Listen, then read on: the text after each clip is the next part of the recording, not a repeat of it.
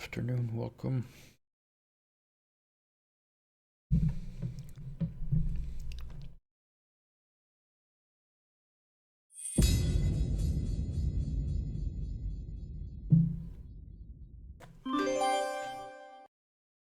Boing.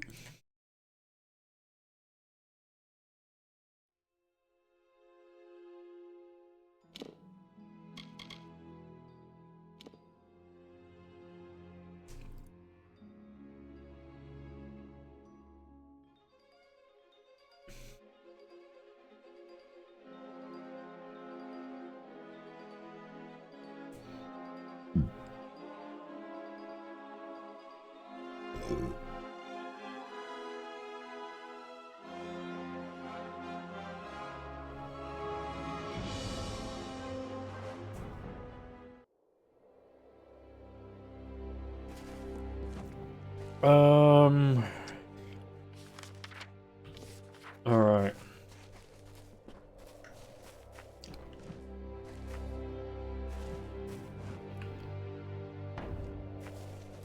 I sold some shit. Hello.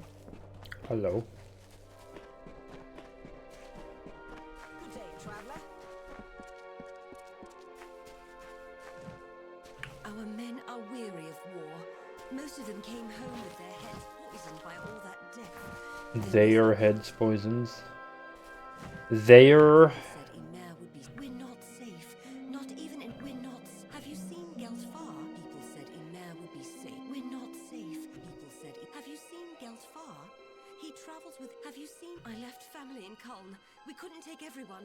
What became of them? The elder people said Emer would be safe. Would welcome us. Some of us fought. Hey, To Arthur. Emer formed a militia, can you believe it? They'd rather jail us than throw us their scraps. He's not even looking at me. It's the neighborhood burned to Oh. ash by the Tuatha in the early days of the war. It's been completely rebuilt, of course. But I know when to heed a message from the gods. I feel for these people. They've endured more than should be asked of anyone. I'd much rather stand by them than the cold souls of Emer village. Believe it or not, I'm not a native of these fair and forsaken plains. No, I was once a profitable exporter based in Rathir. Alas, my business went to the flame. Yes, that's right. I lost everything in the burn. But I found that opportunity always awaits those who search for it. You'd best leave.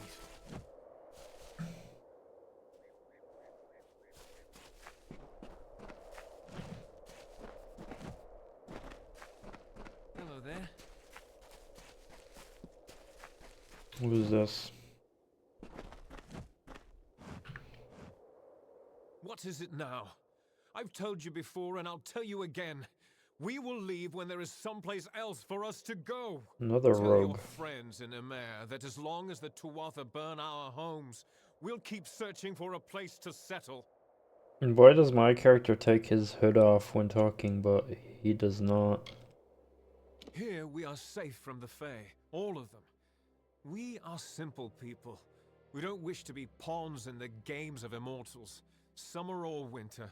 As for Emer, the villagers have made it very clear that we're not welcome.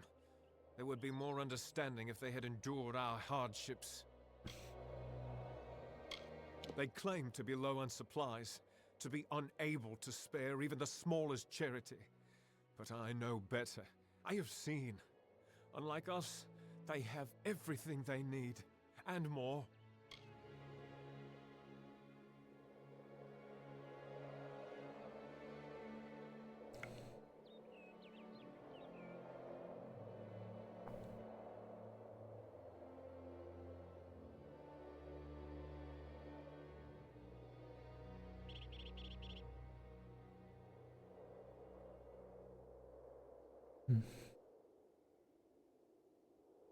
Just got a mail back that I wrote about like a defective product thingy.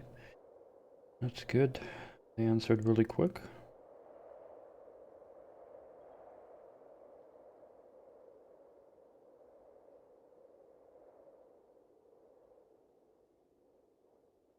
Ah, it's warm. I need to open my window.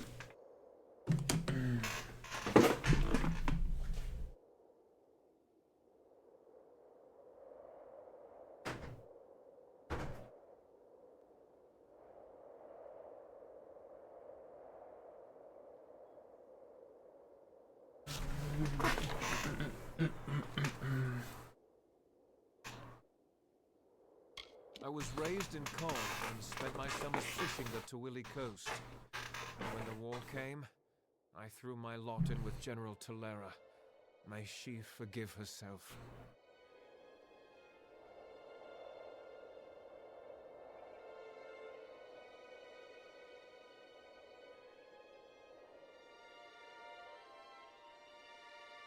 I saw them with my own eyes, and I know Tuatha killed my fair share in the war. I am Elrod Edmund, leader of this pathetic band of ragmen. We come from the farms of the Tawili coast. Go there now, and you will find only ruin. The Tuatha raiding parties terrorized us where we were safest. At home. There are spies among us, my friend, and they must be rooted out. Will you help me? Kill them. What else? I would do it myself, but I must lead my people. They have no hope left to speak of. My strength is all they have. Wait, kill who? Fine. Then we shall be discreet. There are 3 whom I suspect of scouting for the Tuatha. Oh, Tuatha. They are paid in gold. There is no record of their actions. Onred Amphast is posing as a military recruiter, while Froma and Nag are both residents of our camps in the plain. Be careful. Consider all of them well connected. Be swift. Be merciless. Onred lurks in the shade of the Forsaken Plain mostly. Try Amer, or the West Phalanx. Froma and Nag are likely in one of the refugee camps to the east. Good luck.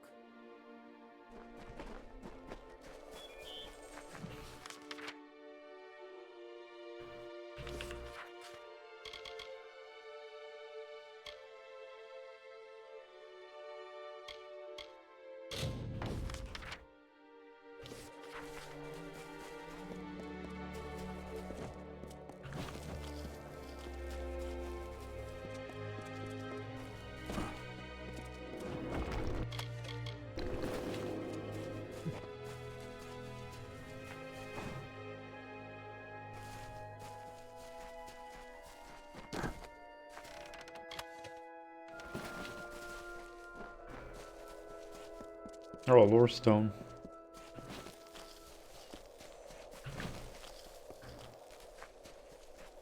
The great cycle Oh, it heals of me. powerful magic. Oh, because I leveled up again. The arcane veil begat King Issa's reign, and all things in balance, also its destruction. The seasons passed, the summer wilted into autumn, and Lord Own culled his strength. King Issa's sway receded, as does the shade at noon. The Phalanx rested from their sprouting, and a haze of indolence silenced the woods. When the winter moon waned, it began. A terrible thunder rolled across the darkened plains of Erethdel.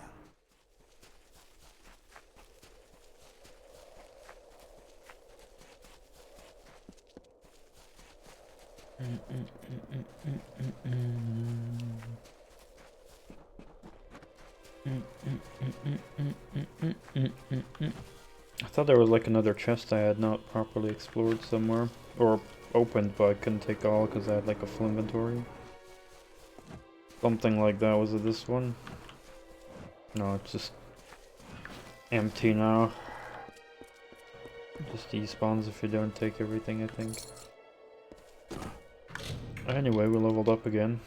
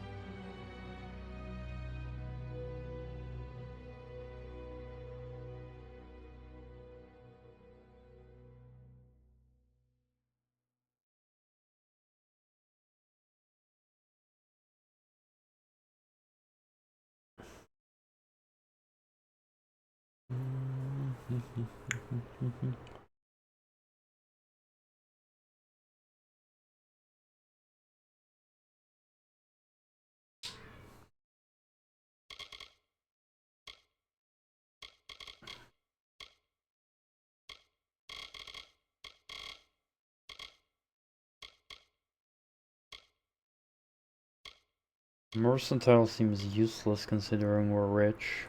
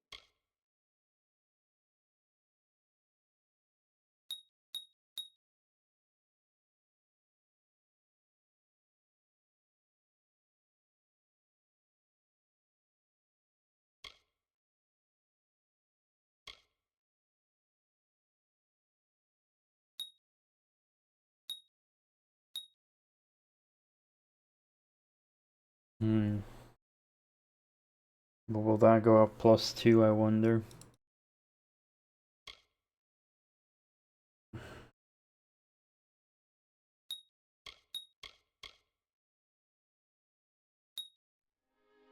I'll do that, I think.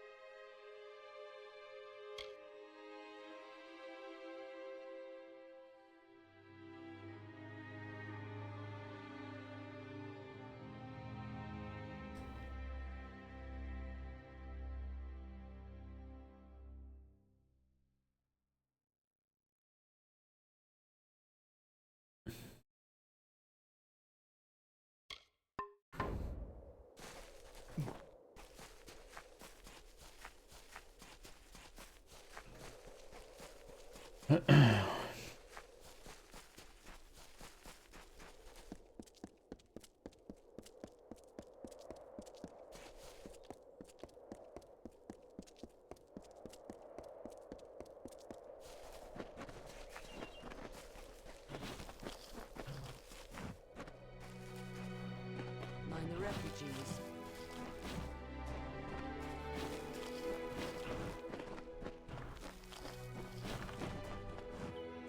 Keep heading north. Avoid. Stay round.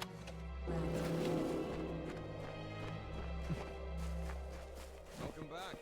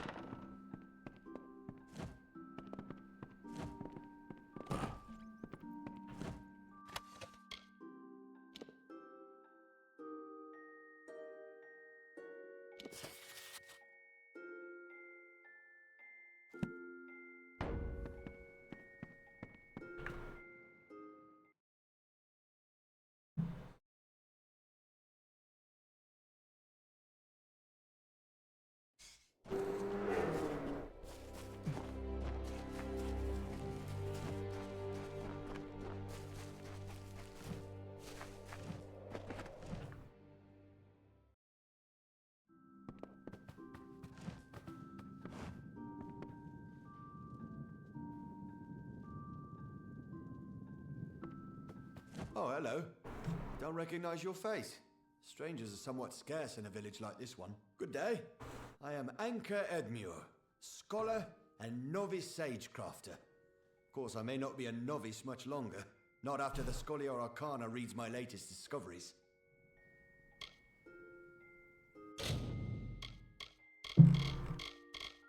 Oh fuck, he's selling gems. No poison whatsoever though, that's sad. Take the physical and the magic, but...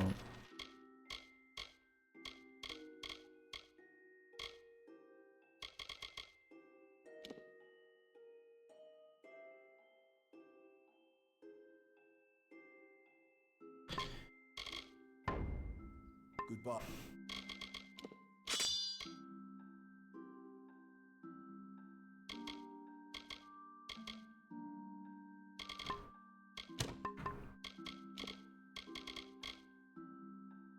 That's the worst one. Most scholars just scratch at the surface of the magical anomalies in the Forsaken Plane. There's so much more for those willing to look deeper. They are the supreme authorities on magic, and for years I have petitioned them for membership. Unfortunately, they have yet to recognize my scholarship. I follow the strains of magic to this spot, across fields and forests and overseeing stone. There's a great power resting beneath them air. It's ancient, wild. Very few have noticed, but the temperature around the Forsaken Plane is dropping. It's so slight that you wouldn't even feel the chill unless you knew to expect it. I don't know the cause of this phenomenon, but I'm sure whatever it is will greatly interest the Scholia Arcana. I've lived in a mare for many years, uneventfully so, but recent events have led me to believe that my time here is all part of a greater destiny. You see, my apprentice Donald and I have noticed strange weather patterns that occur only in the Forsaken Plane. I don't have answers yet, but we will. Goodbye.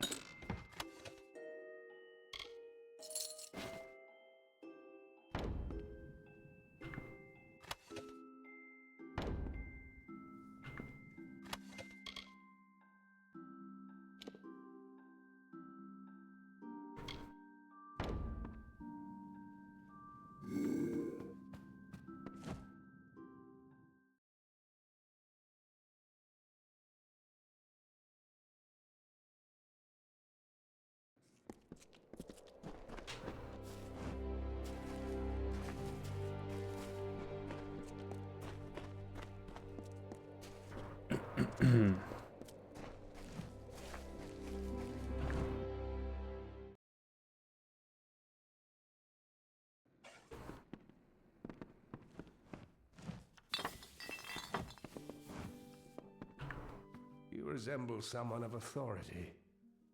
Two rogues, likely freemen, have stolen a precious item from me. Pay attention! And to think my taxes pay your salary. What?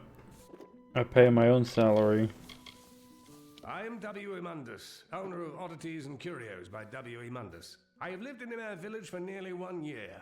I detest it. And don't get me started on the Alpha. One must keep an eye on every possession since the freemen began to terrorize the plain.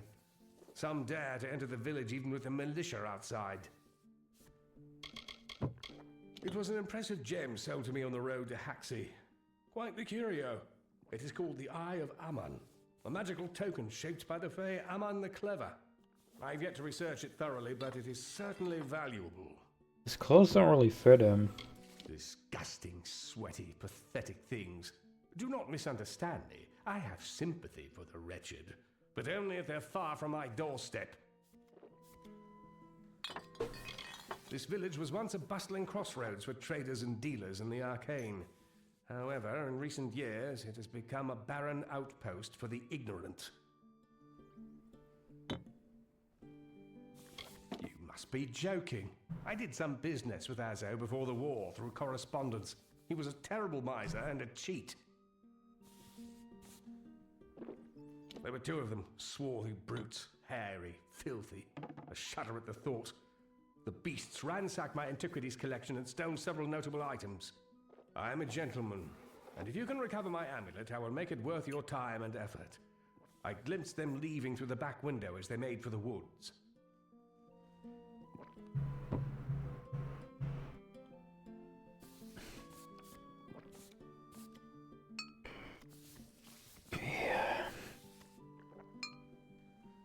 Name your price. Well, perhaps that's not accurate, but you will win my favor.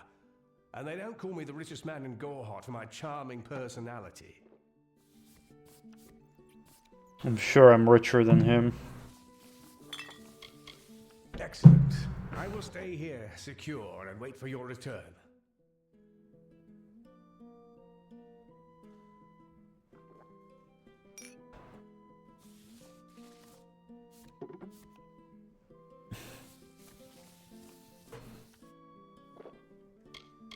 I've told you everything, fool.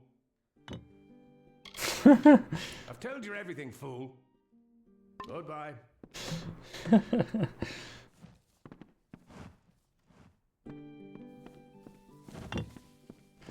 Fool. Looking for a fate reading?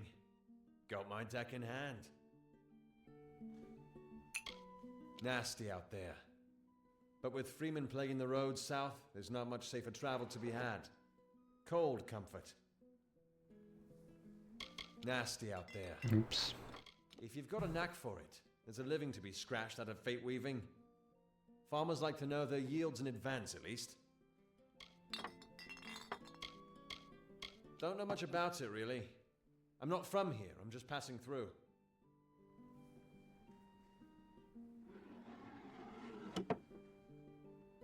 Pleasant travels.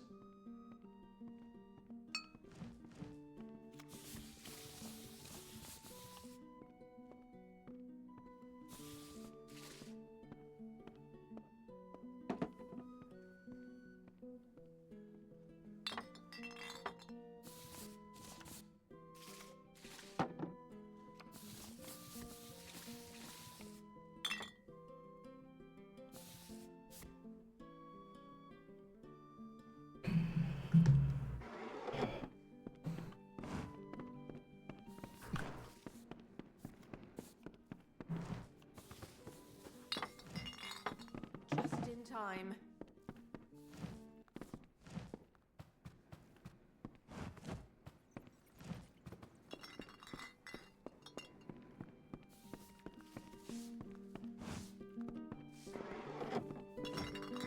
Welcome to a mare.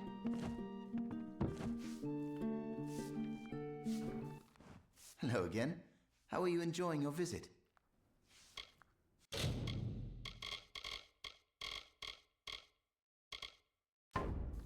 Come again.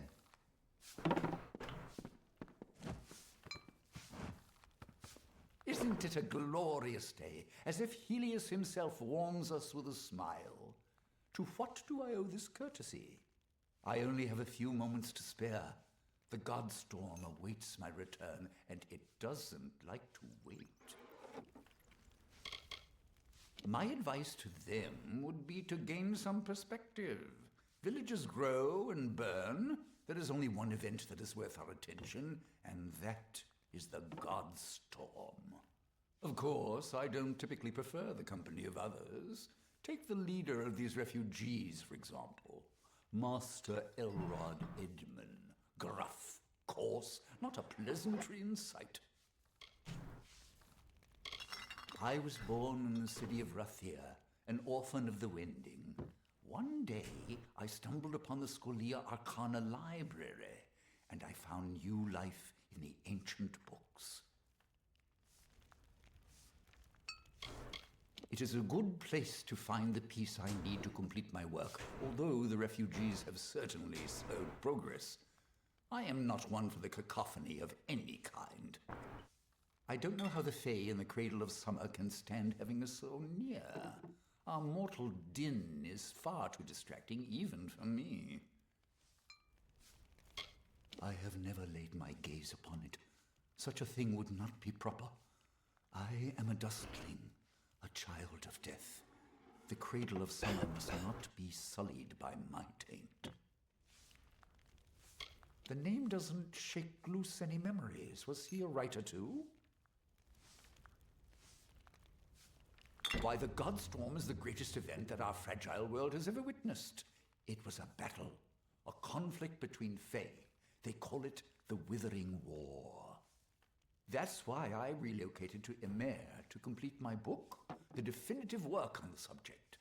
The village is nice enough, quiet, although the new arrivals give me no peace. Sadly, I lack the last few resources needed to tell the full story. The works of the famous scribes Ewald, Dalston, Callas, and Wildfrold. Gone. I was so close. It is not in the Fae's nature to fight. The summer and winter courts have existed in harmony since the beginning of time. Leave it to us mortals to ruin a good thing. 500 years ago, the Summer King Issa and the Winter Lord On broke from that pattern and fought a battle here on this very plain. The land carries the scars. They are lost to the ages, I'm afraid. Minds such as Ewald and Callas are rare. I suspect that their works have been spread across the plains. Keep your eyes open.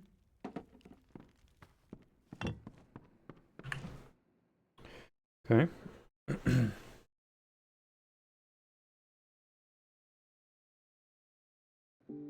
Oh.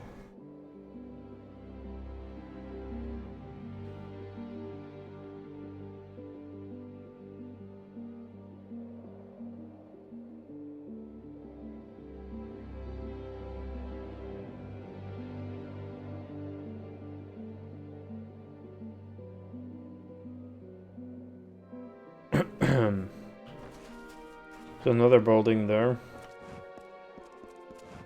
And another over there.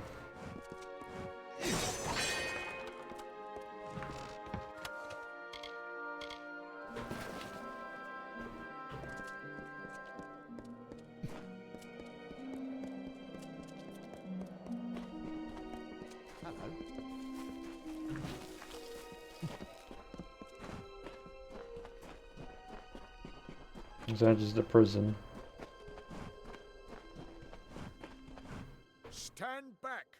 The jail is closed to everyone but the militia. You'd best stroll elsewhere. Refugees are everywhere around the village, and they'll snatch anything they can get their sticky fingers on. A shifty lot, those vagabonds. I'm not a noble, but I've taught enough of them to know that their condescension is justified.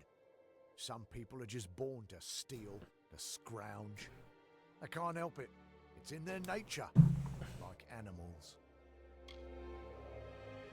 I was a scholar before the war, a teacher in the fine art and history of tapestries and painting, skills that have little use during wartime. I became a soldier for the coin. It was that or starve. You wouldn't believe who they've got back there. Real hardened criminals, I think. Most of them just look like refugees, but how can one really tell? I can't give you entrance. It goes against every code I've sworn to uphold. At least, I think it does. Honestly, I didn't even know this village existed. I couldn't point to it on a map. It could disappear tomorrow, and no one would even notice. I believe that. But I can just go in here regardless.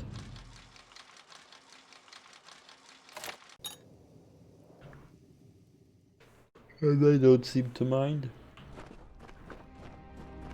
But mostly there was not much in these prisons. Or loot skeleton.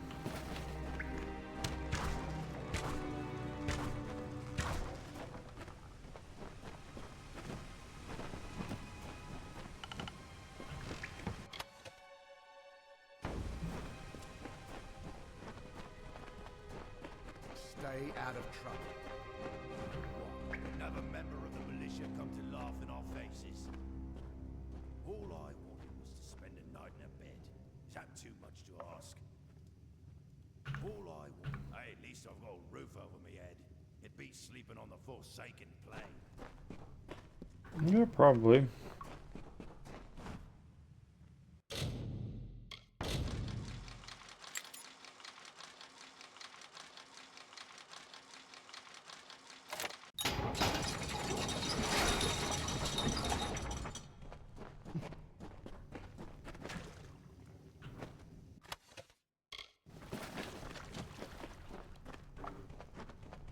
So yeah, one whole prisoner. Keep your eyes. Woohoo.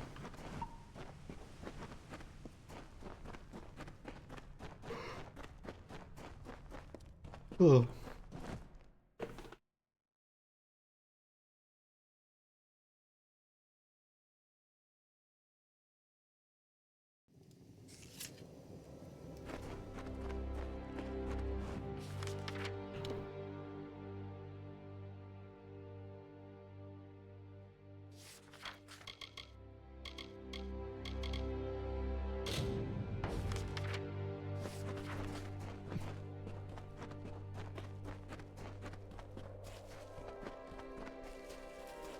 Wait, didn't I already go in there?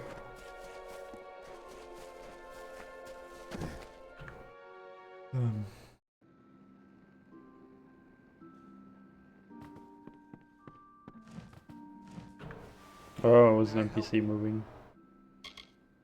They are poor creatures. I pity them, as should you. It took much gold to secure a permanent residence here, and for reassurances that there would be few questions. There is very little of interest to know about me. I'm a simple scholar. I am here for the serenity, the quiet. Where did you hear that name? The man you speak of is dead, and all of his wealth has died with him. It's him, and he changed his name.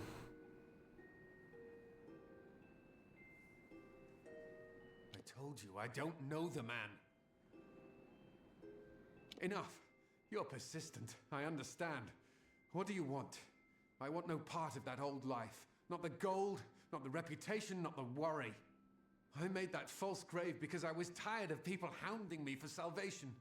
Wish to know where my money is? I'll tell you. It's gone. All gone. All I have left are my family rings. I just want to be left alone. To start over. Can't you appreciate that? Please, show me some mercy.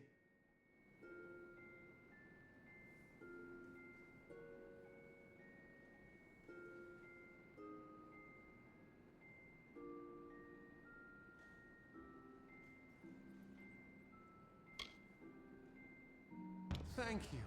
It was never my intent to hurt anyone, or to deny the needy what they deserve. But I am one man, and all I have left is for my future generations. Take this ring. I don't like to owe anyone, not anymore. He was my gardener. When the Tuatha killed him, I decided to take his name. It was the only thing he had that belonged to him. Perhaps he lives on now because of me. Goodbye.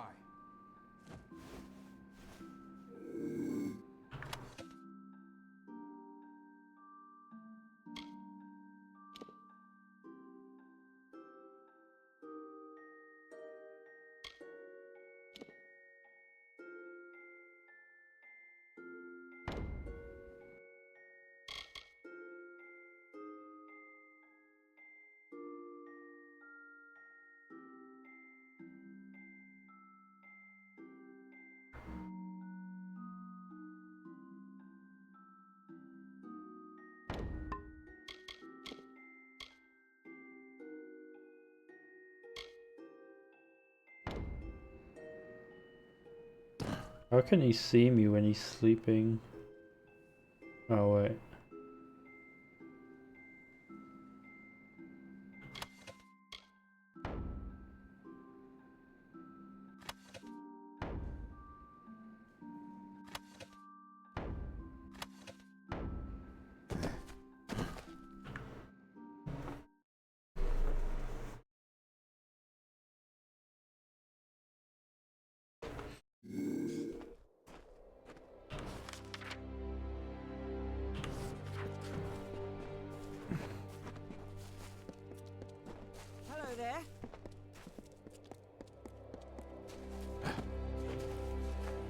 I'm just about ready to give up. Tell me, have you heard any news of Britt Hagney or Oh, his final sure. resting place?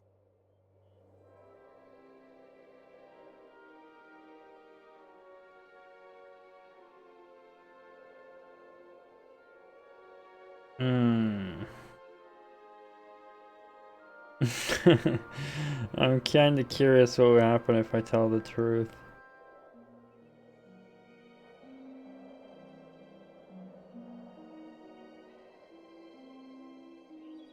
Um.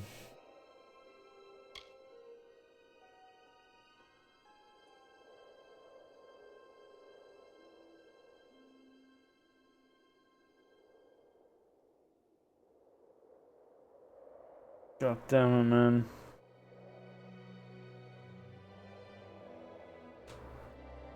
I'm gonna look up what happens.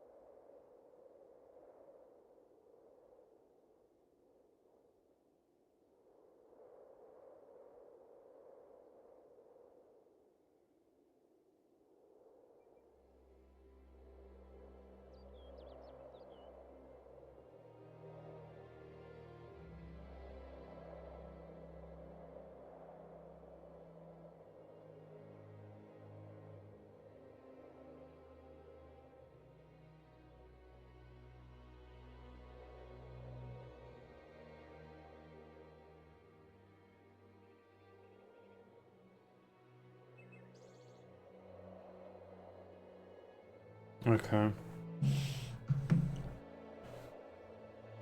Lost to the Forsaken Plane, he is. Oh, it was certainly worth the search. Can't even imagine the kind of new life those rings would have given me. It's better not to think about. Thanks for your help. Here's a little something for your trouble. Volume. I'll be seeing you around.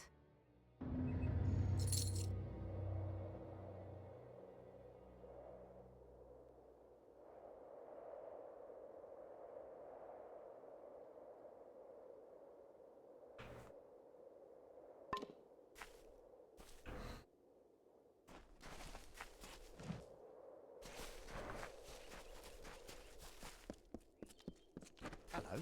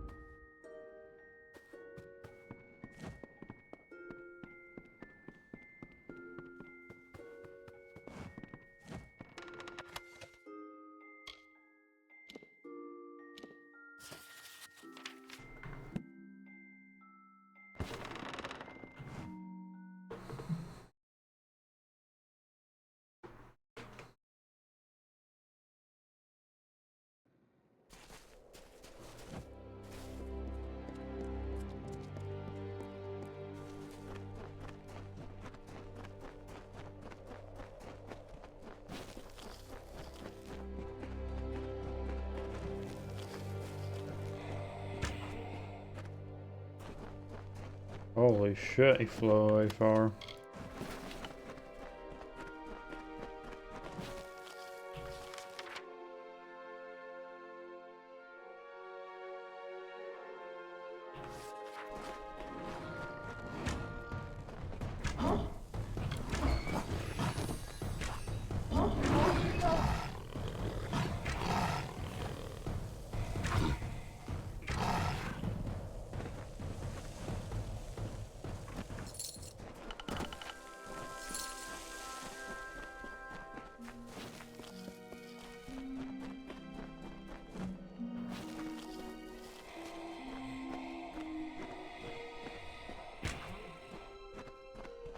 Holy fuck, look at them fly.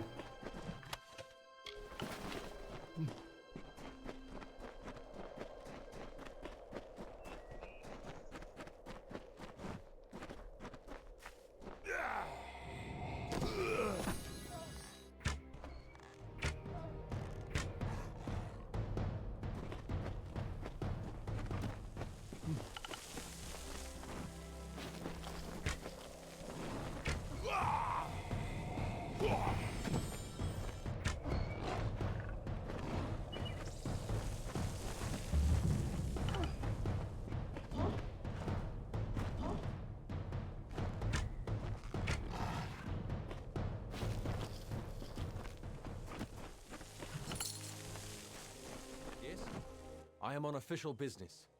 Unless you've been sent by the Alpha army, we have no reason to speak. Yeah, I am the army. Let's just say I'm glad I'm not one of them. War is harsh on many people in many ways. Those of us who can avoid the suffering should.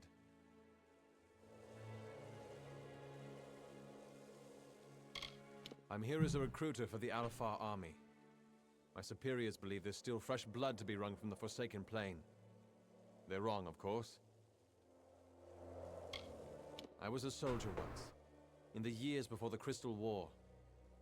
I saw many die at Gallifore Fields. You could say I learned my lesson.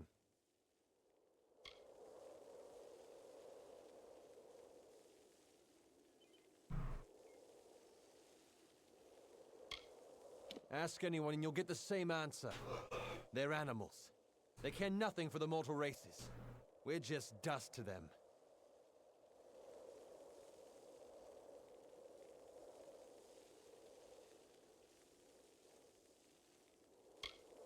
Ha! I'd like to see you prove that. Goodbye, my friend. I don't feel like talking about the Tuatha anymore.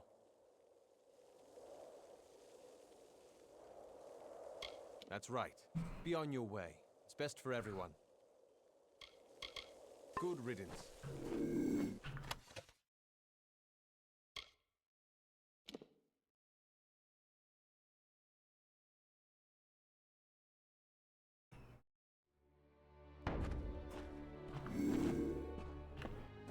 Okay, what if I try the thing?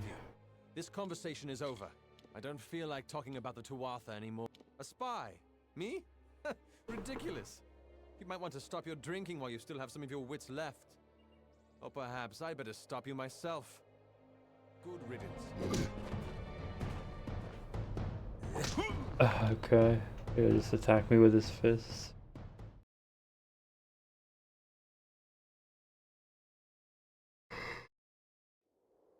So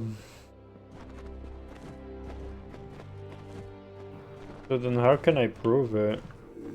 He does have that item here, the votive. Maybe that's some kind of proof.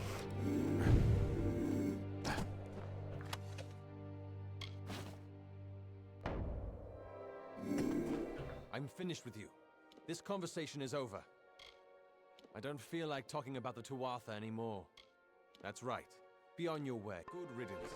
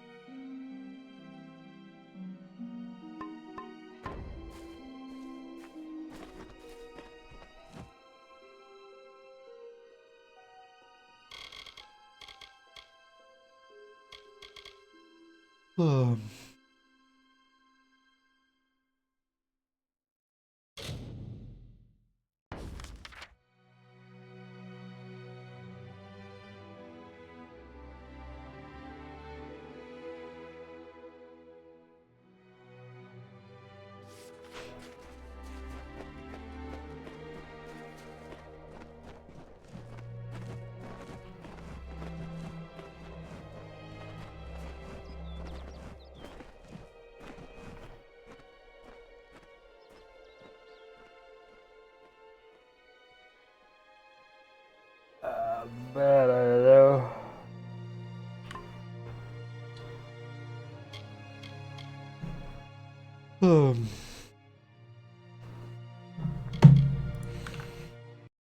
Well, I'm just gonna look it up.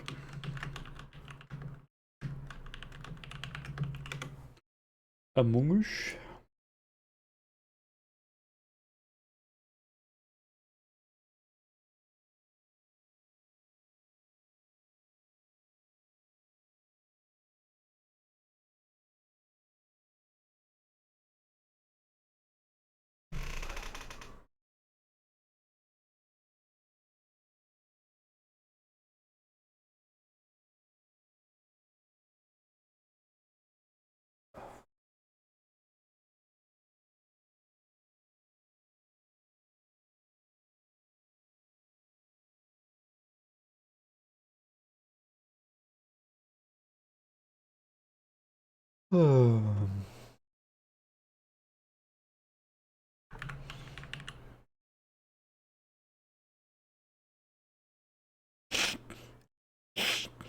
Alright.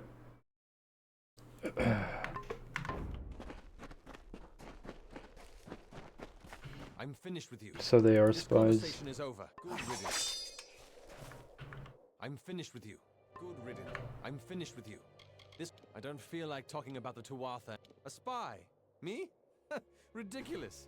You might want to stop your drinking while you still have some of your wits left. Or perhaps I better stop you myself. Good riddance.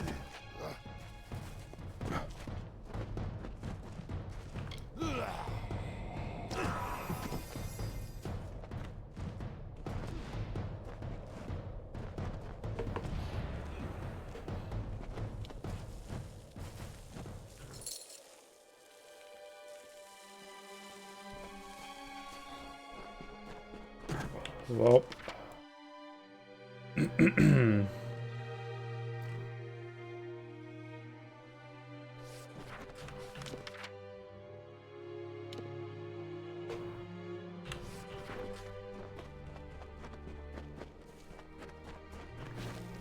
um.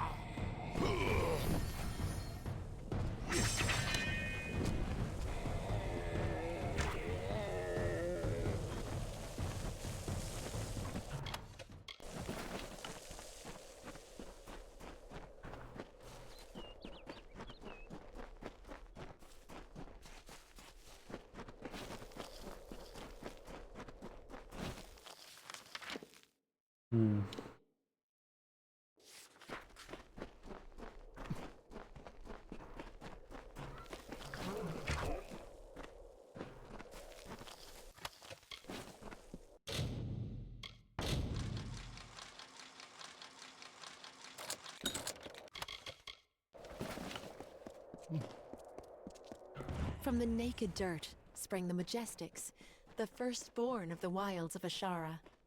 Around them, they heard the song of splendor of a once and future summer. And they responded. And the earth moved. The carver shaped, the architect built, and the shaper composed.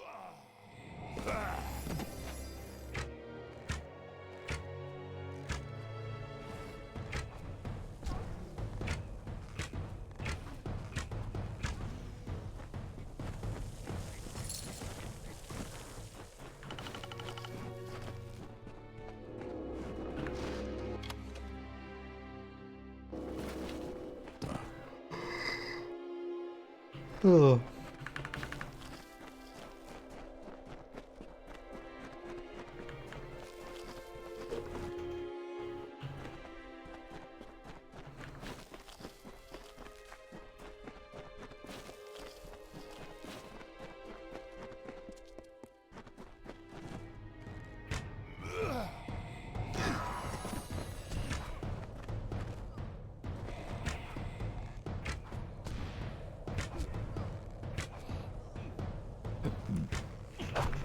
Oh man.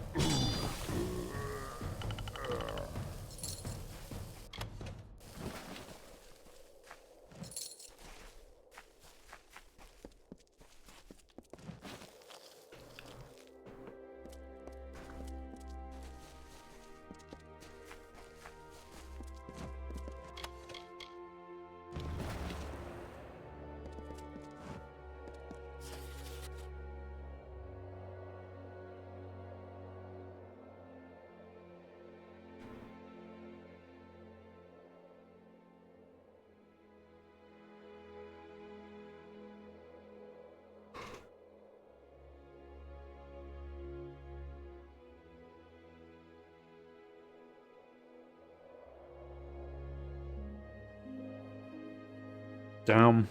Actual suicide letter? I had a feeling.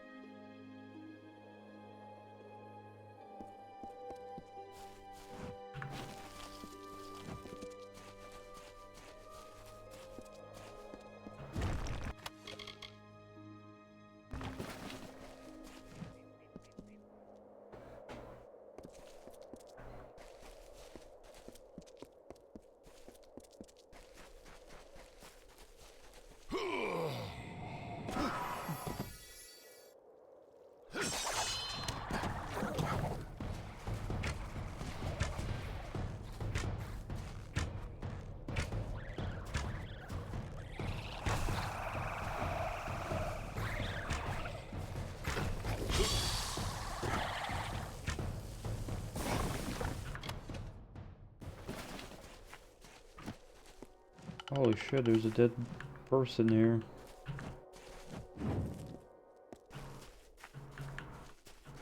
How can I not loot it? Hello?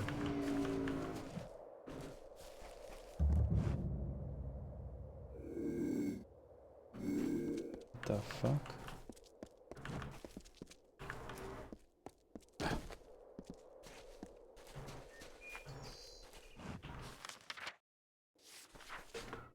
Why the fuck can I not load it?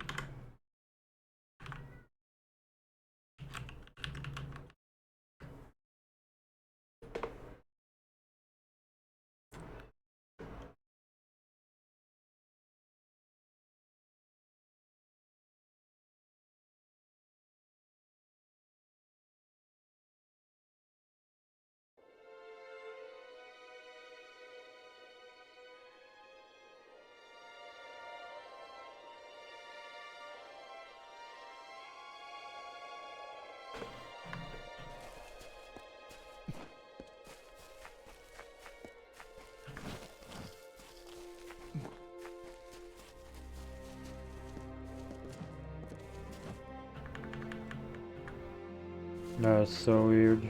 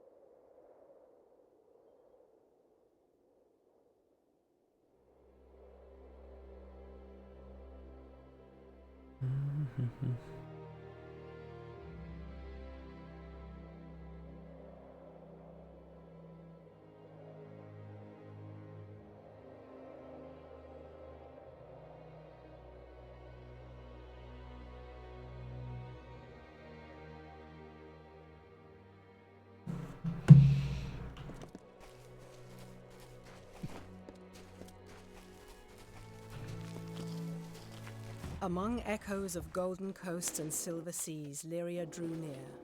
She saw the priestess asleep, reclined on dark earth amidst the cypress trees. Under the gleam of heaven's dusk reflected, the mirror that tantalized the stars, Lyria whispered to Tyrion, "On rocky spur of sable stone shall heaven's mount prove, is a seat of elegance near kin, a shard of night to glisten in the foam, a spire from the seabed to drip from the sky's veil. There will your people be closest to my voice." And so awoke Beala Tyrion, the calm and majestic, to see the cliffs against the coast, and Lyria's throne before her. Oh wait, I did have to go there for the quest.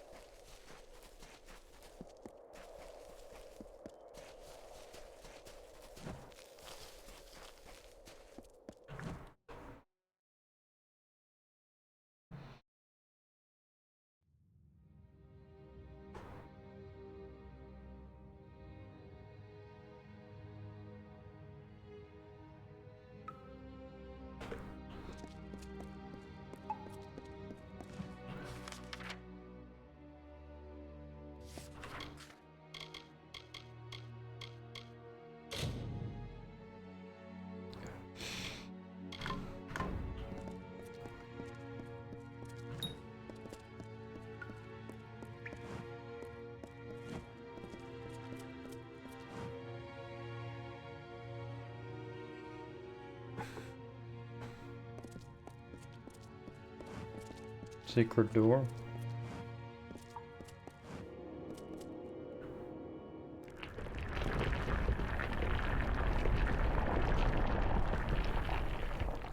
Wowie.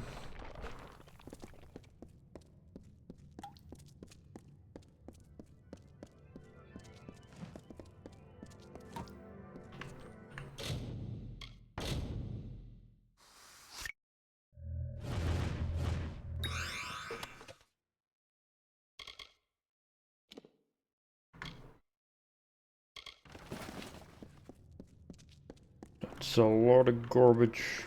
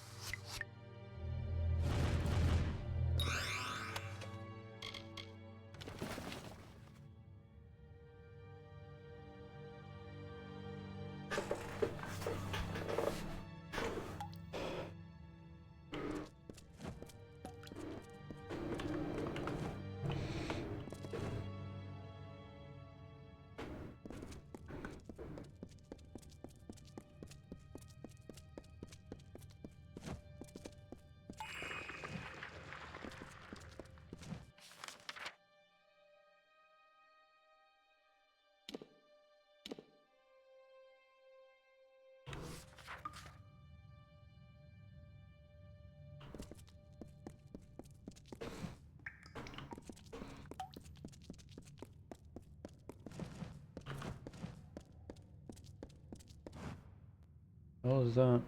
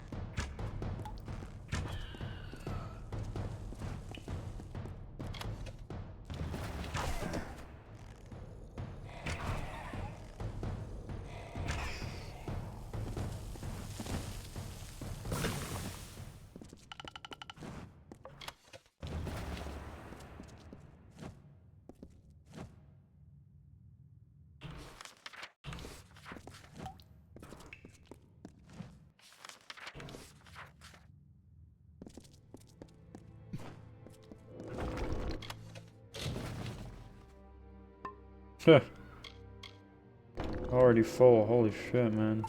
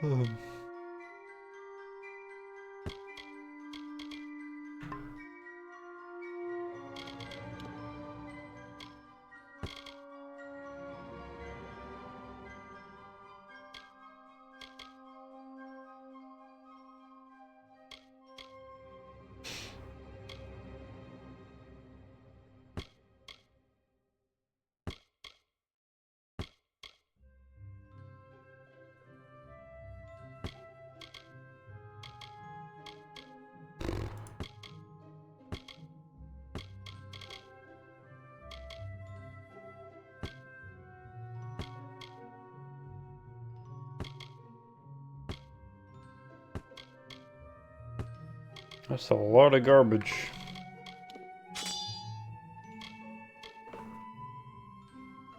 Prismere daggers. That sounds good. Maybe it's like higher quality, I don't know.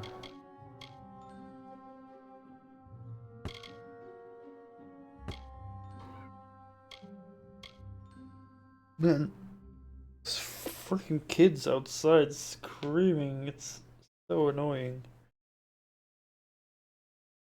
Ugh.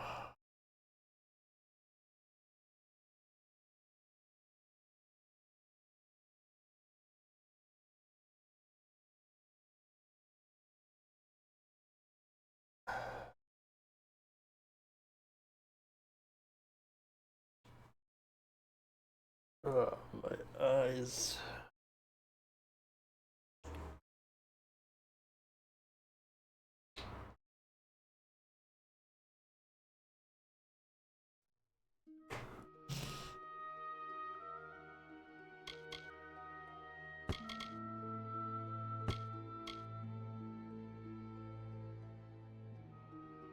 It's me. Do you have a lot of weapon, a lot of thingies?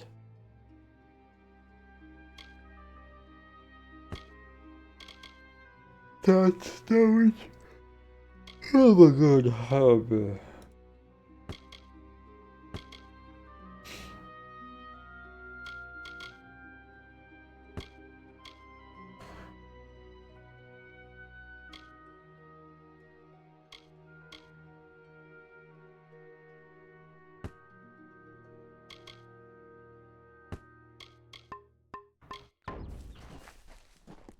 Come for January.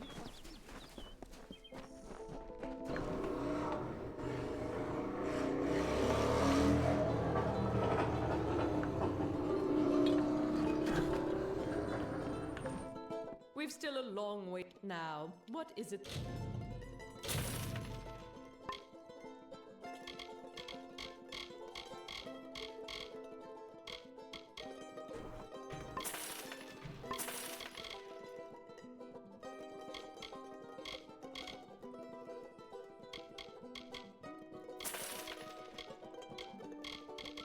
That I can do for you.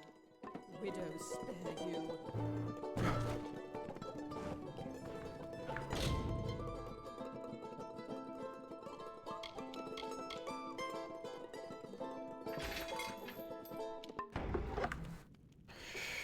Weak rivets.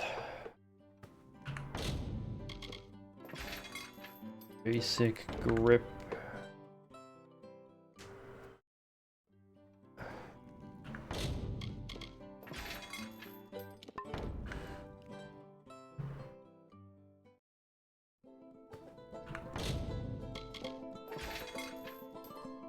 Master, okay. There's still no flawless there.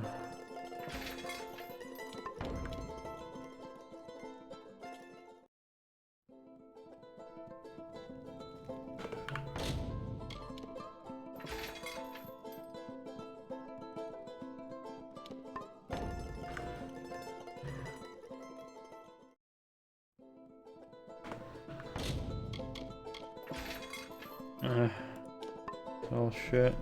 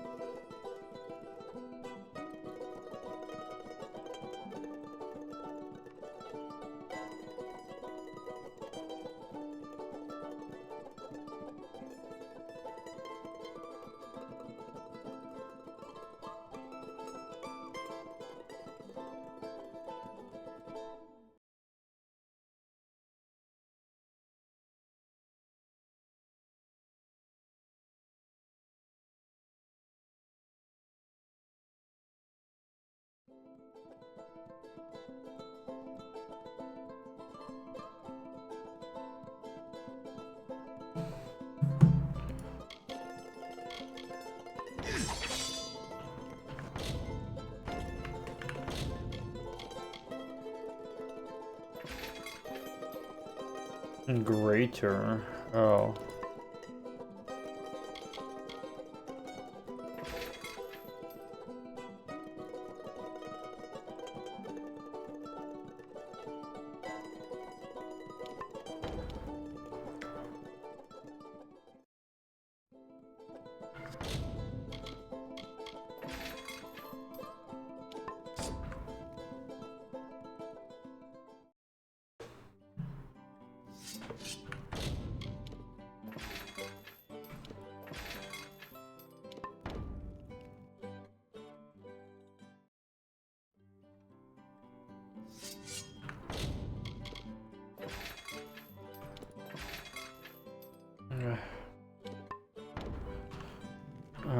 about these crude hilt?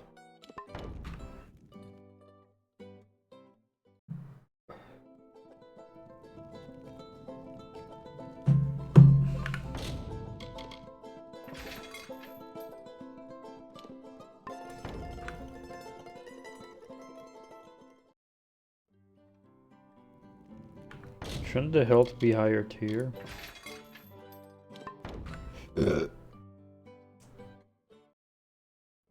Or no, it's the blade. That will be higher tier. Prismere blades. Wait, were those good?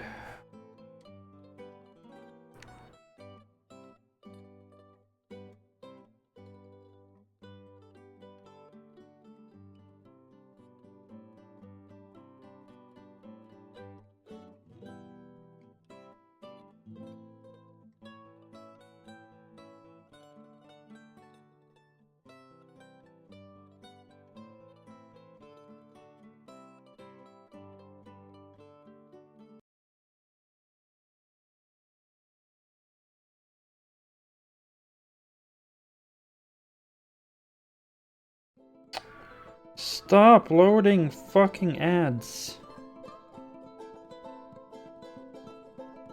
Yeah, Prismere is the highest tier here.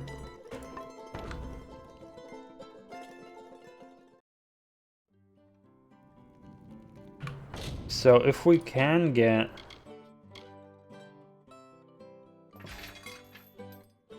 the FX, it'll be a flawless then, right? I think.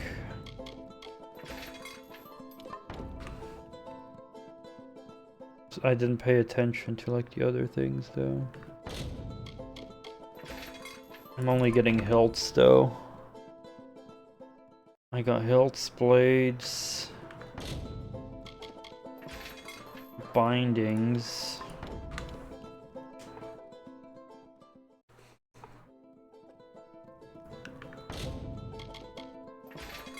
And grips, also basic, okay. Fey blades, I want the blades themselves.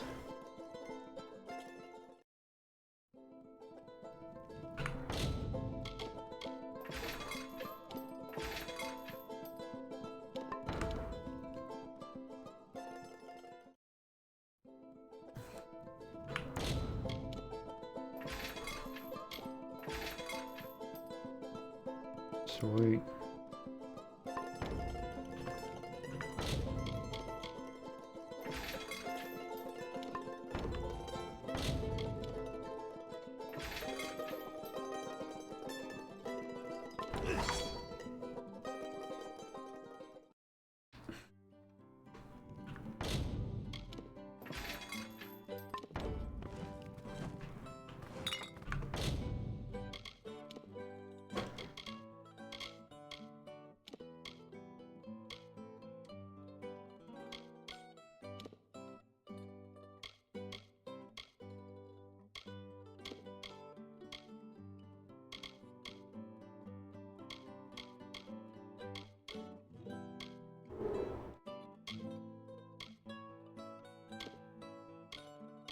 Something like that.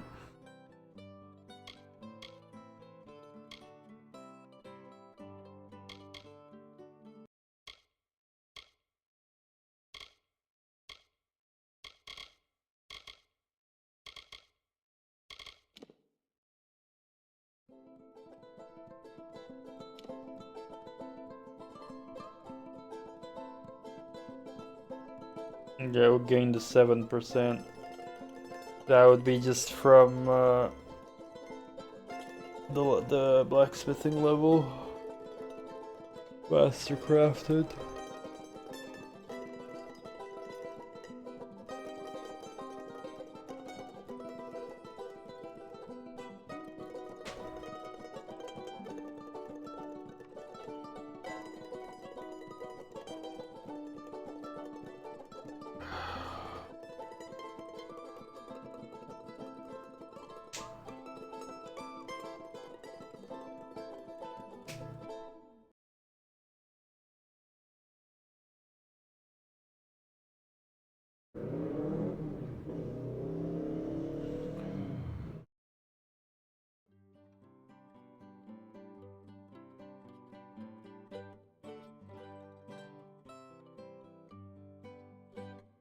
No,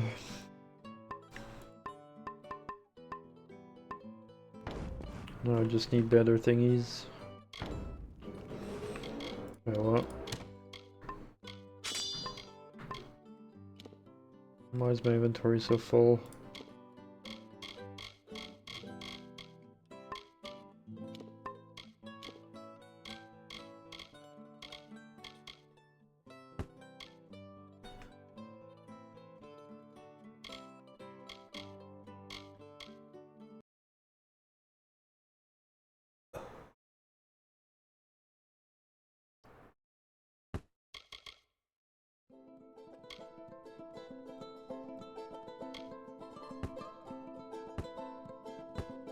Oh, I can add that too.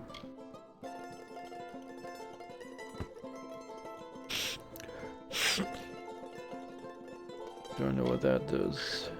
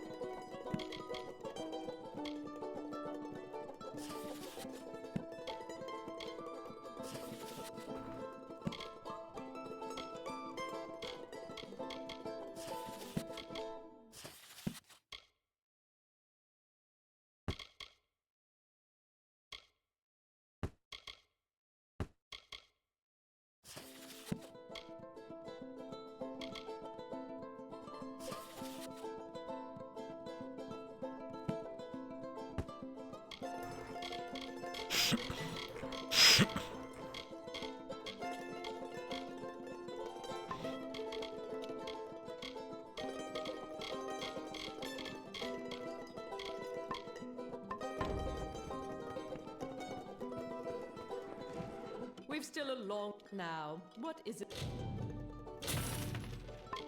that I can do for you? Widows spare you.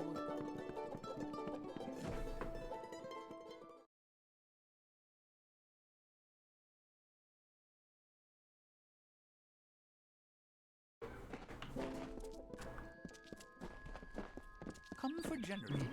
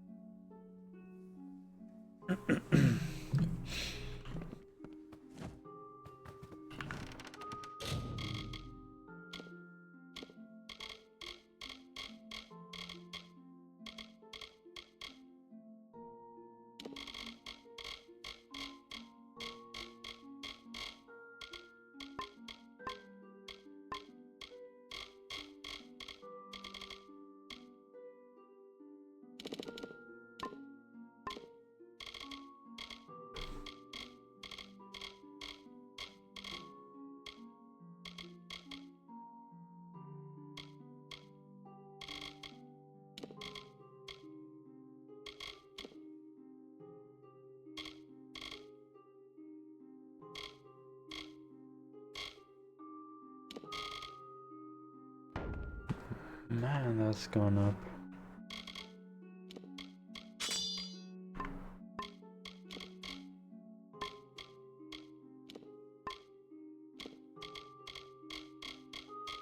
I just have too many potions, I think. I don't know.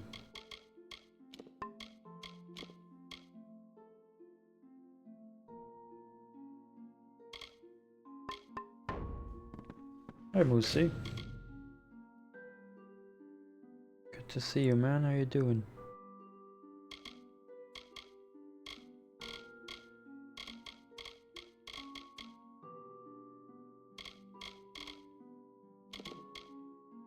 Oops.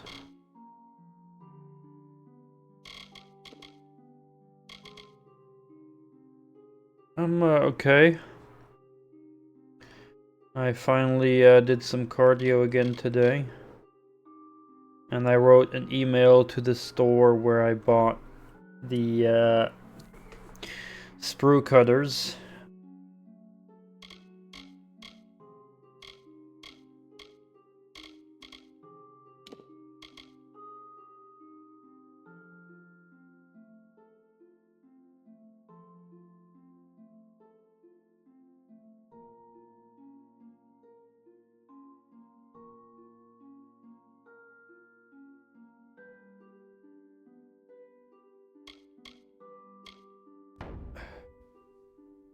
Well, I just generally want to go to bed early enough. It's just, you know, not good for me to screw up my bedtimes the whole time. So I just generally want to try to go to bed at around midnight, you know? Because I kept staying up later and later to like 2 a.m. often, or 3, so...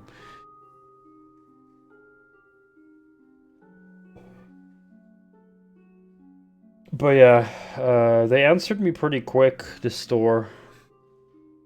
Because I explained that the sprue cutters I bought, that the blades were not aligned properly, that they, you know, would not like close into each other, but kind of like pass each other. But I also explained that, you know, I don't own transportation to easily go back to their store, and, you know, their receipt says I have 2 weeks, but I can't really know for sure when my first time will be to get to that store again to return it. But yeah, they gave me the okay that, you know, I can take multiple weeks and, you know, then just bring it whenever I can. So I'm glad that they reacted positively about it to help me out.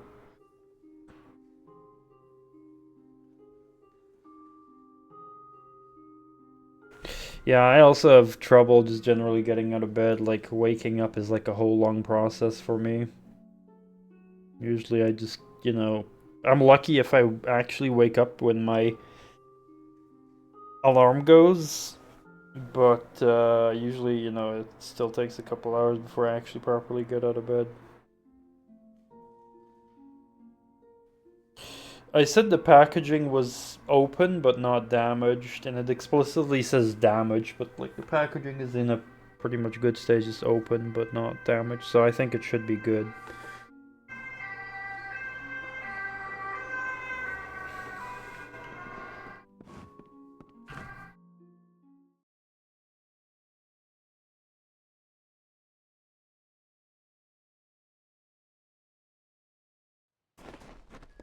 The hand drills also had one of the drills missing, but that's not as big of an issue to me because I'm fine with using the other drills, and you can buy other drills easily. But yeah, the sprue cutter is definitely an issue. And I didn't want to, you know, make it a too big of a thing by like saying and this problem and that, but I'll just, you know, just raising the big problem kind of.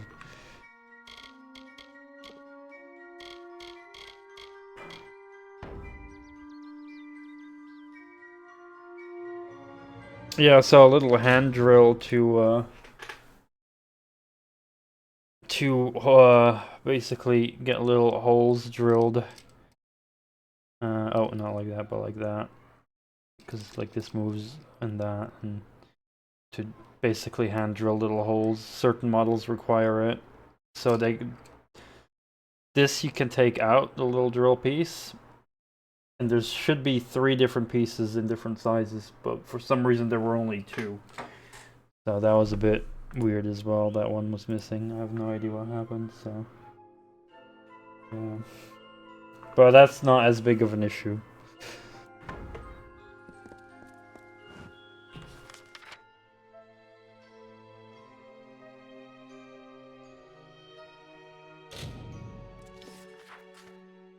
But it does suck for me that my first experience with that store was a bit negative like that. But I'm just always unlucky with stuff like that, to be honest. But other than that, it seemed to be a very nice store. And, you know, I did buy a lot of things, so... just next time I just gotta be a bit more careful looking at things when I pick something up.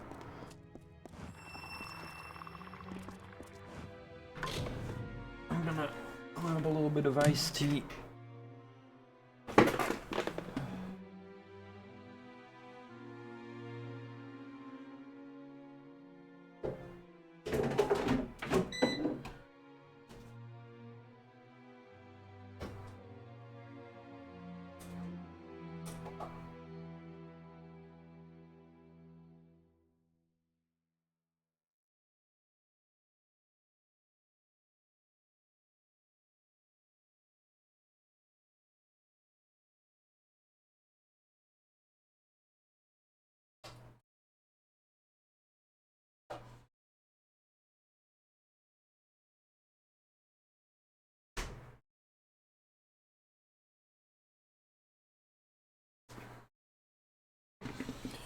I was just grabbing some iced tea.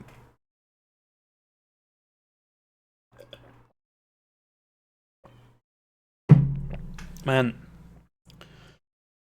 I have my window open because it's pretty warm and I want it to cool off. But across the road, there's like a children's playground where they play a lot of like soccer and whatever. And there's so much noise coming from there. Yeah, it's relatively warm.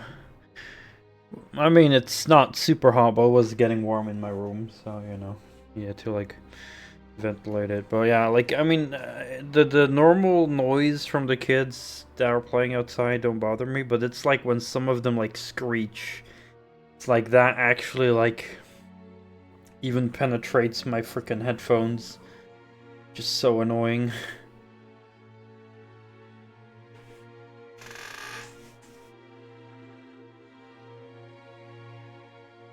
Because, you know, I understand it. It's normal for kids to be noisy, right? When they're playing things and stuff. That's fine. But, geez, the screeching. It's like, why do you have to screech? That's, like, a bit too much. Like, I was a kid, I'd make noise, but I wouldn't be screeching the whole time.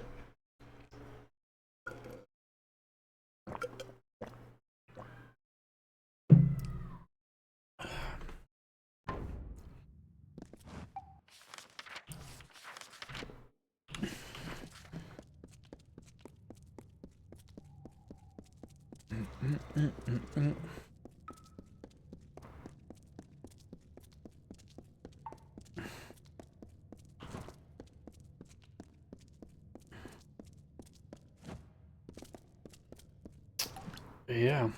Was entertaining to watch you play more Doom today, Smuggly. It helped me as well doing my cardio, having some entertainment.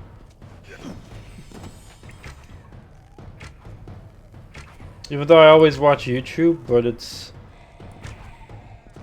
even more entertaining to watch you play Doom than most of the YouTube I watch, so... Insane screech sound like someone is dying only brings in mind vision of parents with no discipline. It's hard to know for real. Yeah, I mean... I don't want to be too quick to judge, but there is a truth that, like, a lot of kids, they just don't get proper parenting nowadays. They just give them a fucking smartphone and that's it. They let the internet frickin', you know, do that. Do the parenting.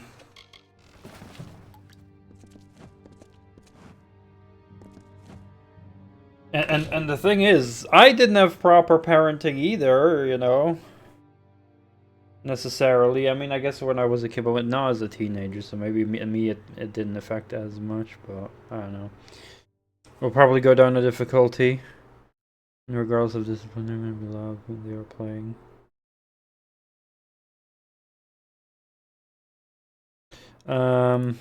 Well, Smuggly, it's fine for episode 4, honestly.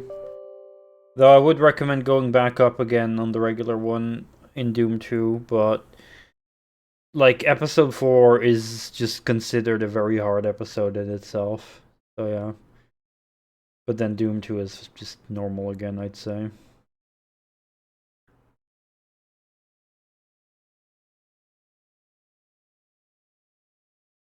Yeah, exactly. You know, it's it's normal for kids to be loud, I think, but it's definitely a whole nother thing to have, like, insane screeching that goes beyond. There's definitely a difference between the two.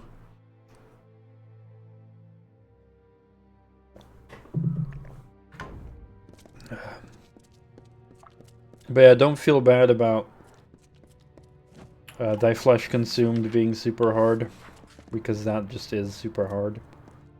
Even I struggle with the first 2 levels. Although I do play on ultra violence.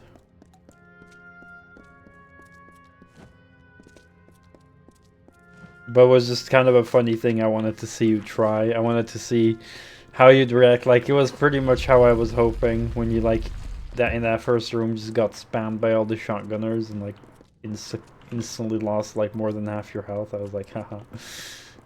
That's what I was hoping. Who's this pleb? Obi-Wan Kenobi. Hello there. Out enjoying a walk in the ruins? You'd better keep your blade nearby.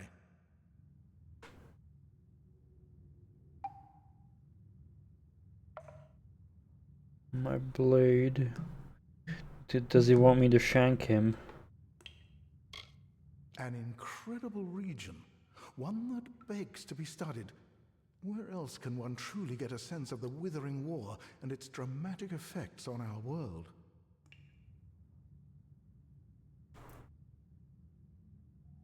This will be a fine collection or addition to my collection.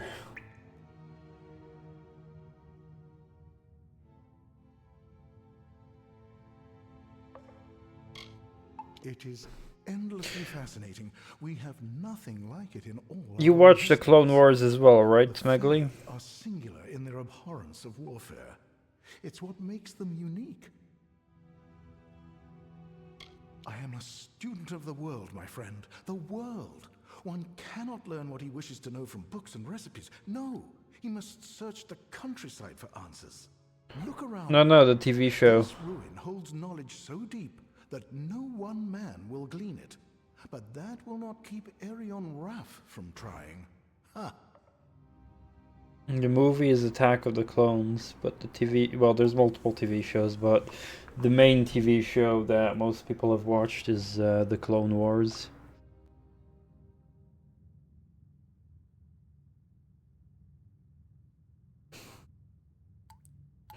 I really like that there was a lot more General Grievous in that, because we only saw Grievous in the movie, and he's a great character.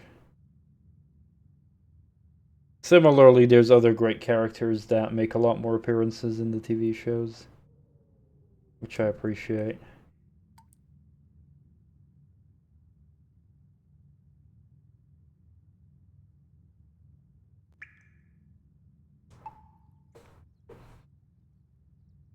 Of course, the Cradle, an incredible setting, so rich in its magical history.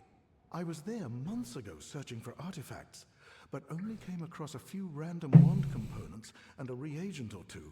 Nothing fantastic, but definitely worth the trip. Be well. This guy seems weird.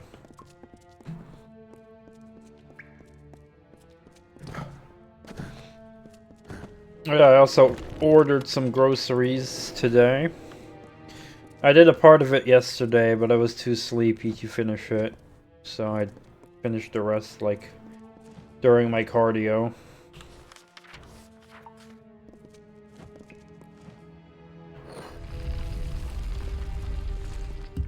So tomorrow morning they're gonna come and deliver my groceries.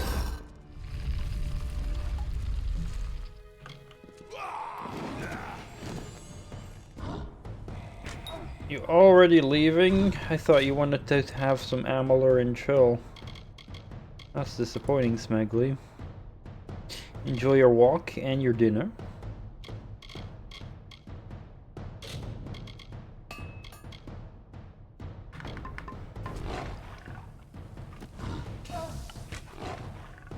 Nice, nice, nice. See you back later. Oh, that's sweet though. Hope you'll watch a good film.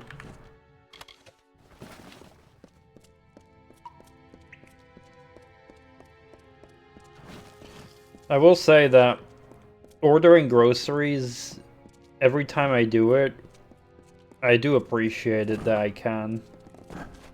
Like, it's one of those things that, weirdly enough, I never take for granted. And I just have big appreciation for it every time I do it, so... Yeah, there's gonna be plenty of stuff, like mostly just dinner food for like over a week for myself, so... Gonna be stocked up, and I'm always pretty excited to get that.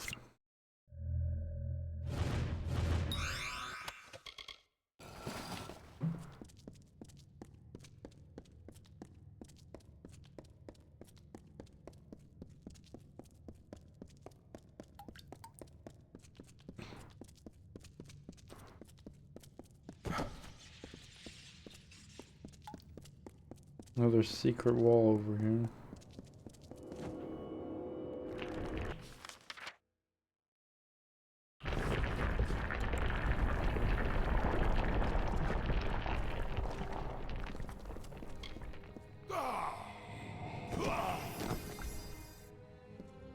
You want some landmines?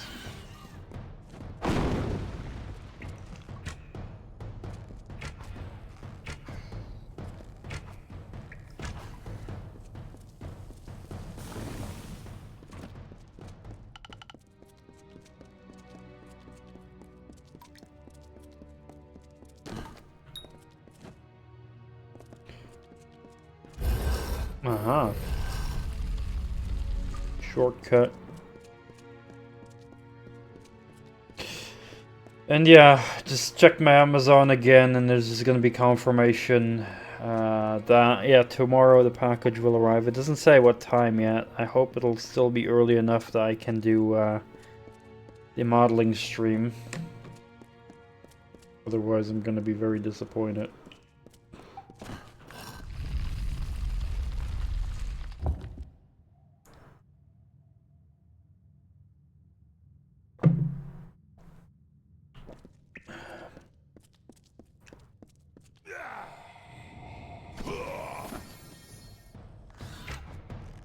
Holy fuck, one of the mines went all the way over there.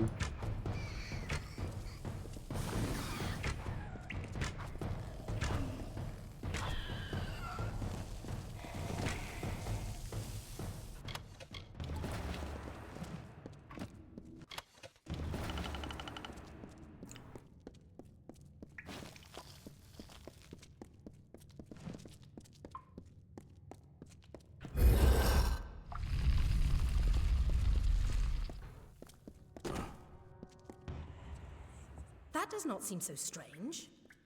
I'm sure there are many people who in their youth had a similar experience, but of course I am leaving something out. I mentioned the unrest in my soul. I know it intimately. When I was young, I was visited by something unlike anything else of this world. It was an ephemeral, ghostly thing. I called it a divine spirit, for I had no better word to describe it. This thing was not fey, but possessed a timelessness like one. It glowed with an aura of magic about it, but I was not afraid, for a serene peace was born on the countenance of this divine spirit.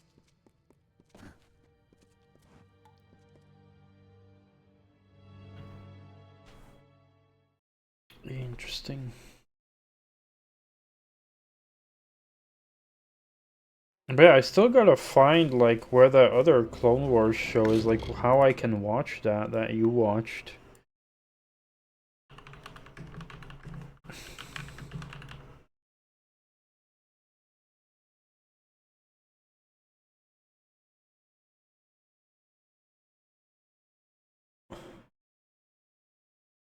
Let's see. The Clone Wars.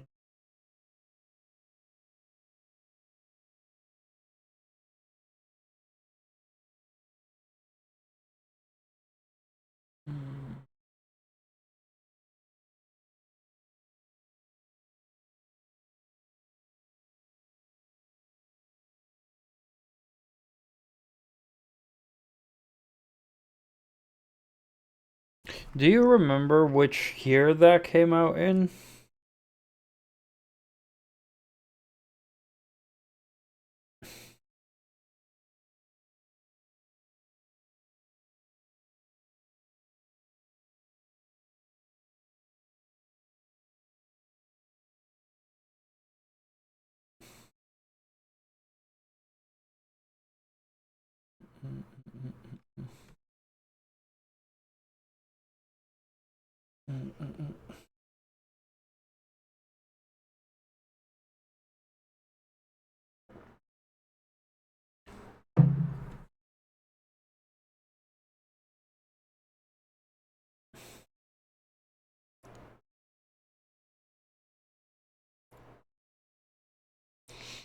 Well, just, you know, in terms of like just finding info about it on Wikipedia or something like that. If it is like possible to find anywhere.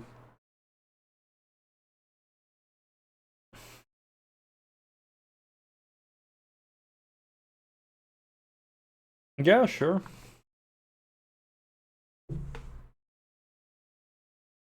There's about to be some fan preservation somewhere of it, because I'd love to see that as well, because that's the one I haven't seen yet, because I had never heard of it before in the past. It's definitely still something I gotta watch.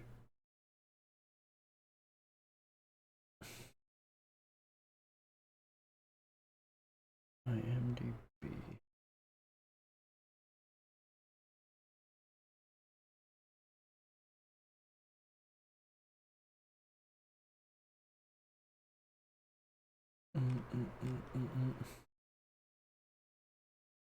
Oh, but that's the one I have watched, I think. Isn't it?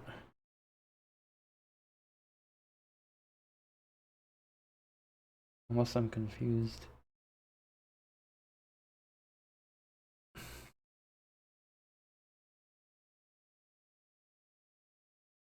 That's the 2003 series, but isn't that the one with the very short episodes? Because that I watched, but there was like minimum talking in this, unless I'm like misremembering it, but yeah. But these were like shorts, right?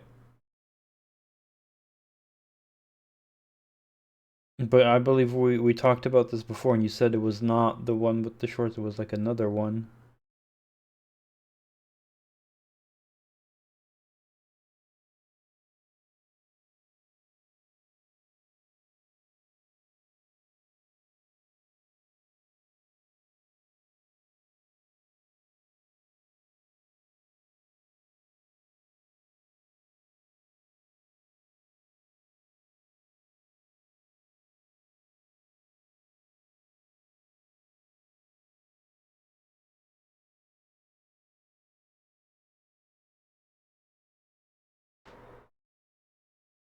Ah, so you're talking about a later season is where it was with more dialogue?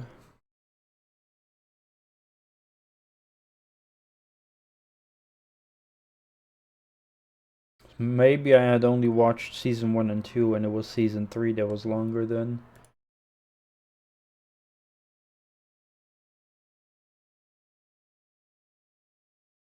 Okay. Interesting.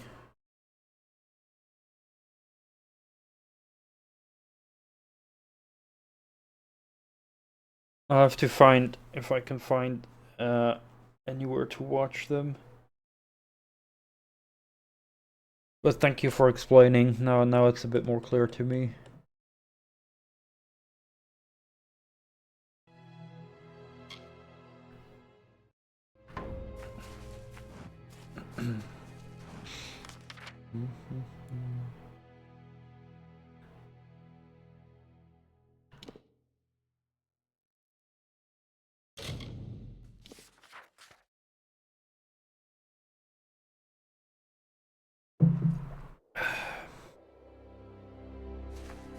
Thanks again.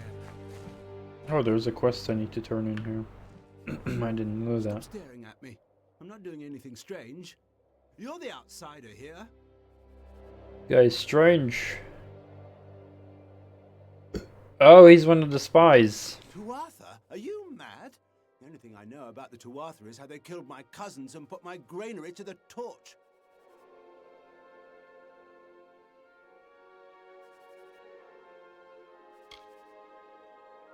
You're joking, right? Wow. I've heard plenty of crazy accusations during all of this, but that's something special.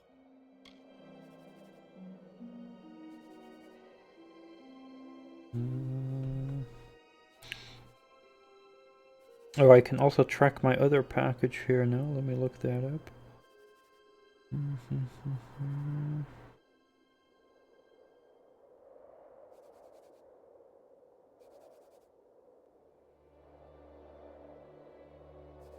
Oh, it's all German of my other package.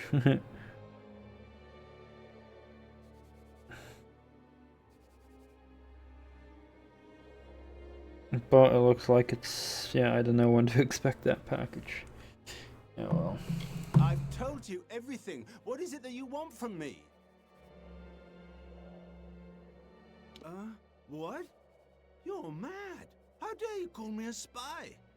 Goodbye. Thanks again.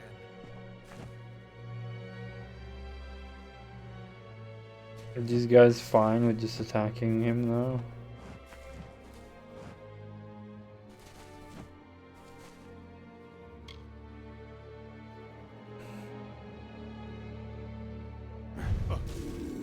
He's gonna stealth mode him. They don't care. They just believe.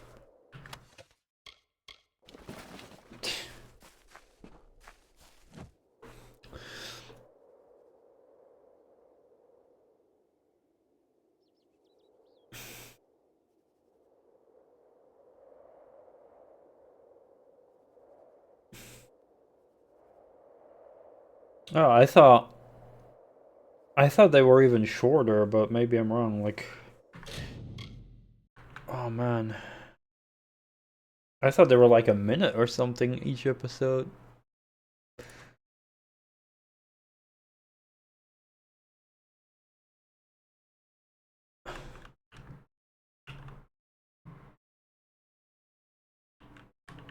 Yeah, I thought they were like very close. I do know that I saw like you know, them like very quick close, like I don't know how to explain it.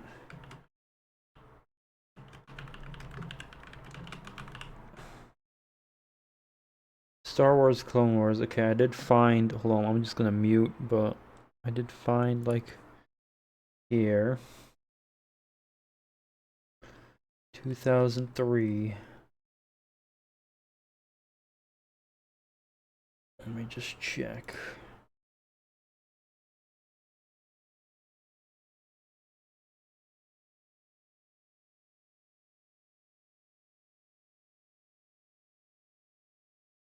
Oh, these are way longer, yeah. Holy crap.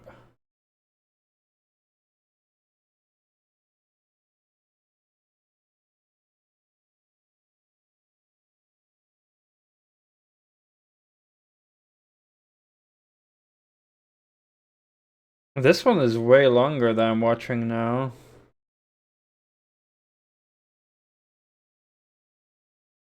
This is probably the one you were talking about, because this is way longer. This is these are like an hour-long episodes that I'm seeing right now.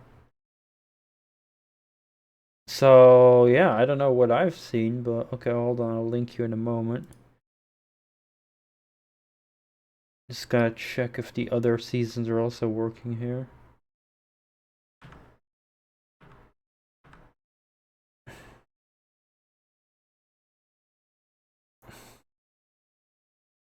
Oh, this is the 3D one as well in it. Okay, hold on.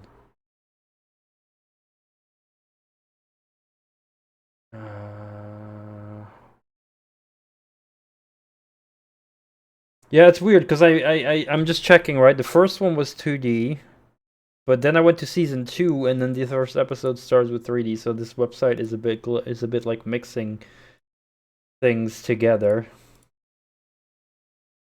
for some reason, which is weird.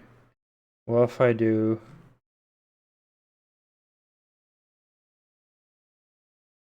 Okay, episode 2 is definitely, so that might be the whole season 2 of the show. I'm just checking real quick. I'll link in a moment. Just checking. Okay, so it's only the first 2 episodes. I do recommend an ad blocker though. But when going to this website, when going to season 1 and selecting episode 1 and 2, I get like an hour-long 2D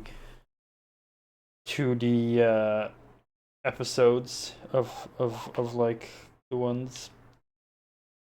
Well, I feel like I did watch some of that, but I don't know if it was this specific or not, or maybe these are like all of the short episodes squished into like one or something. Like, I'm not sure, but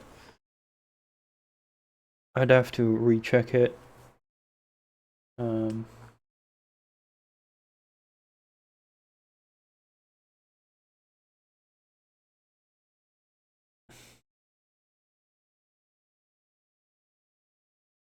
Yeah, it's not on YouTube. It's like a different website. It's not on YouTube as far as I know.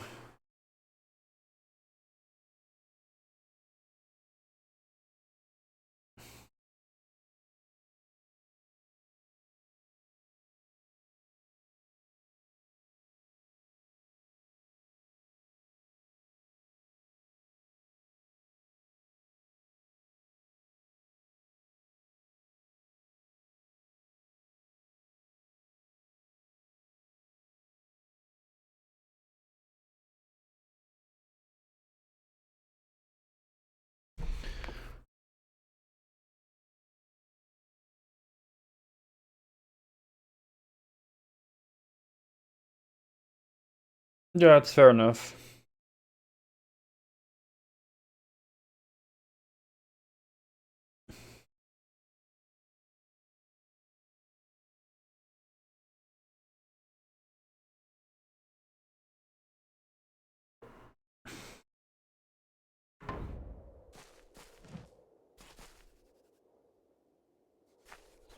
Our camp is small.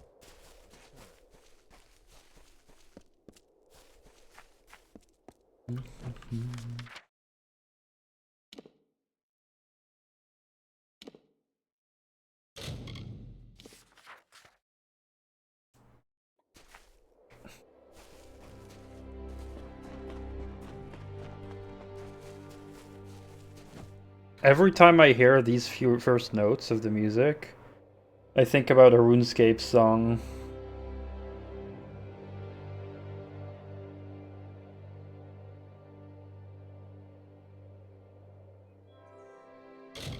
No, I need to like do that RuneScape song. I don't. Was it just called? I have to see what it was called.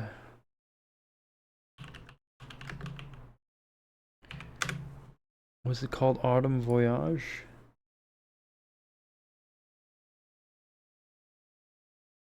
No, it was not.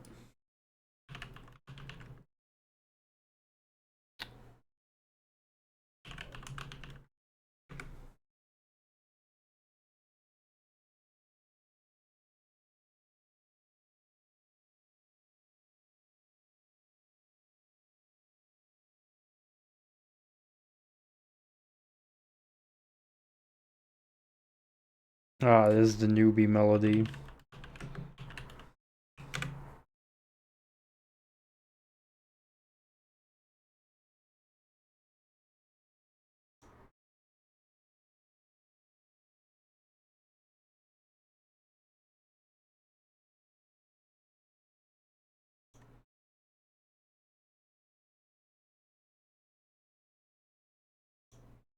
Trying to find the right version of it. Yeah, so when I hear that, so it makes me think of this RuneScape song.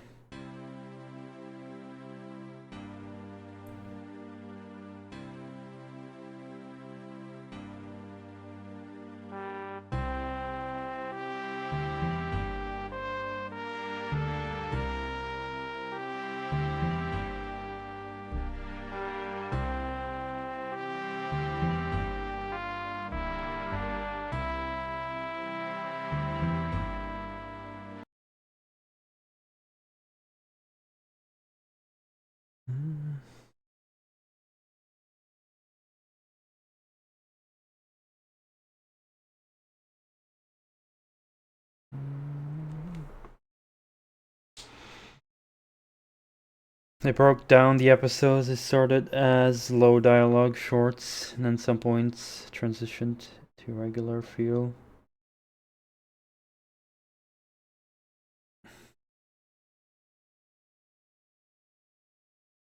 Oh, okay.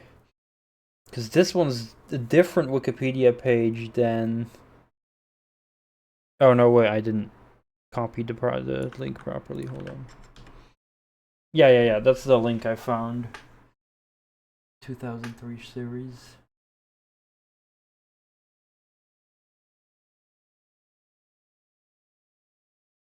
Yeah, and then it says running time, season 1 to 2, 3 to 5 minutes.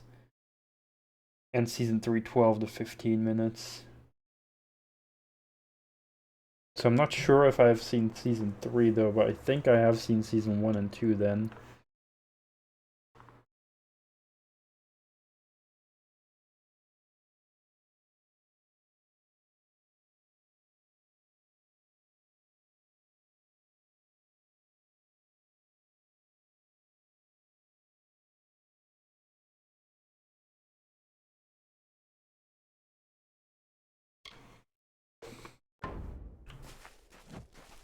She's a spy.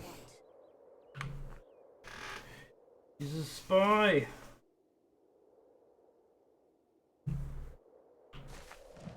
What do you want?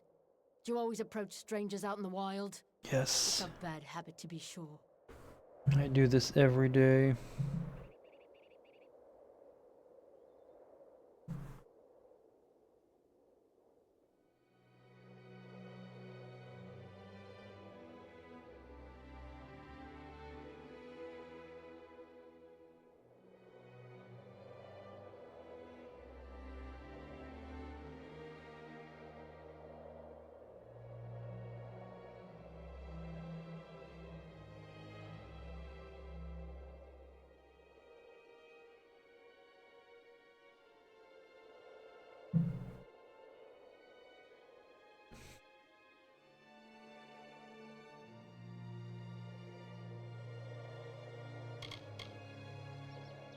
Few of us had even spoken to each other before the Tuatha came, but tragedy has a way of throwing disparate souls together.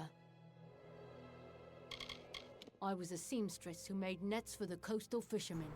My hands may be callous, but they're strong. I don't care where we are. All I care about is finding someplace to call home. The Fae can keep their blasted battle, their glory. I just want a decent night's sleep.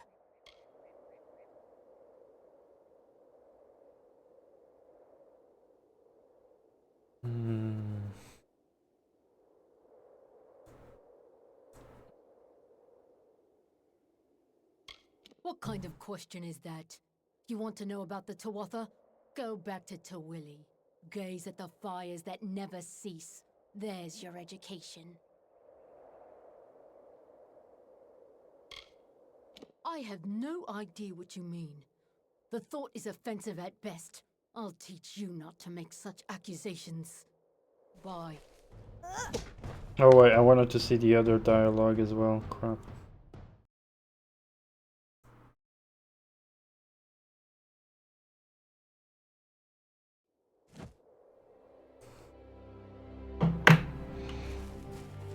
What do you want? Do you always... Bye. It's you again. What could you possibly... Few of us had even... Bye. It's you again. What could you I was a seamstress who made... I don't care where we are. What kind of question is that? You want to... How dare you? Do you have any idea of the suffering I've endured? I bet that Elrod sent you. He thinks he can go around blaming people for his wife's death, as if he's the only one who's lost someone. Lord Crass will hear about this. Lord Cross is an asshole as well. What do you wish to know? I can provide only what answers I possess.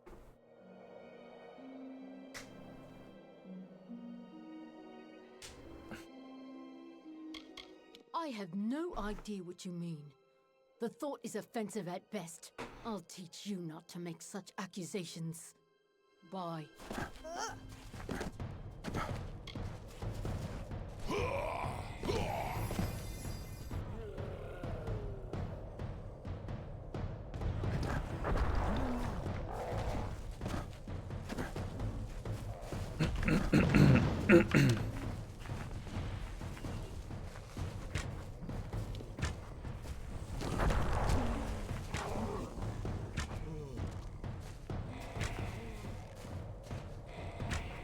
I haven't watched it, but I do know of Samurai Jack.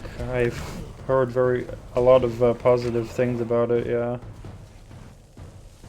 Cartoon Network in general has had very good cartoons. Even a lot of the later ones that came. Like, I don't know about the current new ones, but like... The ones that like came after my childhood, more in my teenage years, there were a lot of new ones. Those were also good. But I don't know about the current ones though.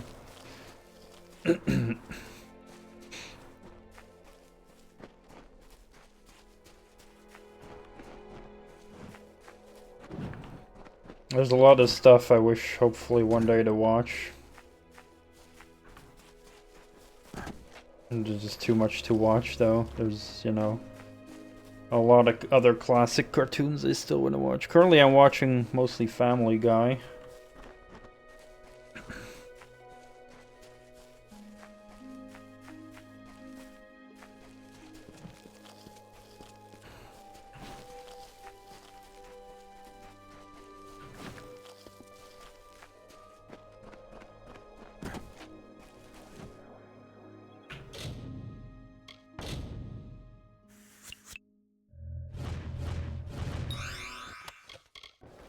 There's also stuff like Mad Jack the Pirate that I really liked. That one I did watch, that was fun. Is No Good, and so many others. There's like so many good cartoons out there from back then. It's crazy.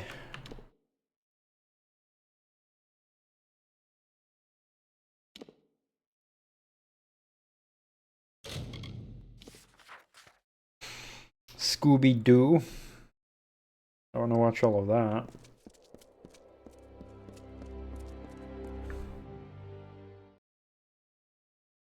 I always liked Scooby-Doo because of like the... I wouldn't go as far as saying horror, but you know, more of the spooky vibes. Like always very fun.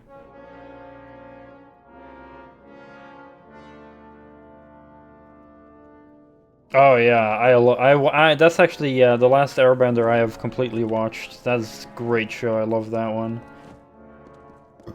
Not just because of the great characters and cool combat, but also the humor. It has great humor as well. I love the last Airbender. I have not watched Legend of Korra though, but I heard it's not as good.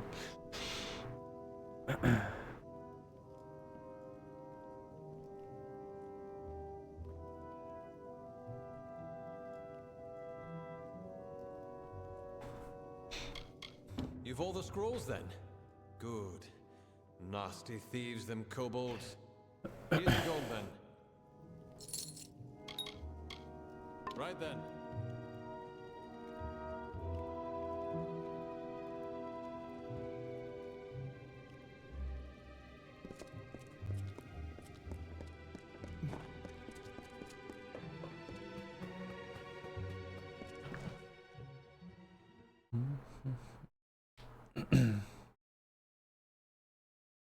Alright, alright. It's one of the ones that I had never really seen much. It's kind of weird because I know like there's a lot of cartoons that were airing, but there's just a lot of them that I never really watched. Just, I don't know, I guess I never watched TV when they were on.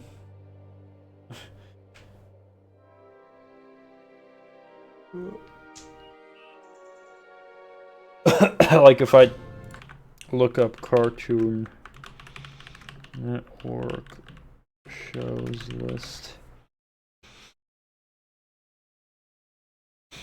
Like if I want to have a complete list.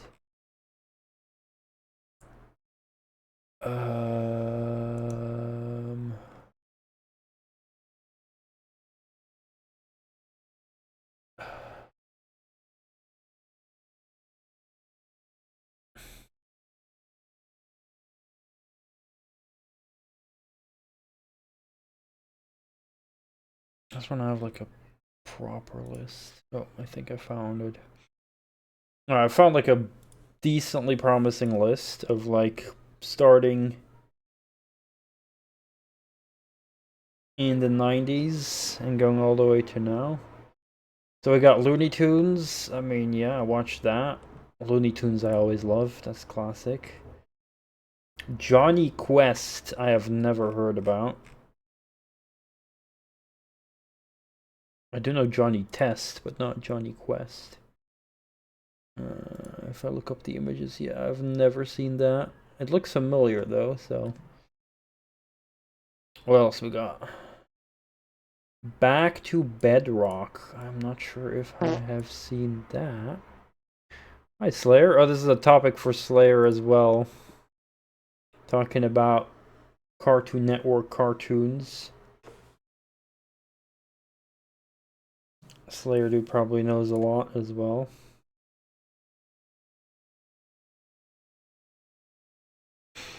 Well, we're just taking a look at like pretty much all of them, starting at the 90s. Avatars, yeah, Avatar, yeah, I loved Last Airbender, Samurai Jack.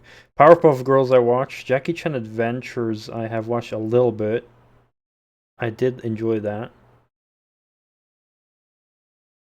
Winx Club I did watch a bit as a kid, but it was mainly aimed at girls. Bratz, I mean, that was entirely even more for girls that I didn't watch.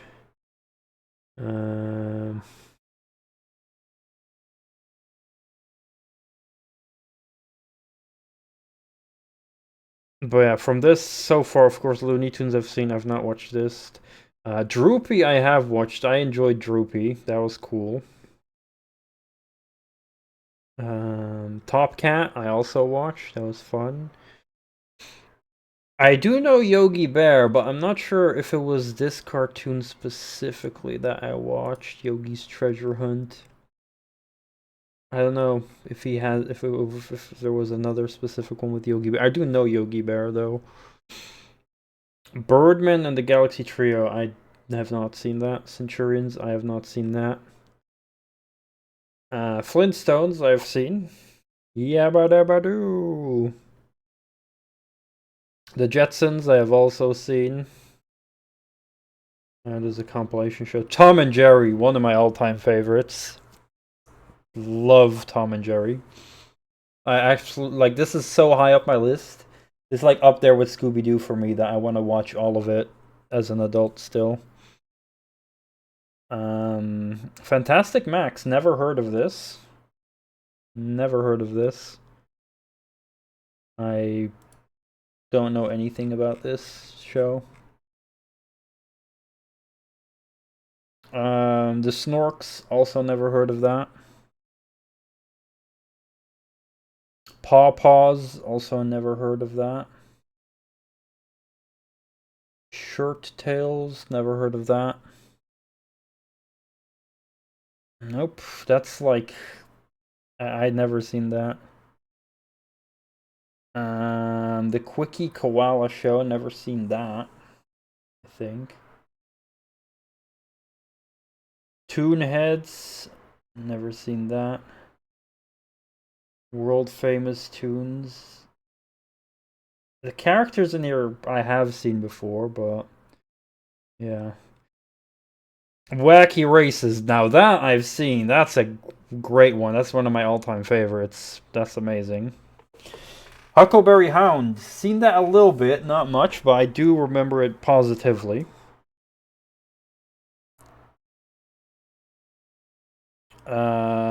Galtar and the Golden Lance. Never heard of that. Fantastic Four. Never watched that, but I've heard about it. Never watched it. Dino Mutt, Dog Wonder. Never heard of that, to be honest. Thundar the Barbarian. Never heard of that. Sounds cool though. Actually, the image does look familiar. These characters look familiar, but I've never seen it. Dink the Little Dinosaur. Never ever heard of that. Never heard of that. I do like some other dinosaur related cartoons that I watched back in the day.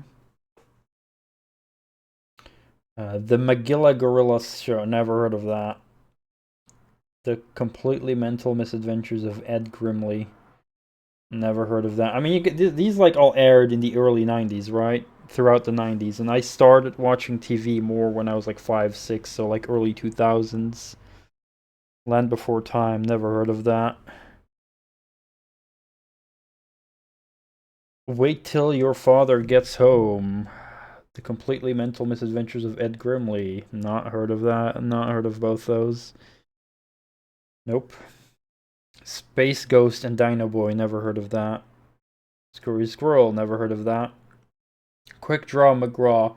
I've seen this character before, but I never seen it, I think. So this is probably what I have watched. So not the other Yogi Bear thing, but this one, the Yogi Bear show. I think this I have seen. Peter Potamus and So-So. I don't think I have ever seen that. Never heard of that, I think. Frankenstein Jr. and the Impossibles. Never heard of that. The Adam Ant Show. Never heard of that. Barney Bear. I am not sure if I have seen that. Barney Bear. That I am not sure about. Barney Bear. I don't think so. He seems a little bit familiar, but I don't think I've ever seen that.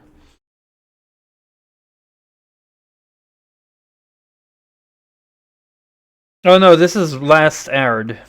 The dates you say is the last air time. The last time it aired on Cartoon Network. Not when it was introduced. Like, we are still like in the we are in the 1990s section. So they got introduced in the 1990s, but what you see here is last aired.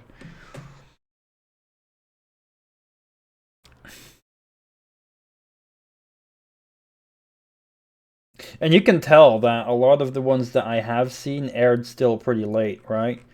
So if I go to like Wacky Race 2004, I've seen it somewhere else though, I think, but on maybe another different channel, but like Tom and Jerry probably, yeah, still 2025. They're still airing that, obviously.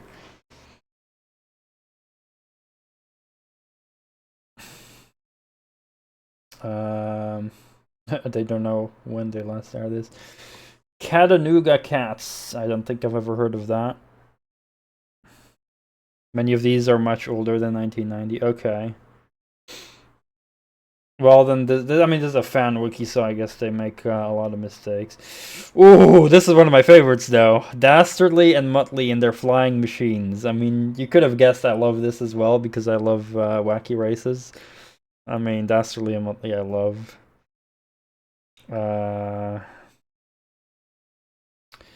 Loopy the Loop. Never heard of that, to be honest. I have never heard of that.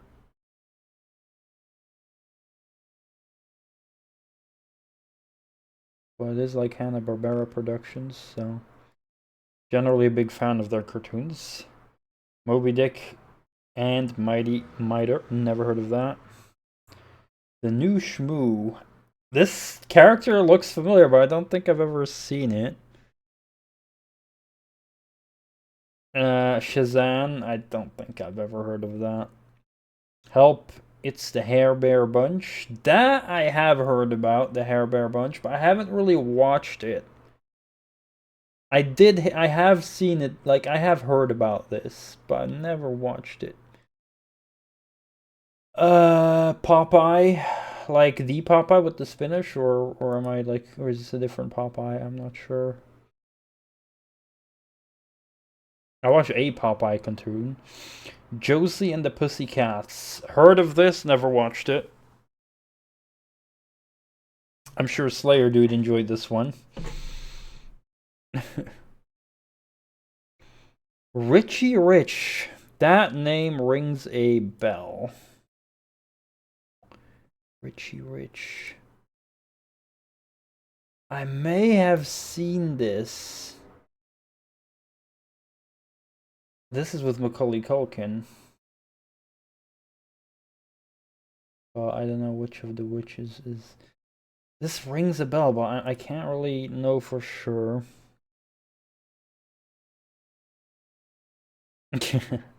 Yeah, I mean, from what I've seen, I've enjoyed most of Hanna-Barbera stuff. I haven't seen nearly all of their stuff, but a lot of it. But yeah, okay. The Perils of Penelope Pitstop. She's a character in Wacky Race. I didn't know she had her own show. I didn't know that. Captain Planet, heard of it, never watched it. Late Night Black and White, never heard of that. Pound Puppies, never heard of that. Godzilla, I mean, I know what Godzilla is, but never heard of the cartoon. These Are the Days, never heard of that. Valley of Dinosaurs, never heard of that. Galaxy Goof Ups, never heard of that. The Banana Split, never heard of that. Secret Squirrel Show.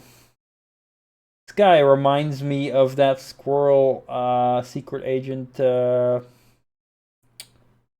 Is this the same character, the one that's in that cartoon with two stupid dogs? Is that the same one? With like that secret agent squirrel dude?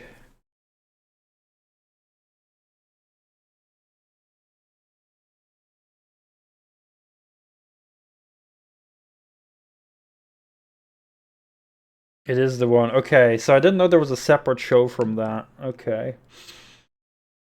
Trollkins, never heard of that. Plastic Man, never heard of that. The Smurfs, yeah, I mean, obviously I've heard of the Smurfs. I watched some of it. I did enjoy it back then. A pup named Scooby-Doo. I didn't know that was a thing as well. I just know the Scooby-Doo show, or Scooby-Doo Where Are You and stuff like that. Yogi Space Race, I didn't know that.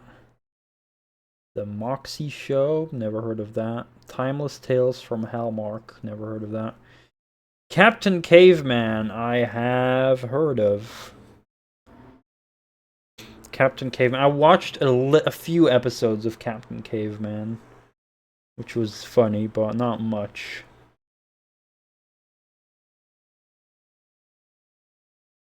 Goldie Gold and the Action, never heard of that. Pirates of Dark Water, never heard of that. Gary Coleman Show, I heard about that but never watched it. Mr. T, I know the A-Team, I didn't know Mr. T had his own show. Clue Club, never heard of that. Funky Phantom, never heard of that. Amazing Chan and the Chan Clan, never heard of that. Jabberjaw, never heard of that, although it does seem familiar. Space Ghost, Coast to Coast, never heard of that. See how many I have never heard of. Chuck Norris, Karate Commandos. I mean, I know what Chuck Norris is, but I've never heard of that show. Mighty Man and Yuck, never heard of that. Bufford and the Galloping Ghost, never heard of that. Flintstone Kids, I know what the Flintstones is, but never heard of that. Fangface, never heard of that. Globetrotters, Super, never heard of that. Hong Kong Phooey, that's one I've heard about. I've watched a few episodes of that. That I know. Augie Doggy and Doggy Daddy, tiny bit watched that, just like Hong Kong Phooey, tiny bit. Heathcliff, I watched a Heathcliff cartoon, not sure if it was this one or a later one.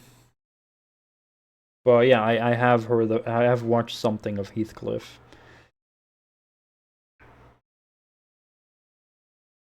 The Adventures of Don Coyote and Sanko Panda. I never heard of that. SWAT Cats. The Radical Squadron. I think I've seen that. SWAT Cats.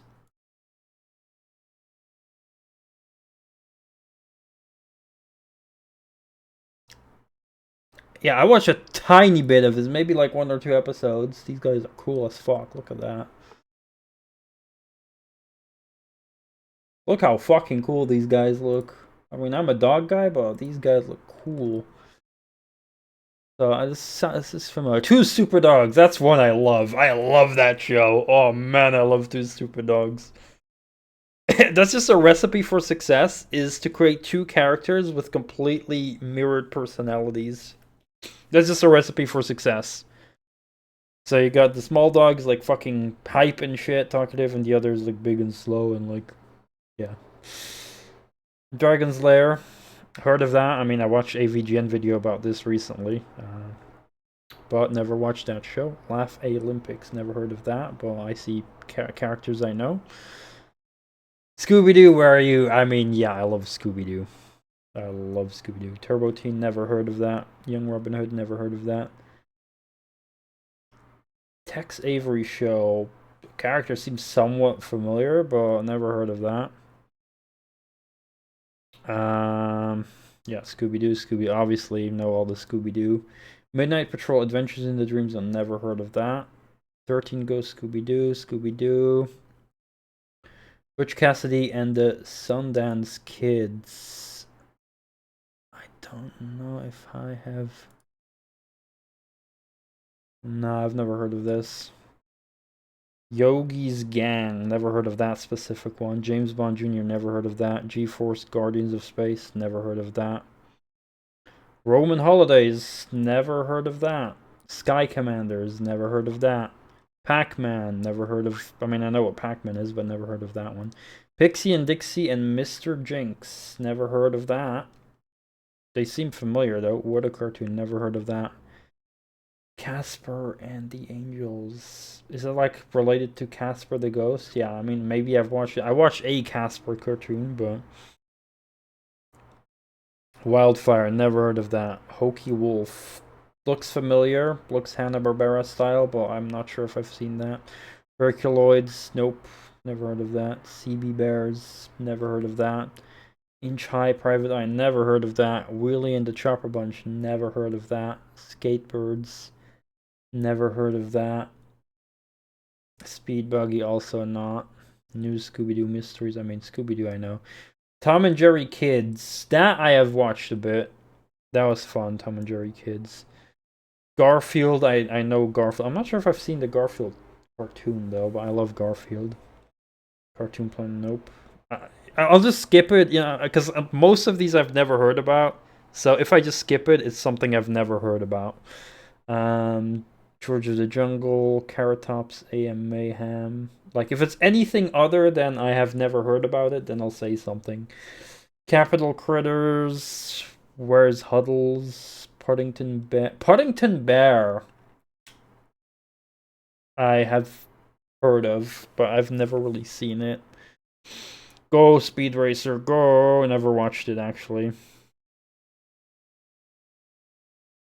Dexter's Laboratory, yes. I think we're now getting to where I have grown up mostly.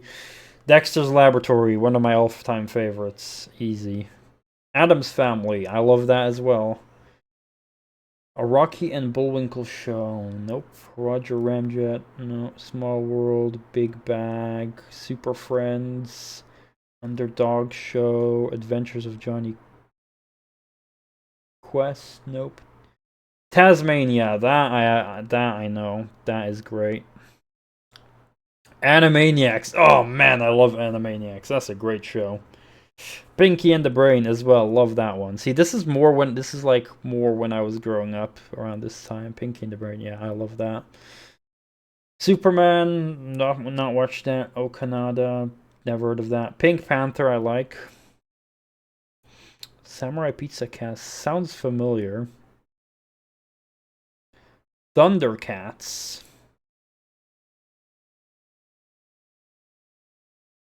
I have not seen Thundercats. I heard of it. They look familiar. Voltron, Cartoon Roulette, Freakazoid. I've seen him before, but Woody Woodpecker I know, but I haven't watched that much. Never really got to see anything of it. Johnny Bravo, I love that show. I watched a lot of that. Cow and Chicken, I love that show. Watched a lot of it. Devlin, never heard of that. Robotech, nope. Gumby, Alvin and the Chipmunks, heard of that, but never really watched. Fantastic Voyages of Sinbad the Sailor, nope. Waynehead, Road Rovers, Batman. I heard this one's very good, but never watched it. Beast Wars, Sea Lab, Beetlejuice, heard about it, never watched it. Sailor Moon, heard about it, never watched it. Dragon Ball Z. Now that shit I watched the fuck out of, even a couple of years ago. I watched all of Dragon Ball Z. Powerpuff Girls, loved it, one of my favorites. Ed Nettie, absolute S tier. So this is like one, like when I say like Powerpuff Girls is one of my favorite, but like Ed Nettie is like one of my favorite. Like everyone loves Ed Nettie. Like holy fuck, that show was good. That is like one of my top favorite shows ever in existence. Reboot, Never heard of that. I Am Weasel. I enjoyed that. Watched some of it. Not that much, but yeah, I enjoyed it. Dudley Do Right. Never heard of that. Courage. Yes, that's great. Tiny Toon Adventures. Courage I love. Absolutely love. That's, again, horror spooky themed. Got some traumas from it, but yeah. Tiny Toon Adventures. Heard of it? I'm not sure if I watched it. I have a Game Boy game on it. Turtle and the no, never heard of that. Ronin Warriors. Never heard of that. How does it look though? Because it sounds cool. Oh. This looks almost like frickin' Power Rangers. That looks cool. Yeah, there were 2 episodes that scarred me. It was the King Ramses Curse. And it was the episode with the lady that turns into like a fish monster and tries to capture Eustace underwater. That one also scarred me. The fish lady episode. Wally Gator, heard about it, never seen it. Mike Lou and Og, never seen that. Oh, the spider episode was fine. Like, sure, it was a bit spooky, but didn't scar me. Gundam Wing, nope, nope, nope, nope, nope. Sheep in the Big City, I wasn't really into that much. Didn't watch it much, though, but... The Rough and Ready Show. Maybe I watched that, I'm not sure. This all have not seen. Nope. Okay, it was boring. Good. Because that's why I guess I don't really remember it. This I have all not seen. Samurai Jack. Here's the one that Moosey recommends. One of Moosey's favorites. I heard about it a lot, but I've never watched it, yeah. Oh, original Dragon Ball. I've not watched it back then, but I've watched it as an adult. It's really good. Oh, Dennis the Menace. I'm not sure if this is a older one or newer one, but I have watched some Dennis the Menace. Pokemon. Yep. Jackie Chan Adventures. I think I watched some of it. I did enjoy it. Yu-Gi-Oh! I enjoyed that a lot. But when I rewatched it as a teen, some of the later seasons became pretty boring. Same with Pokemon. It was just repetitive eventually. The Mummy, never heard of that. Never heard of that. Popeye Show. I don't know if I watched that specific one. Hamtaro. Oh, I loved Hamtaro. Yeah, I forgot that existed. Man, that was great. I loved Hamtaro. G.I. Joe, never watched that, but I've heard of it. What Happened to Robot Joe? Never heard of that. Nope. He-Man, heard of it, never watched. Codename Kids Next Door. I heard a lot of people like this, but I've never watched it. Baby Looney Tunes, never watched it. Sylvester and Tweety Mysteries. I know Sylvester and Tweety, but I didn't know they had a mystery series. Gigantor.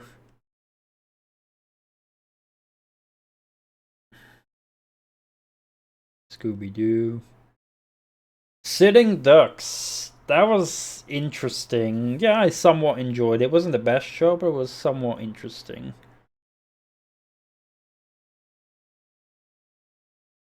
Adventures of Billy and Mandy. This is another one that I know was very popular, but I didn't watch it much.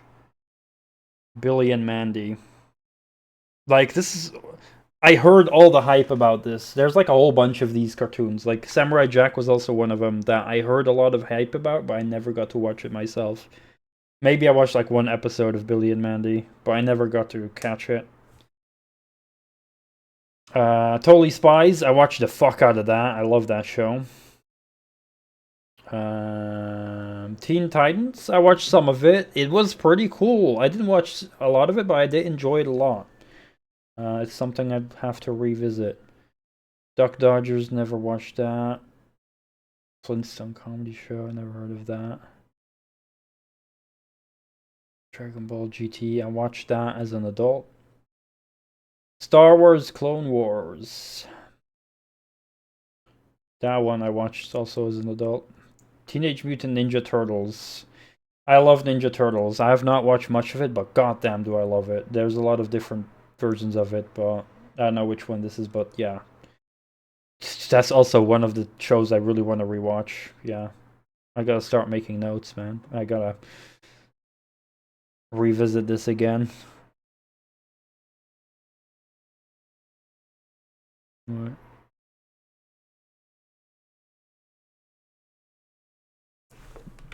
I gotta start making notes. Which ones did I say I wanted to watch? Tom and Jerry, Teenage Mutant Ninja Turtles. What else did I mention that I want to watch? Fuck. I mean, Scooby-Doo. Courage. Totally Spies. Oh man, I forgot which others. I'll have to catch up. My wallpaper. It changes every hour or something. Duel Masters. I watched a little bit of that, but it wasn't that special. A lot of the same concepts, but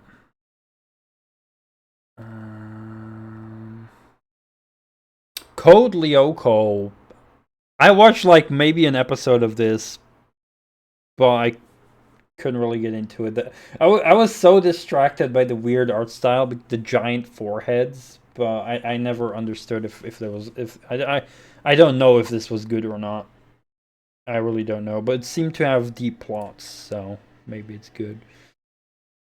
I've heard of this, but never seen it.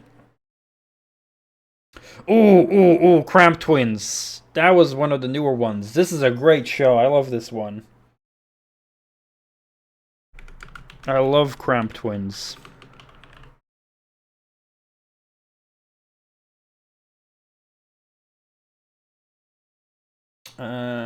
Justice League. Foster's Home of Imaginary Friends. I liked it. It was pretty good. Not amazing, but yeah, I liked it. Atomic Betty was okay. Watched some of it. Mega Man. Shaman King.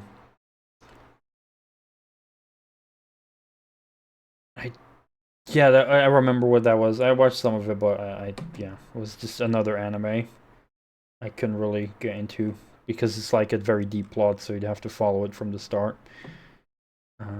Which was with a lot of the shows. A lot of the animes follow a deeper plot line from episode 1 to the later ones, and so I couldn't get into it because I didn't watch it from the start. There's only few I somewhat watched from the start, which was stuff like Pokemon, Yu-Gi-Oh!, Dragon Ball Z mostly. And then later I got overwhelmed with all the animes and I couldn't keep up. That's why I couldn't give it a try, because I didn't start the first episode, so I didn't grow attached to the main characters.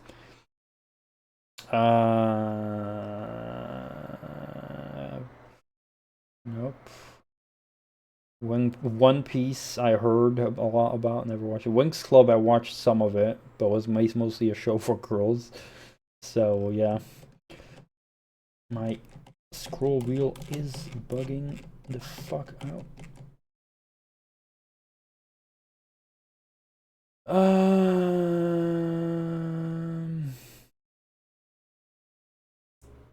Peppa Pig. I mean, I saw some of it, I guess, but it was very. This is definitely a more for little kids. Naruto. Never watched that, but I heard it's a big thing. But Boba. God, this is a fucking meme show, man. This Bobobo is so weird and crazy that it's like it's so weird that it's fun. It's like the creators were high on fucking all kinds of drugs. It's like the most weird random ass show. Like if you like weird random shit that doesn't make sense, then I'd recommend it. But if that shit annoys me, then I don't recommend it. It's like this show is so weird, but I love it. Yu-Gi-Oh! GX. My gym partner is a monkey. Watched a few episodes of it. It was interesting, but I don't remember that much of it. Ben 10, I believe this had a deep plot. I heard good things about it, but never got much into it, I think, because of the deeper plot, but it seemed interesting. Robot Boy. That was with a cute little robot, right? Yeah, with this one. I watched some of it. It was pretty cute. But I didn't watch that much of it. Never heard of this. Man. I mean, I heard of basic Man. That was just another anime that I couldn't get into. Shaolin Showdown. Never really watched it. I heard of it though.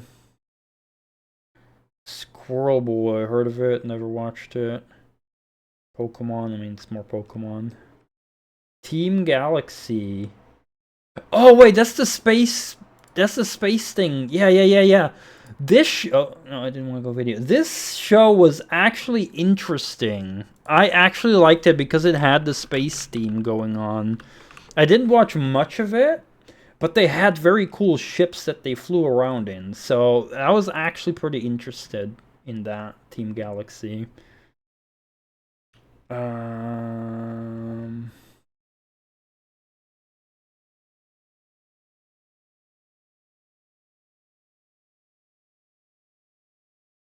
Goosebumps. I was actually afraid of watching Goosebumps.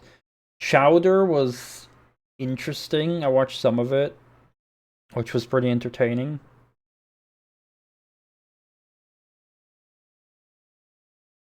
Johnny Test is great. Johnny Test is actually great. Really good. Good humor as well. I love Johnny Test. Bakugan, another one of those animes I couldn't get into because I didn't see the first episodes. Blue Dragon.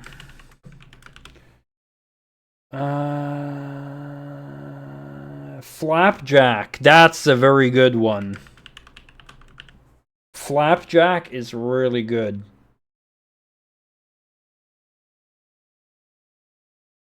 I watched only a few episodes, but that was really good. I really enjoyed the very few episodes I saw of it. That's a really good show. Total Drama Island. I watched a tiny bit. It was interesting, but I couldn't take it that seriously because it was just spoofing like a adult, survival island show kind of thing. So, Skunk Fu, never heard of that. There's some cartoons in here that I haven't seen yet that I thought were Cartoon Network, but yeah. Never heard of that.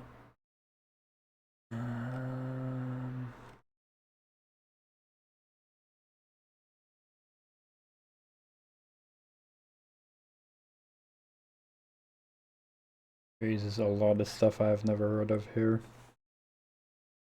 Adventure Time. That's one of those shows I hear praised a lot, but I've never watched it.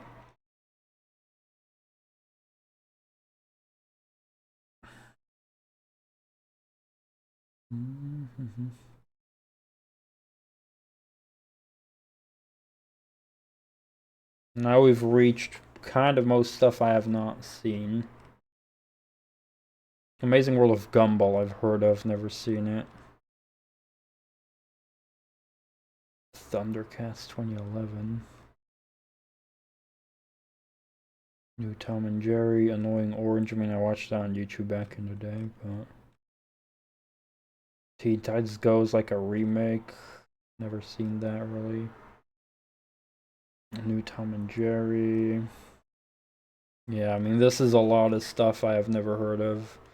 Unless it's like, a sequel of something new. Damn, they still going with Ben 10. That was very popular. Even Mega Man. New Wacky Races in 2017. Oh shit, was that any good? Only 4 episodes aired as a special, okay. Yeah, I mean, most of this I've never heard of. Yeah, this is pretty much past what I'm known for. Or known with. Yeah.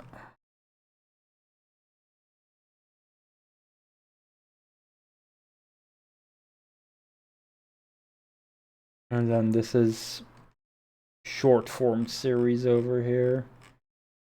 I'm not gonna go through all of that, but you were Samurai Pizza Cat. Yeah, I don't see it here.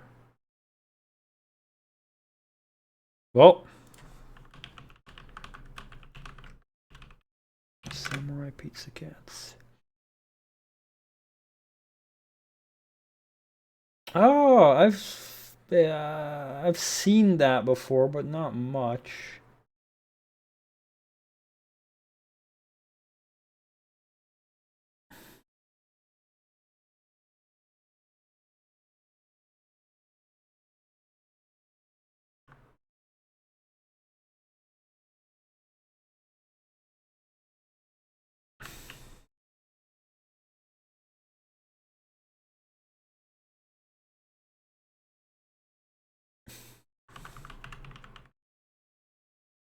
I don't see that being on Cartoon Network on Wikipedia though, so maybe it was a different one? Or it aired, I don't know.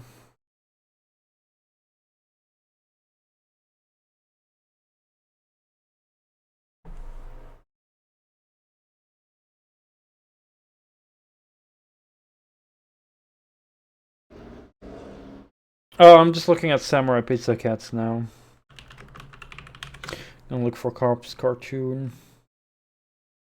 Cops animated series.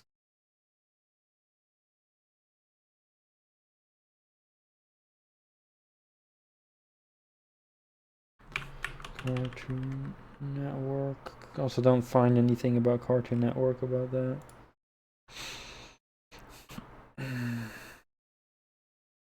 Well, we went through memory lane again.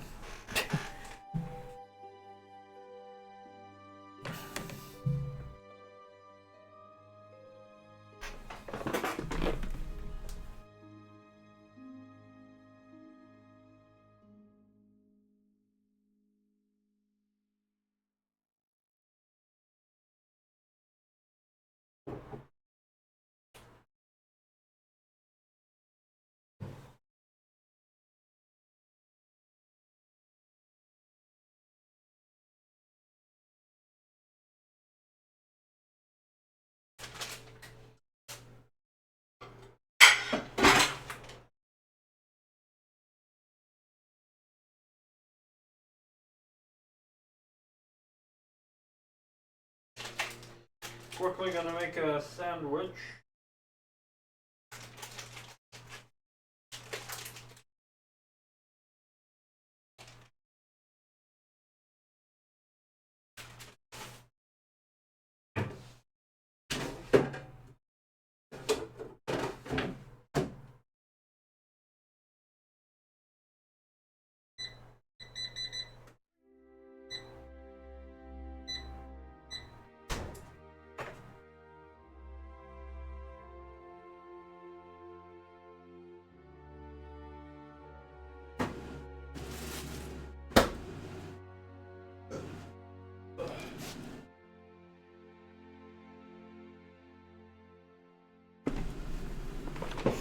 But yeah, there's so many of these cartoons I still want to watch. But I don't think that list was complete, probably.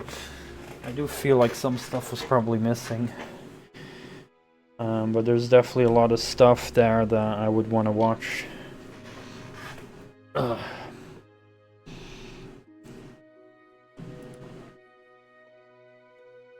And that's only Cartoon Network.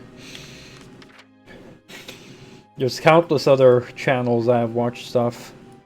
Like Fox Kids that later became Jetix. Which was where I saw a lot of Totally Spies as well. That was on Jetix as well, I saw back then.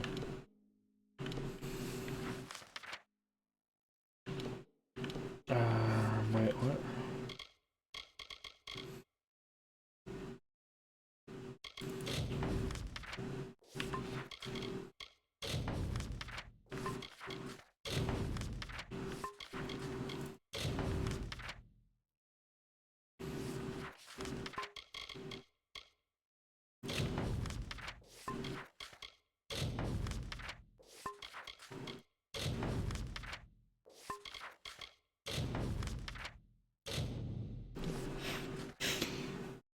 But yeah, currently I'm watching Family Guy. Mostly during dinners.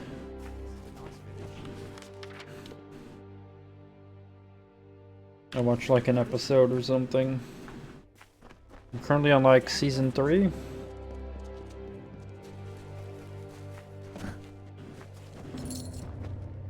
The road has been long for you, my friend. You wear the dust of a job well done. I thank you. The people of the Tuuli Coast, thank you. I have seen much savagery on the eastern shores. May it stay there, where blood fills the boots of the fallen. We all do our part. You have done yours. Stay vigilant.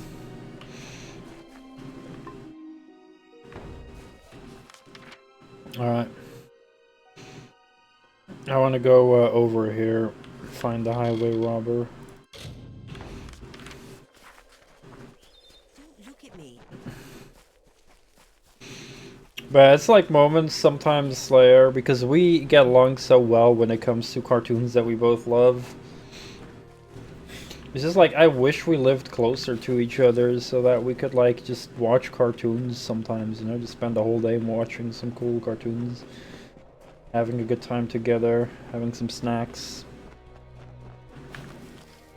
You know, I really want to, you know, do that sometimes. Yeah. Yeah, maybe I have to. It's just that I do have sometimes a bit of a hard time sleeping over at other places that's not my own home.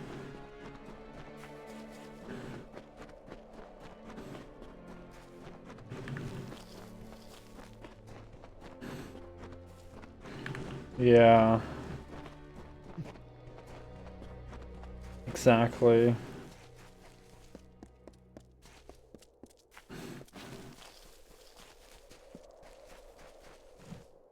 Oh hey, Spideys, I haven't seen them in a while.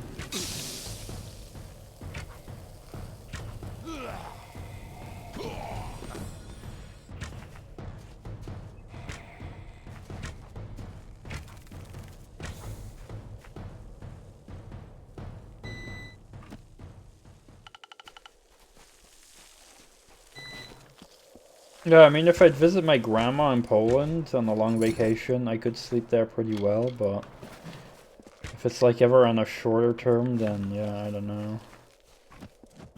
My bread is done. I'm just gonna cut it and get some slices of sausage on it.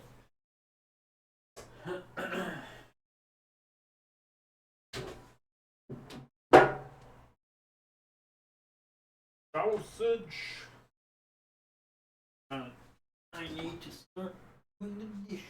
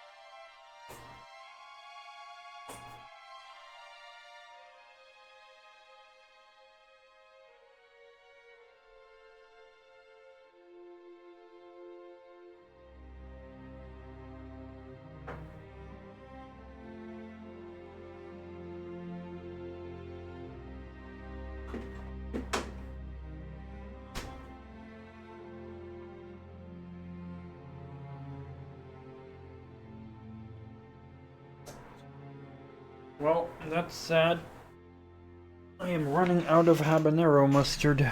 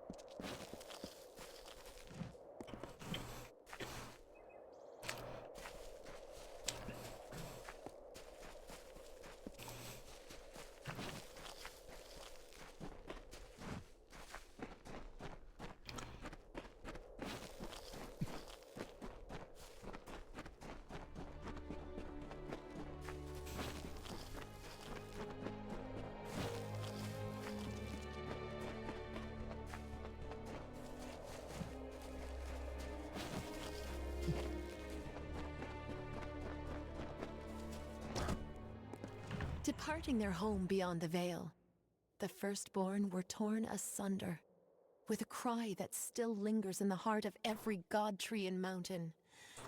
Then, emptiness, followed by a darkening sky, and the frost wept with the first winter.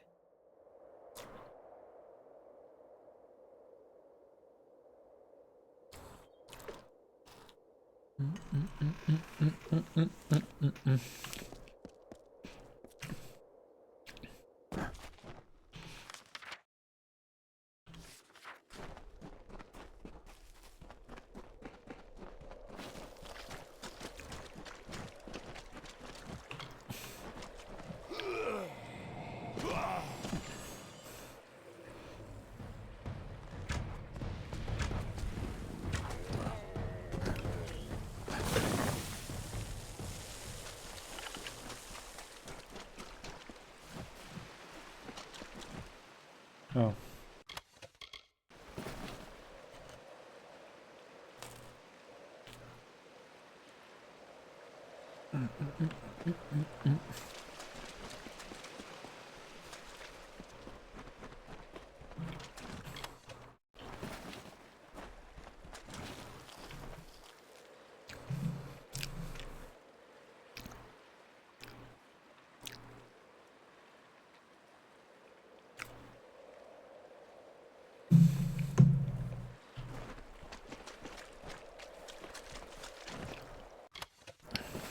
Wow, prisoner lockpick.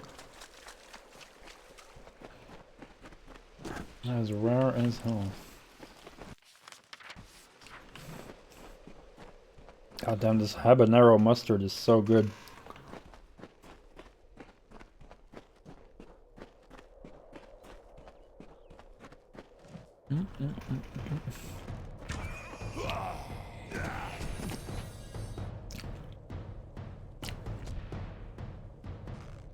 Oh no, he found a strategy.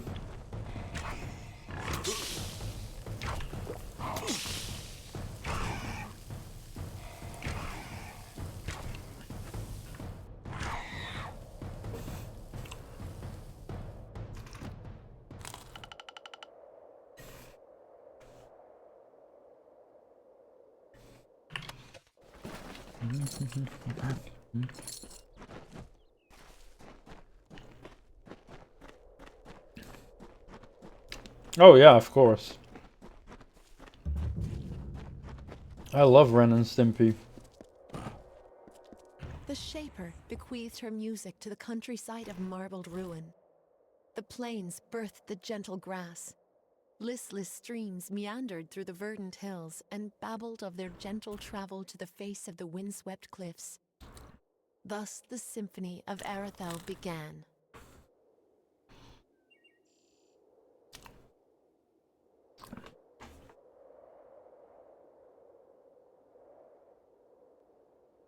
Yeah, Ren and Stimpy is gross in the best kind of ways.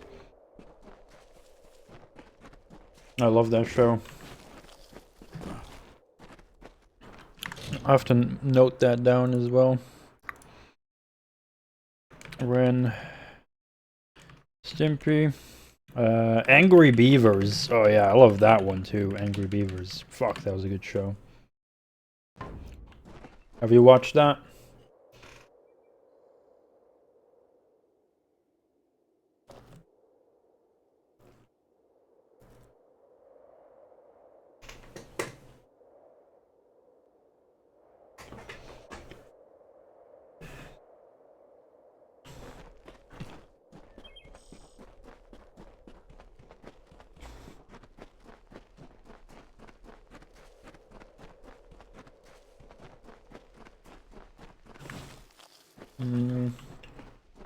Not the show, no.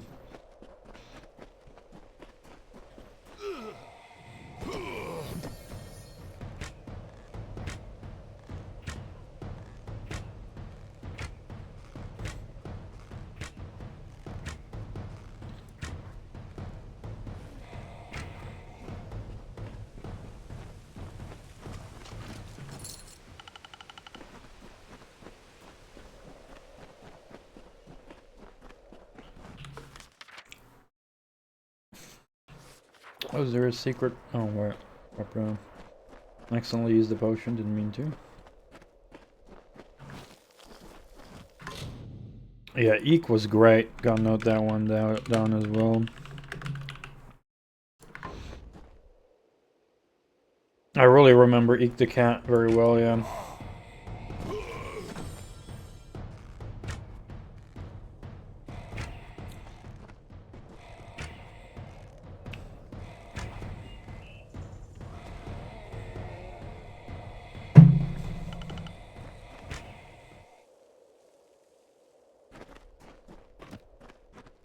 Like, I remember the intro well with the taxi and all that stuff.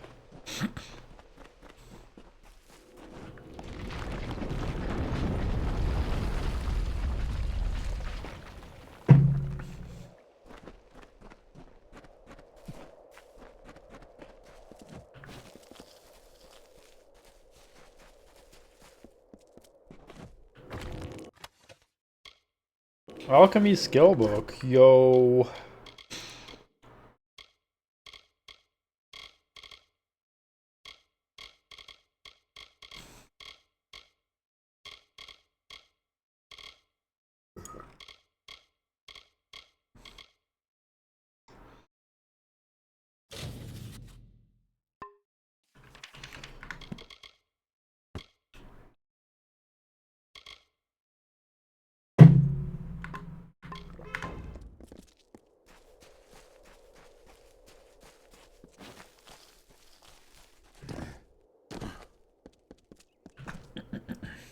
Sploosh.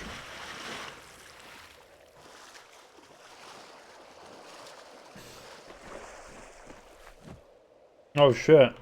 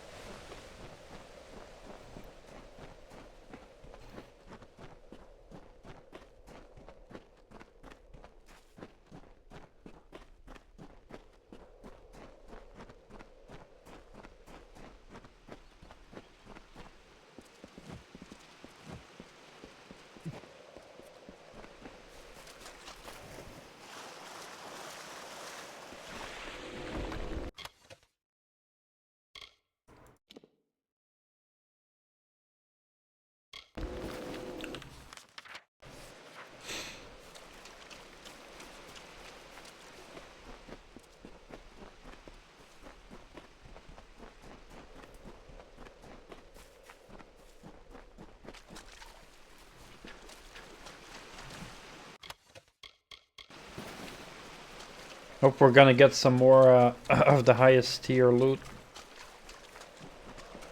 So we can start crafting some high tier stuff. Nestled where mire and rocky deserts cease, where the hungry forests end. In the bosom of the Feylands, these fields are home to the languid sky. This work, shaped by the delicate artistry of an inspired painter, is for all the peoples of all lands.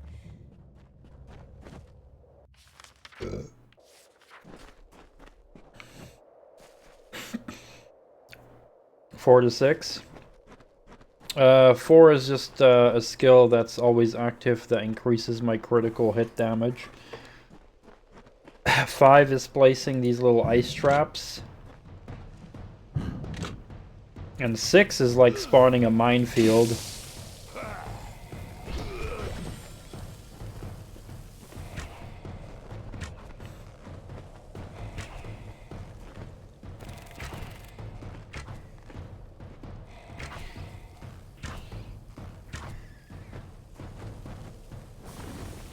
Which is honestly very powerful. Putting down a whole minefield. It's crazy. So I can quickly press it to do this. And it spawns like 8 mines, I think.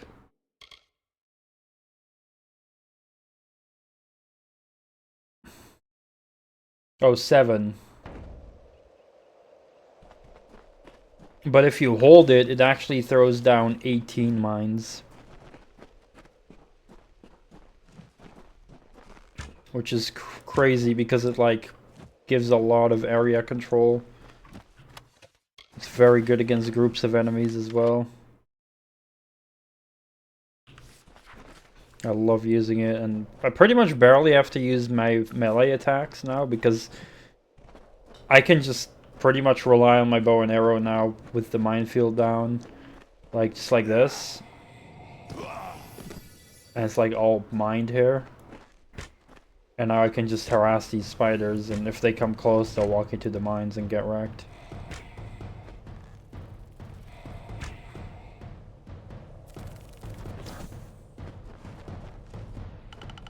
It's like crazy.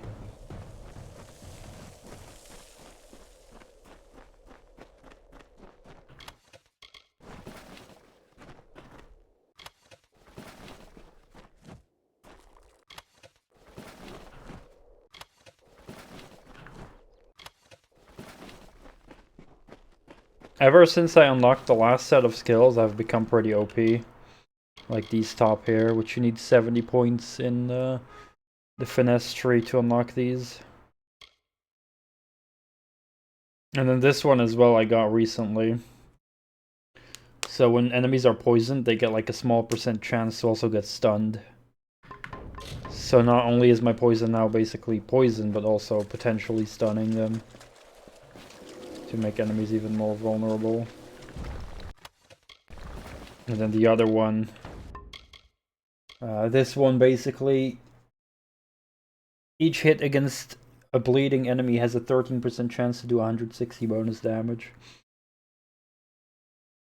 So it's basically like giving me an extra critical damage kind of thing on bleeding enemies, which is so good. Like, since that, with the high crits I'm already doing, it's like stacking damage onto damage.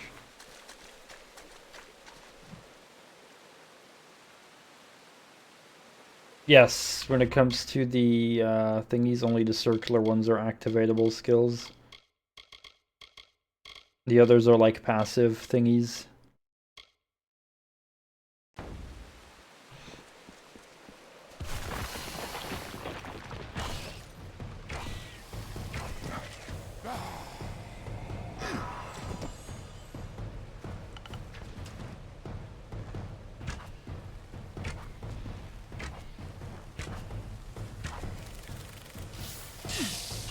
Oh, he's still alive.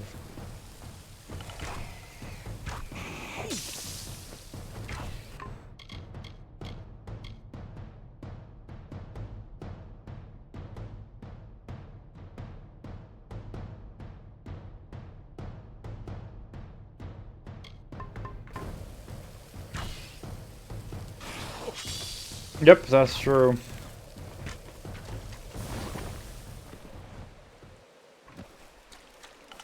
I do wonder if there's an option to customize where the thingies go, because they just automatically put them in my bar the moment I just unlock a new skill. But I don't know if I can manually decide which number they go on. Because basically 2 and 4 I never manually use, like I have them always active, so I don't really need them in my bar anymore. Those are just things I have permanently turned on.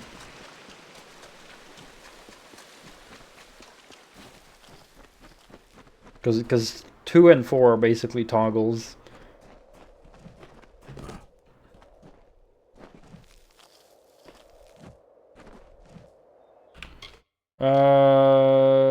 Potentially. Yeah, this one, lunge. I have not put points into lunge.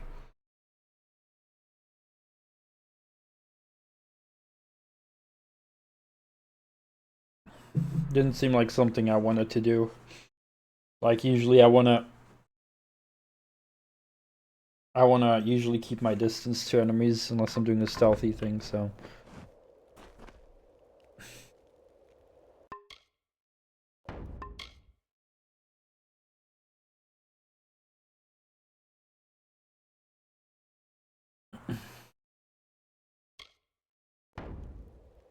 About time. Who is this? Thank the gods. Someone's come for me at last. Yes, I am the scoundrel you're looking for. Yes, I stabbed my partner in the back. Do with me what you like. Just please, please take the amulet. It's yours. Guy's weird. He lives in a mare. Pompous blowhard going on about his artifact collection to any who would listen. Name's Immundus. Wayne Immundus. Edwin. He was my partner, and a good one. But soon as I saw the amulet, I had to have it. Stabbed Edwin, took the goods. You can say I paid for my treachery. Among Us. I've trekked here for several days and nights in search of Sill Hollow, but I've yet to find it. I can't say I'm comfortable here. Too many Fae, too much magic. Yes, and I am a thief. Never had a spot of good luck. But taking what belongs to others doesn't make me a bad man, just a weak one. I mean, I've stolen things as well, so. Terrible. Fire, ice, lightning. You will see. I'll tell you why. This Fae trinket belonged to Armand the Clever, and it's cursed. Like most, I considered it an old traveler's story. Well, now I'm a believer. It's real. I have the scars to prove it. Your only hope is to give it away, or to travel to Armand's Hollow, in hopes you can remove the curse, which is why I'm here. Please, take the amulet. I am so weak. I cannot withstand its influence. If I possess it any longer, I will surely die. I don't want it, that would be mean. Perhaps the most treacherous and playful Fae ever to walk the green lands of the Summer Court. Evidence of his trickery can be found all over the Phalanx. Armand's Hollow of Sill is not far, right here in the Cradle of Summer. That's where I'm headed now. It is my salvation. Legend says that Armand crafted it by combining lightning, fire, and frost, an arcane trick he stole from the Scholia Arcana. All I know is what I've seen. Once that amulet is in your possession, it will torture you. Only the strongest can withstand its punishment. Only one such as you. How do you know I'm so strong? What a relief. You have no idea how long I've been trying to abandon that damn thing. In order to be rid of its curse, you must take the amulet to Armand's Hollow of Sill and cleanse it. Armand wishes to make you enter his lair and face its many dangers. But once you've done that, the amulet is yours to keep. If you ask me, it's a high price to pay for a rather dull trinket. It is ancient, they say, as old as the Cradle of Summer itself. Armand the Clever calls it his home, even though no one has reported seeing Armand for centuries. I'm sorry, but you took the amulet from me willingly. I won't touch it again. Go to the Hollow of Sill. It's the only way to cleanse the curse. That was my plan.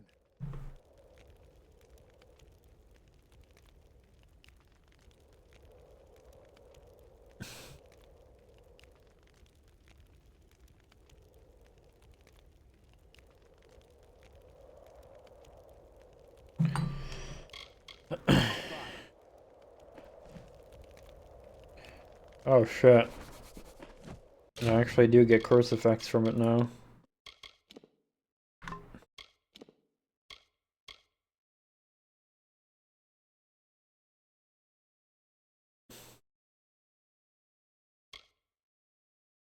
Each time you strike an enemy, there's a chance a bolt of lightning will strike you. 15% chance. Each time you strike an enemy, there's a chance you'll be gripped by a layer of frost. 18% chance.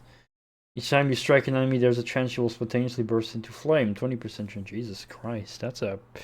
Those are some pretty bad odds stacked together.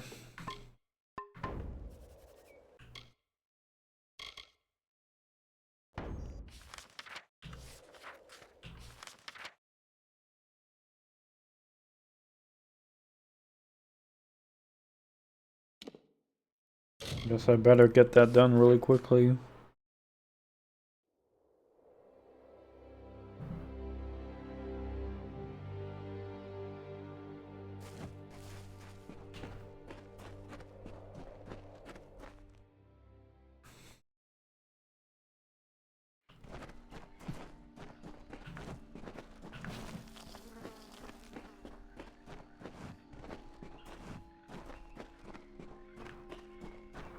Can't open it from this side.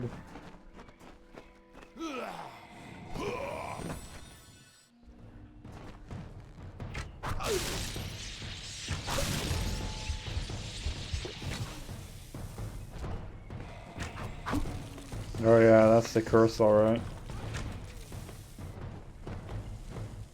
Can I get by using the mines though? Because that doesn't count as a strike then, does it?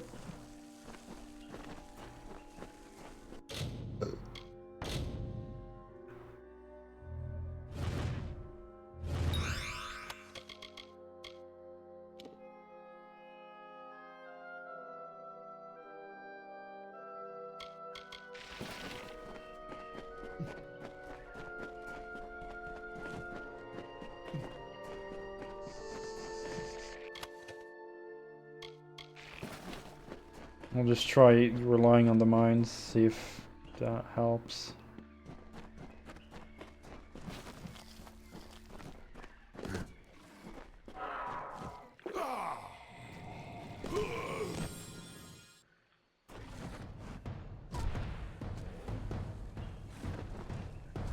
Yeah, it seems that the mines don't trigger the curse.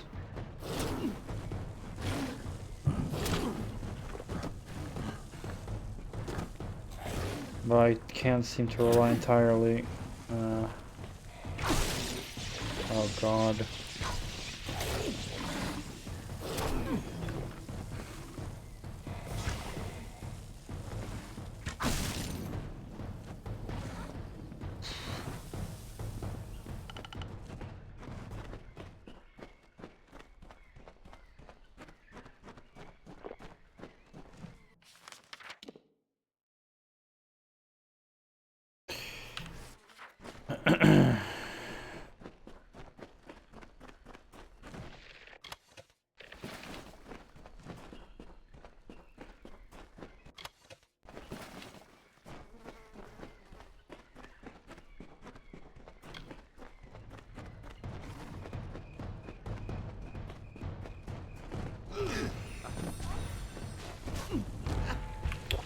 Fucking plant.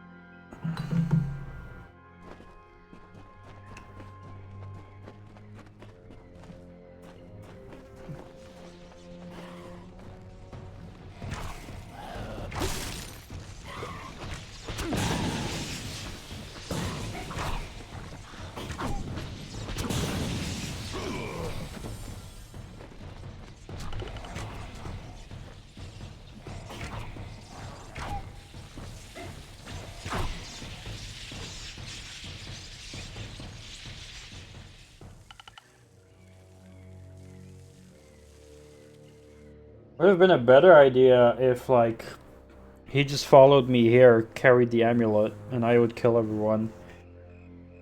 And then we'd get it cleansed. Yeah, well, too late for that now.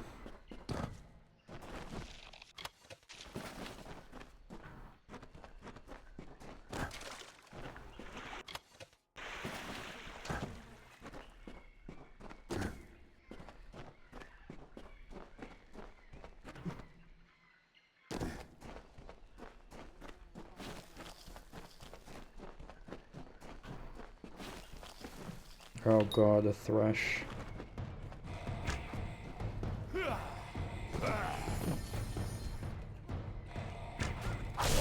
Hello there, Toya. Good to see you. Enjoy the lurk.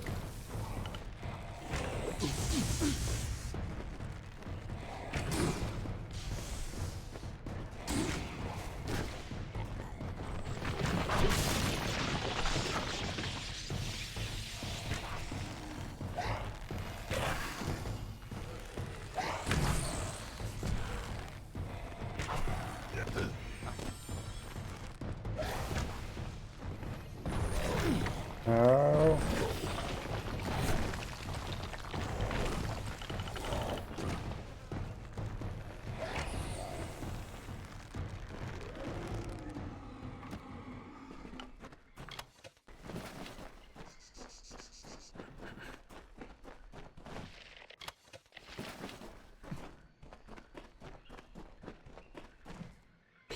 Well, let's hope it works.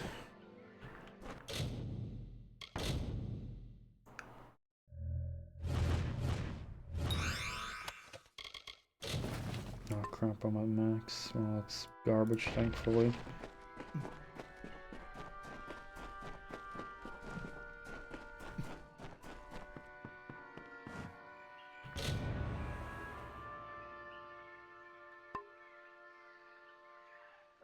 Yay, it worked.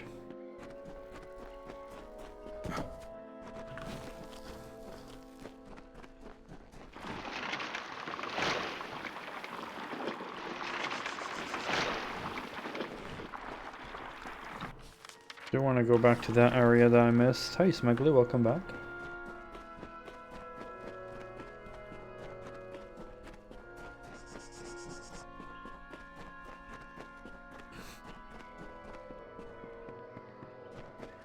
You come back for that Amalur and chill.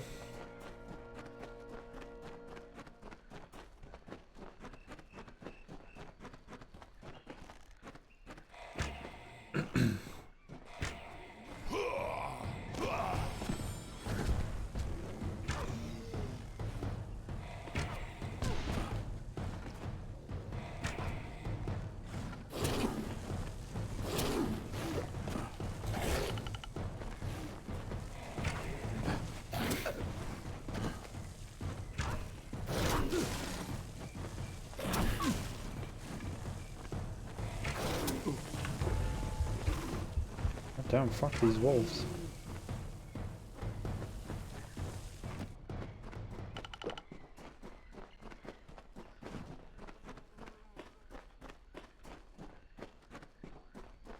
Only Borderlands 2, not Borderlands 1. Dodge. Borderlands 2 is still not as good for me as 1.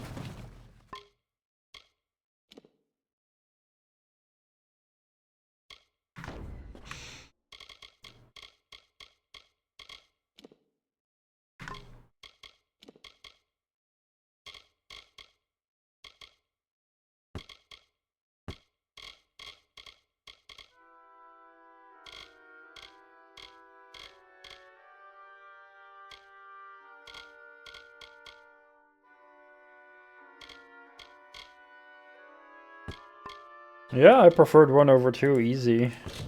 I mean, 2 was also good, but I just easily prefer 1.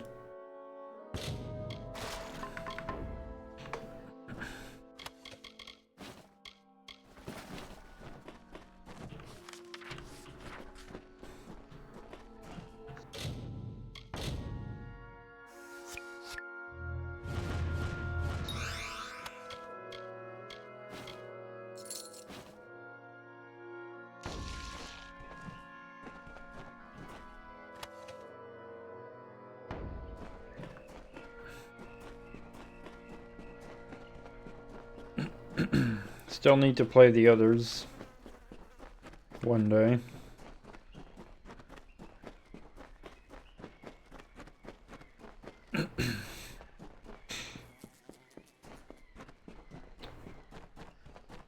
There's just something about the weapons feeling a bit weird, and like, I personally feel that the weapons you get into, there's a lot more gimmicky, useless weapons that just feel annoying to shoot, in my opinion. Like, there's not just a regular rifle anywhere. You don't get a rifle. It's always a rifle with some bullshit that's like making it annoying in some way most of the time. I don't know.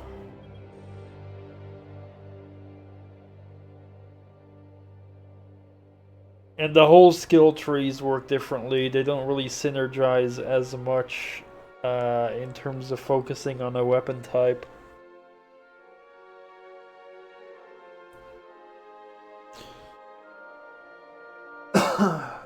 Like, it kind of synergizes more with maybe a skill ability, but not with like the weapons themselves. I'd say the DLCs in 1, like the Arena DLC is a bit boring, yeah. The other ones I think are fine. The claptrap thingy, where you kill the claptraps. That was pretty funny, I feel. The stash thing of Nox, or whatever his call name was. Pretty cool. And the zombie one I liked as well. I don't even remember the DLCs in 2 anymore. Not saying they were necessarily bad, but you know, I don't know, I just generally prefer Borderlands 1.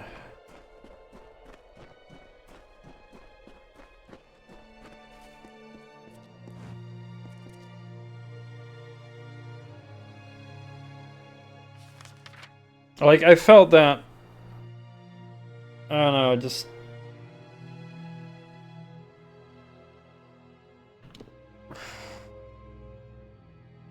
it was a bit more like focused with classes. Like, you picked a class and it had like a specialty in weapons, which Borderlands 2 kind of ditched, and that is just a big downgrade for me. But I'm like the only person in existence who I guess has an issue with that. I don't know.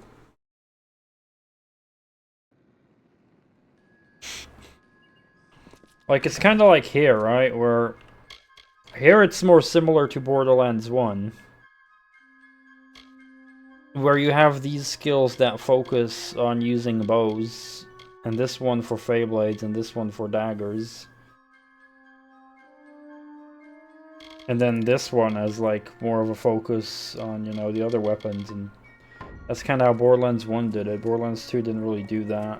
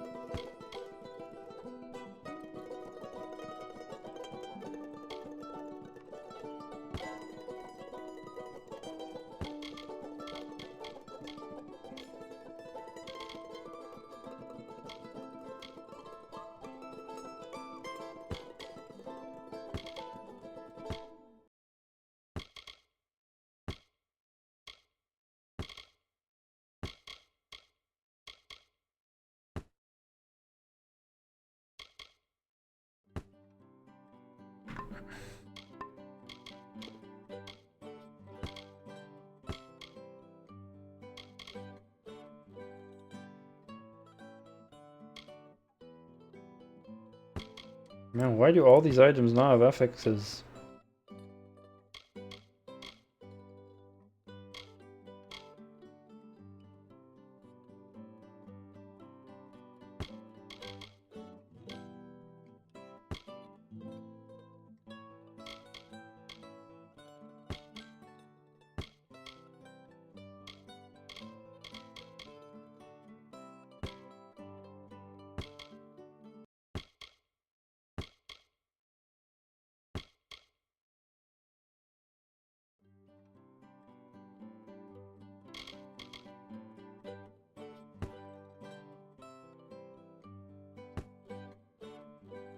Oh, that's so much garbage I'm getting.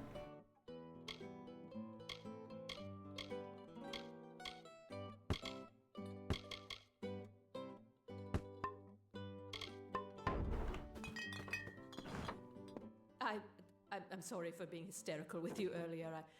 I lost a husband to those monsters before you arrived, and I was... But you've saved us. Billis and I, widows spare you.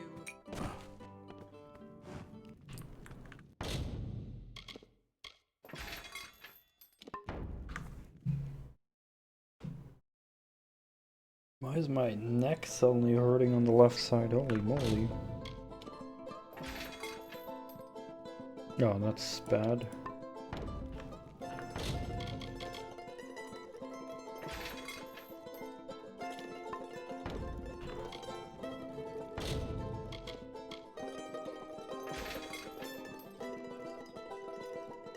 Grip. It's not it.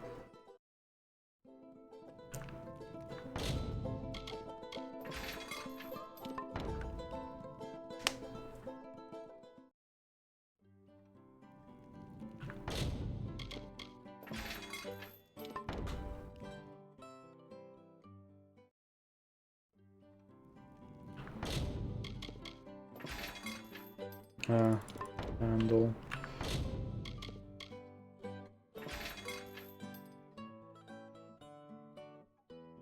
Oh, this is useless. No, actually, no. I might spec into daggers as well later. I don't know, but currently I don't know yet.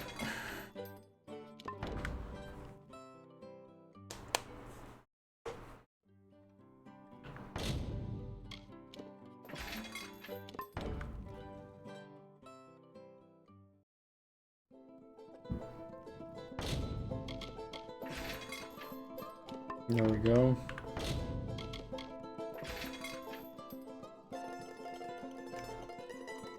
As the right brace, I think that's good. That's like better, right?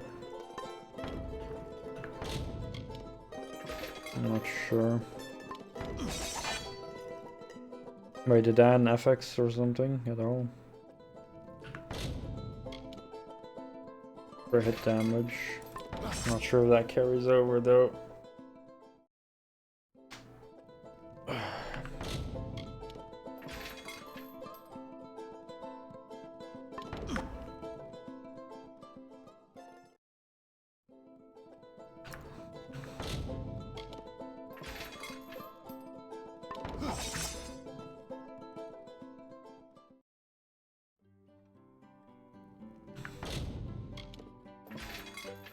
Wow, nice RNG.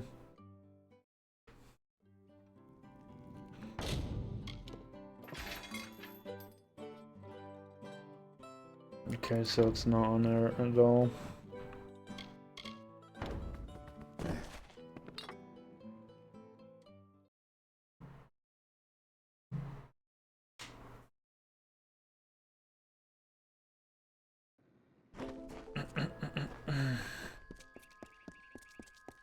Still only 2 whole bags that a vendor has sold me.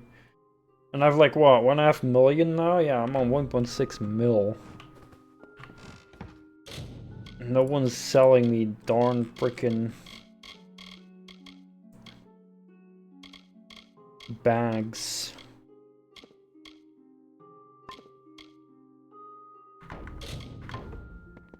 I think I'm like maybe 40%.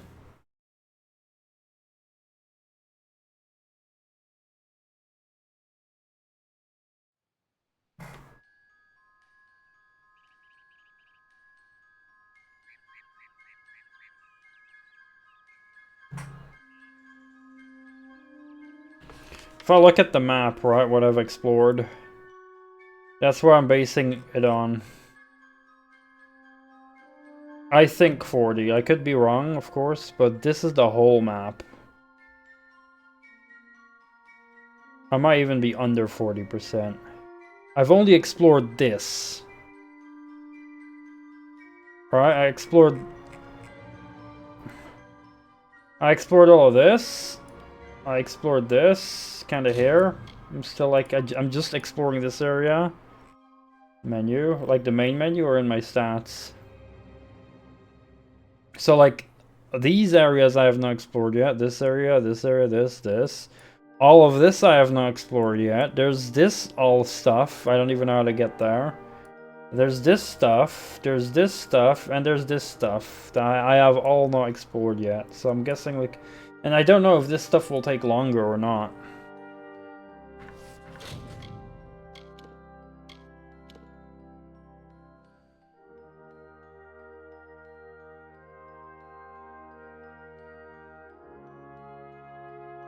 I don't see anything here of a percentage.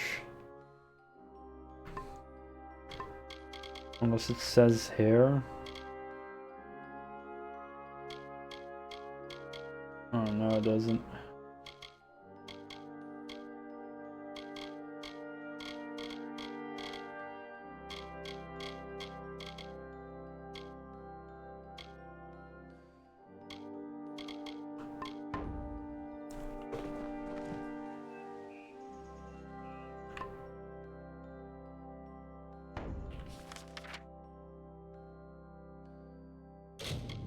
But I don't know how much, but I'm just judging it based on how much of the maps I've explored.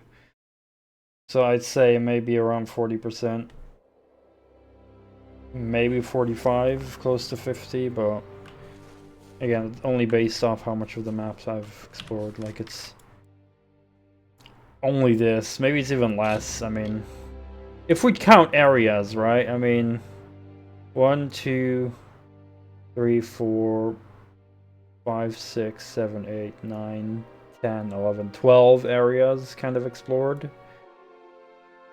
I have not explored... Oh no, 13. I have explored this. 1, 2, 3, 4, 5, 6, 7, 8, 9... I don't even know if these are 2 areas or 1. It's hard to tell. Let's be generous. So let's say 1, 2, 3, 4, 5, 6, 7, 8, 9... 10, 11, 12, 13, 14, 15, 16, 17, 18, 19, 20... Yeah, I know. I think I'm like 40%-ish. There's like definitely still a lot to go.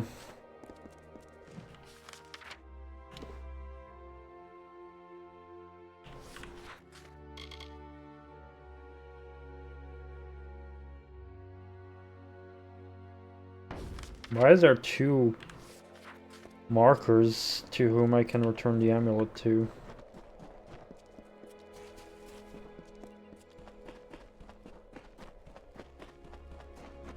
Do you have it? He's literally bleeding from his neck.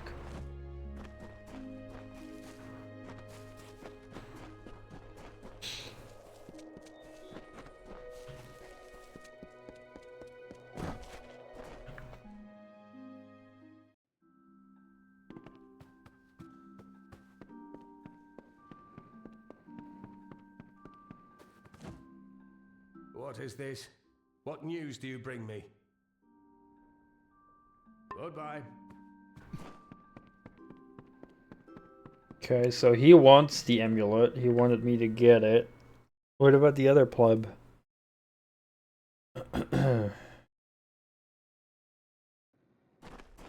Is he the guy I took it from originally? He wanted to give it away. And now he wants it back that I took the curse off. You're back. Don't mind me. Just another refugee looking for a handout.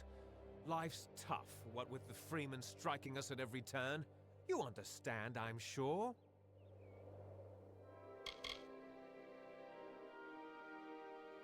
So, you found out. Gelt told you, did he? No matter. The amulet is cursed. That old fool in Emer won't want it back. Oh, I'm just gonna get some water and the biscuit.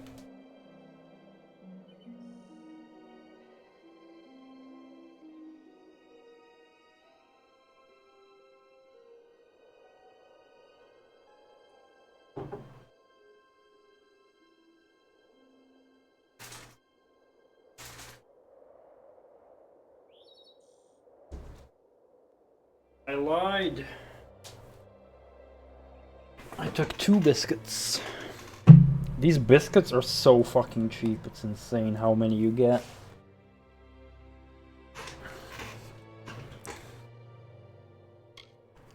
Not professional bandits, exactly, but sly enough to cut a living out of this dried and dusty wasteland.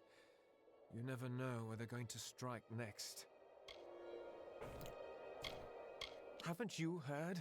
The Tuatha have moved raiding parties inland. They've sacked homes all along the coast. Farms burned, whole families killed. Those of us that have survived are moving west, hoping the Summer Fae will provide a safe haven. The last hope for the hopeless. Doesn't look like he's gonna survive for much longer with that bleeding coming out of his neck. They should be ashamed of themselves. With all they have, the least they can do is spare a little extra for the dying. We're not bad people, just unlucky. I have no clue. You tell me, Smegly. You're a true OG Kingdoms of Amalur enjoyer. You must have played this game like 20 times before. I am a refugee, heading west from the Tuwili coast. A grieving son leaving his dead mother behind. To think there is scum that would steal a man's sole inheritance. I knew the gem was cursed. I overheard Faye speak of it, and of the great trickster Arman. But the curse is worth the agony. Imagine the gold. Wonderful. Give it here. The amulet itself isn't worth the stone it's made from, but it's the story that interests me. Something of Arman's belongs to me. I don't have much in the way of gold, but I have acquired quite the collection of useful items in my, travels. Take your time. I've still got several pints of blood left. I think he is supposed to be bleeding, otherwise he wouldn't be saying that. What's it going to be? Alright, so I'm not sure who I should bring the amulet to. I'm gonna look on the wiki.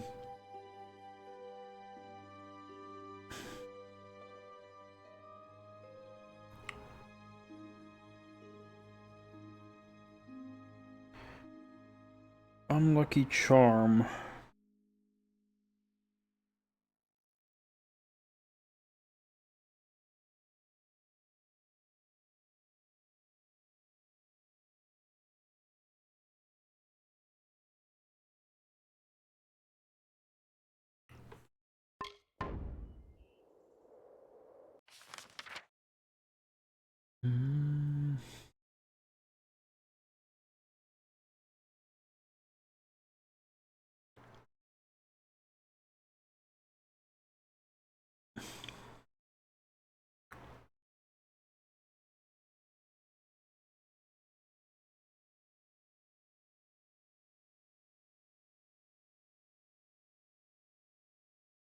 Alright.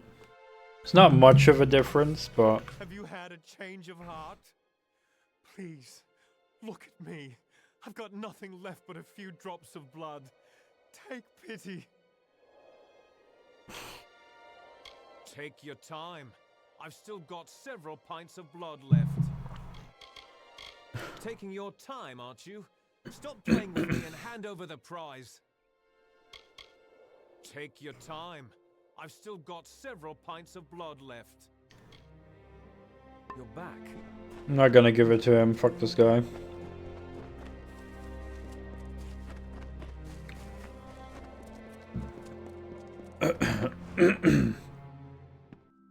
I promised this guy to get it.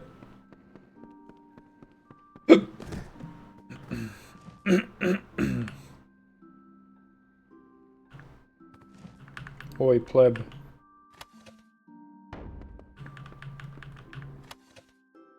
Talk to me, pleb.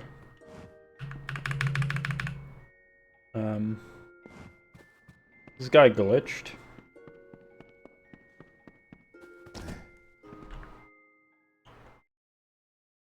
Because he's like standing at his bed. I think he maybe wants to masturbate, but he's like waiting for me to leave.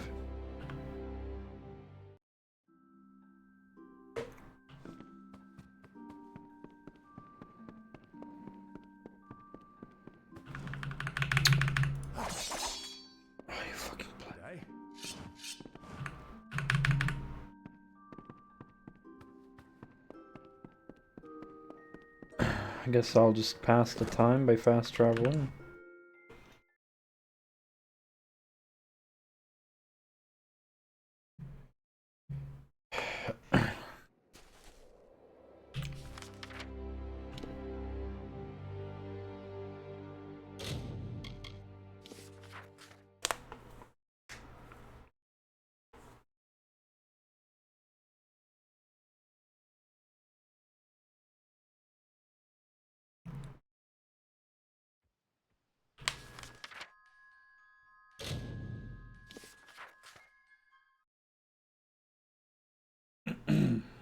And if he's still gonna be glitched, then I have no other choice than to give it to the other pleb.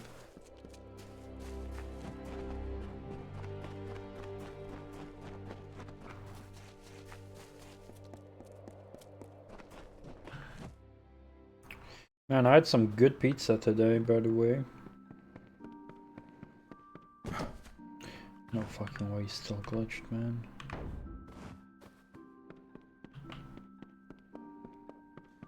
Now we're gonna wait till the afternoon.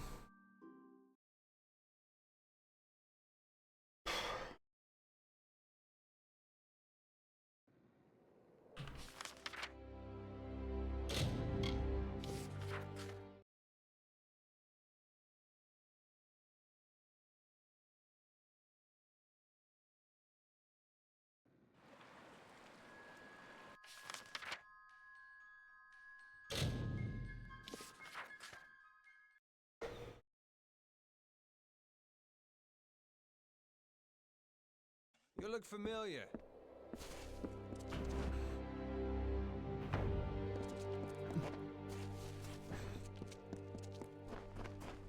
Is he still gonna be standing there? Is he seriously fucking glitched? Why do I break every game, man? Good day.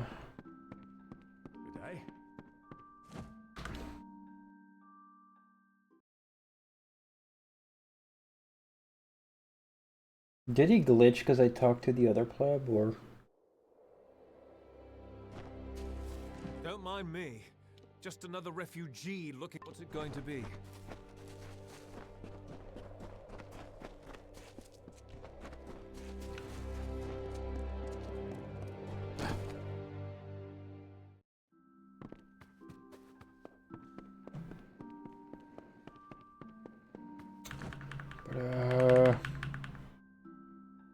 Why can I not talk to you, you fucking shitlord? Yes, what is it?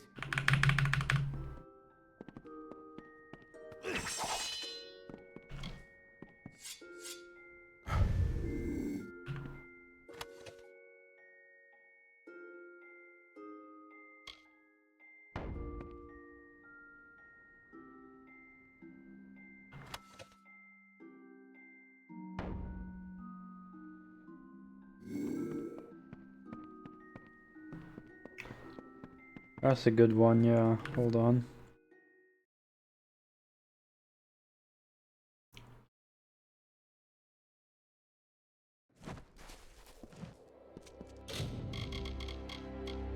Why do I always break games?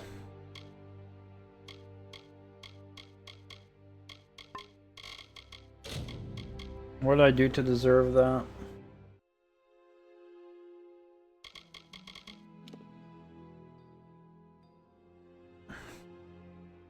Wish I had a more useful talent. Unless I was a game tester.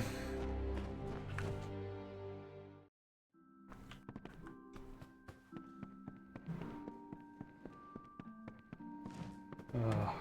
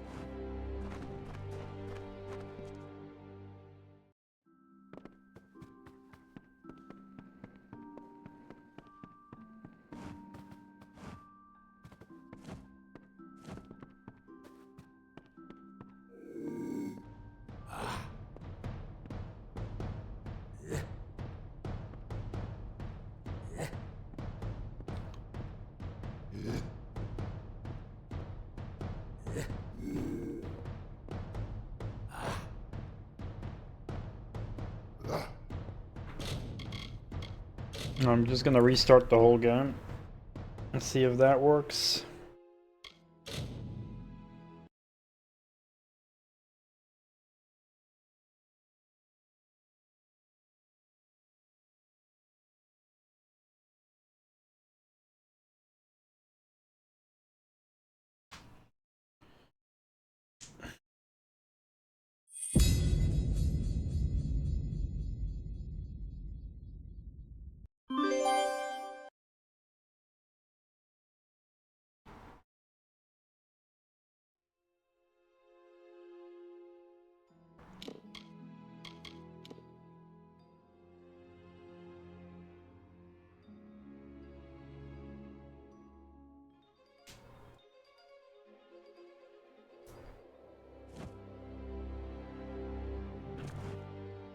Oh, that's probably the autosave of... yeah.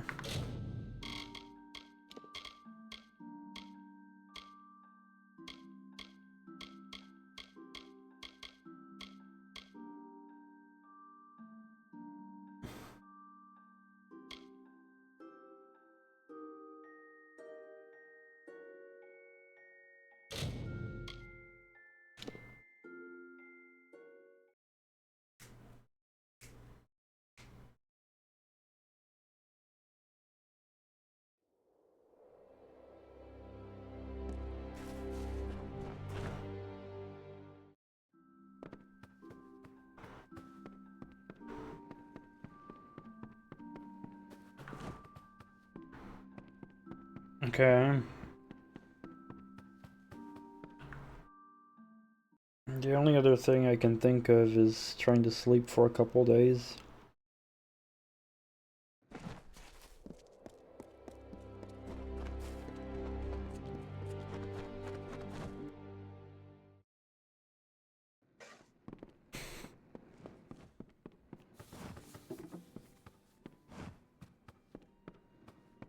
Just in time. Oh, good. You again. Don't you dare leave me here to this life of isolation and drudgery. I can teach you things. I'm so bored. Hi. Hello. I'm Orca Tetran, village healer. Oh, we haven't even talked to her yet. I never forget a face. Are you with the refugees? They are a sorry caravan. I, for one, believe their stories. Look what the Tuatha have done across the sea, and what they intend to do if they arrive here. Gods forbid. What would stop them from sending warriors to hunt us down by our very hearths? The Tuatha will not rest until they break us. That is why we must never let them. I've never met one so obsessed. He goes on and on about his life's work, as if other mortals will find his study of the Fae as fascinating as he does. You can usually find him holed up in his house across the way, but sometimes he spends time here with us in the tavern. I'm sure you've heard about how a mare is the birthplace of modern herbalism, a cradle of enchanted flora, a haven for the wildest reagents. Me, I don't care about that. I like the people. We get all sorts of interesting folk in here, like Oddwald the Scribe, like you. Nope, I'm never bored, not in a mare.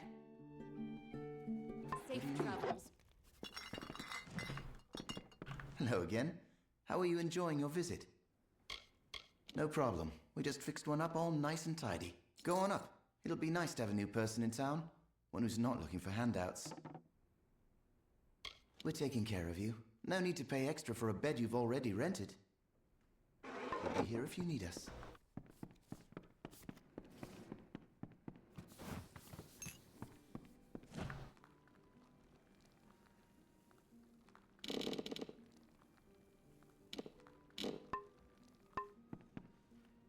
We're gonna sleep for 24 hours.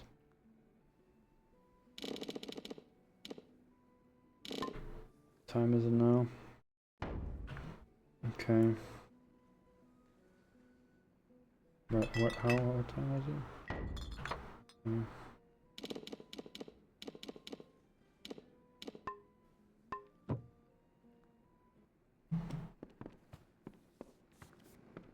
Yes.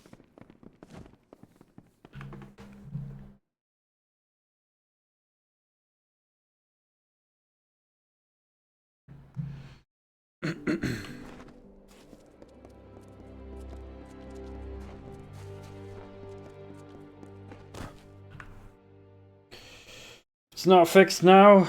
Oh, he's here now. But I still cannot talk to him.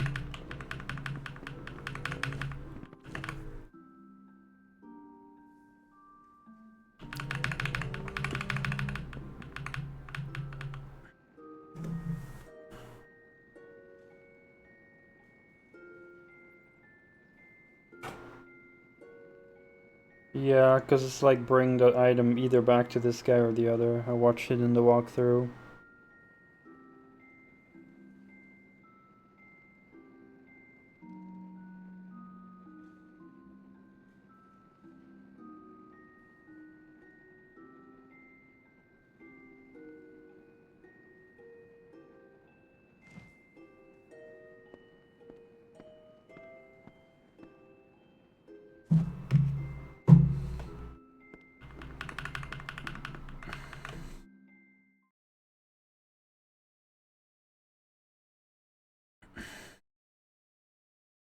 Guess I'll give it to the other pleb then.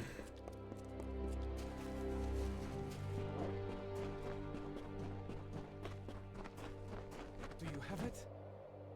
Don't mind me. Just another refugee looking for a handout.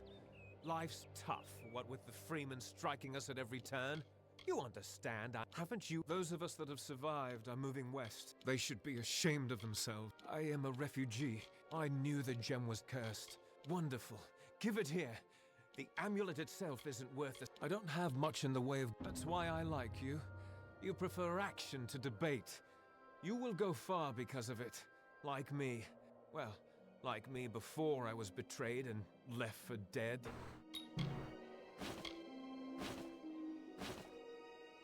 Not professional bandits, exactly. But sly enough to cut a living out of this dried and dusty wasteland. You never know where they're going to strike next. Bye. Whoop.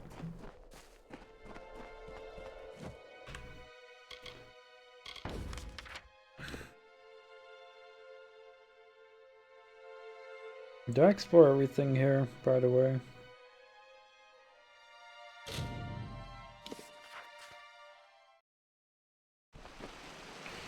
Don't think I have.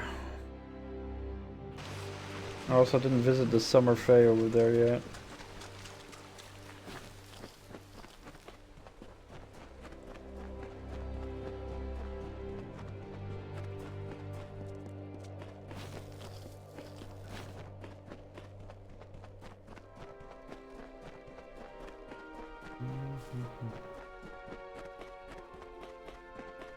Aha, quest.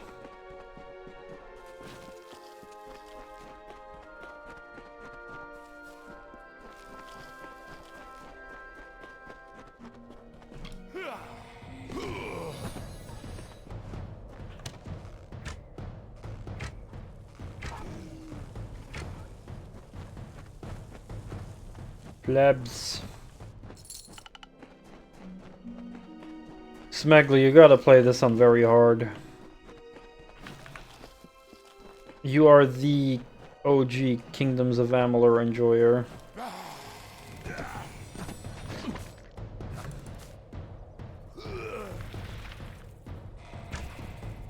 Can't call you a real gamer if you're not gonna play this on very hard.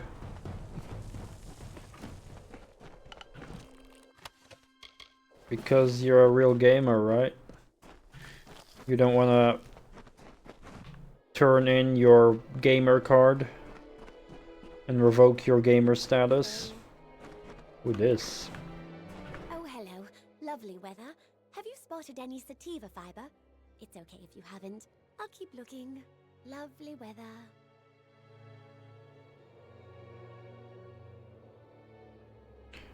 Scary how, like, innocent she sounds.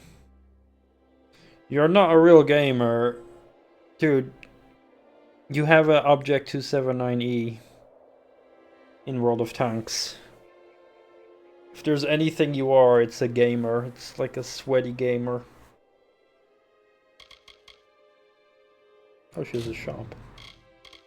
Please have a bag. I swear to God, if you don't have a bag, I'm gonna...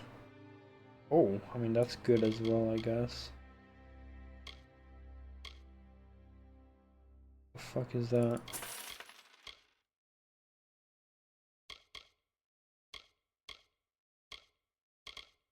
What a bunch of useless shite she's fucking selling. That's not true. I still don't have a 279, but I do have a 260. I know I can get one, but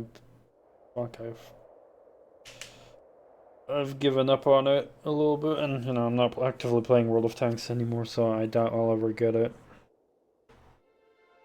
I did buy the extra orders on the black market thingy. But again, I just... Like, I'm not saying it's impossible, I just, yeah, I do need to... Like, the thing is, I need to play a lot of high tiers in specific tanks. It's just that I haven't done that. That's mostly it. You met Molly? I love Molly. I killed We her. haven't seen each other for years. She likes to talk about alchemy, while I like to do it. Have you ever eaten star thistle? It burns. What? Why would you say that? Have you ever eaten that? It burns. I use it in potions to protect the corporeal form, to ensure health and longevity. It also makes a pretty decent aphrodisiac. That's something you're interested in. She into aphrodisiacs? There is no richer region for reagents in all of Amalur. They say this is where the summer fae first rose from the earth. I find the fae very odd. How about you? Are you racist? I've always felt a kinship with the flora of the plains. Do you? Can you feel them break the soil with their stems? Their muse of thirst on the driest of days? I do. You know what, Smeggly? It is easier to beat episode 4 of Doom on Ultraviolence than it is to get a 279E.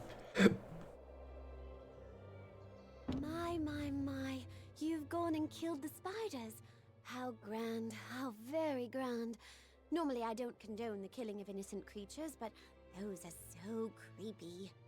You are too kind. From now on, I'm very you are sure. considered a valued customer to all the Genics. Everything is cheaper for the Spider Slayer. That is your name, isn't it? Discount! Too bad I already bought things. So long. There was a quest I had already completed from the start. I killed the spiders and then found her, so okay.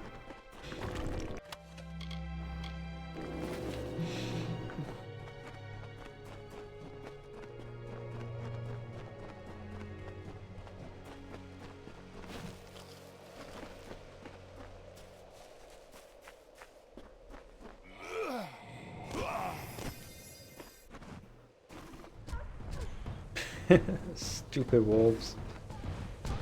Stupid wolves. You are so stupid. That's how OP I am. I can just kill a pack of wolves with one ability and then just stand there and watch them die.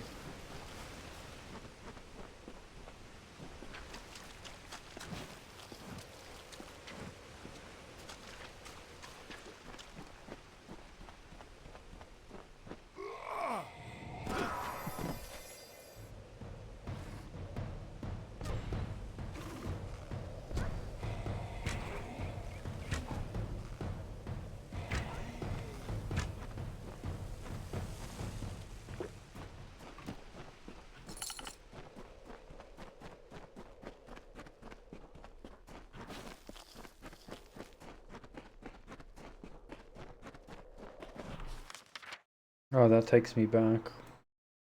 Wow, I've walked full circle in this area, huh? Damn. I did read somewhere that you can also romance characters in this game, but I haven't found any potential romance partners, as far as I know.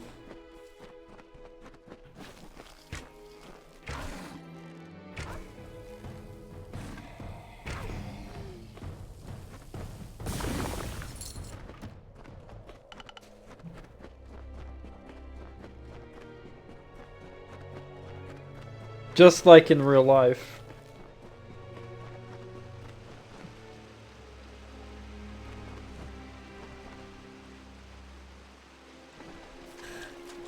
Oh man, there was like a hilarious thing. There were like a bunch of GTA speedrunners.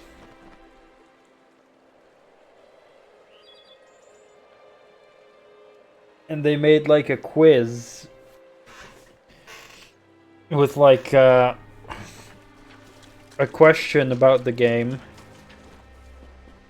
And then that would have multiple possible answers, but the answers were all voted for by a lot of the viewers of those Twitch streamers. So they decided what the potential right answers would be, how many votes that answer got.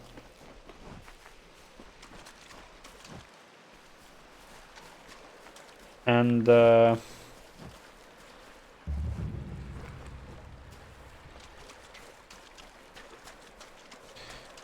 was one question was name something that you do in GTA but not in real life.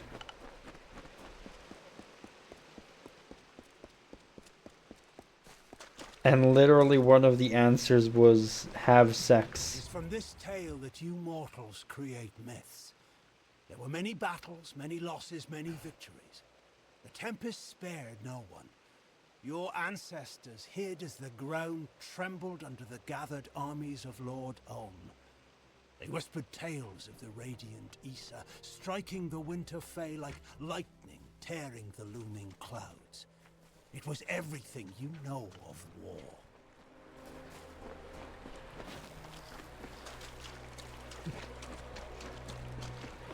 What are these plebs?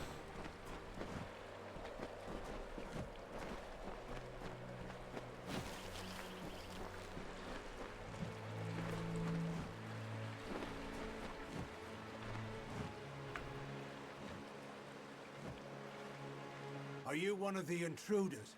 One of the children of the dust? What else can we possibly give you that you haven't already taken? The cradle of summer is not a flower for the plucking. I am Kala, guardian of the cradle. Terenia and I safeguard what has never needed protecting, until now. With our weakening magic, the Fae must tend to our own.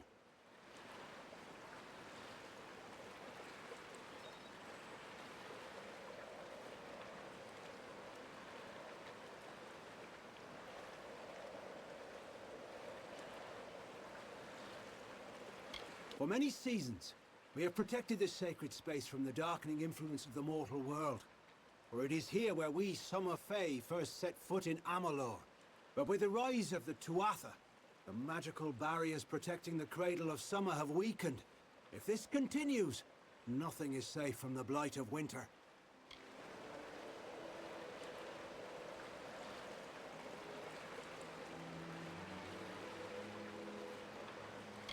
Mortals, children of the dust. Those who seek only to steal the treasures of the land from which we sprung, to end the deep slumber. Mortals, like you, who seek to bend nature to their will, to make it bow before them as a servant, not embrace it as a guide and mother. Mortals, thieves, liars, and weaklings. They have stolen items of great power. They have stolen the three staffs. He doesn't like mortals.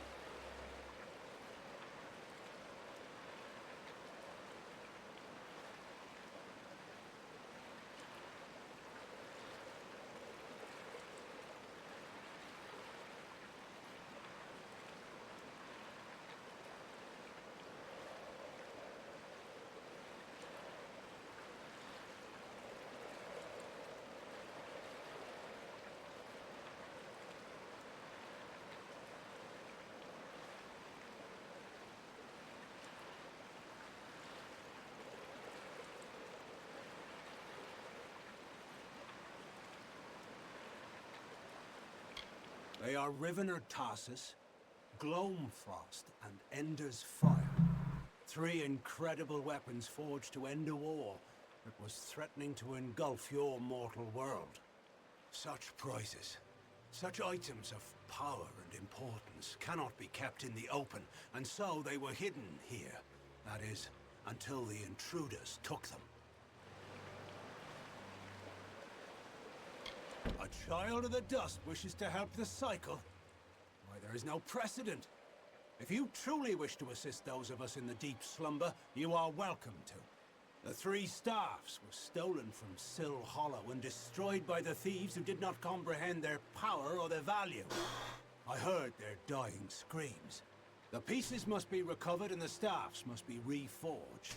If you can do this, you are more worthy of the cradle than I could imagine. But likely, you will not. Bro, I'm literally like king of the House of Ballads. Ugh. Oh,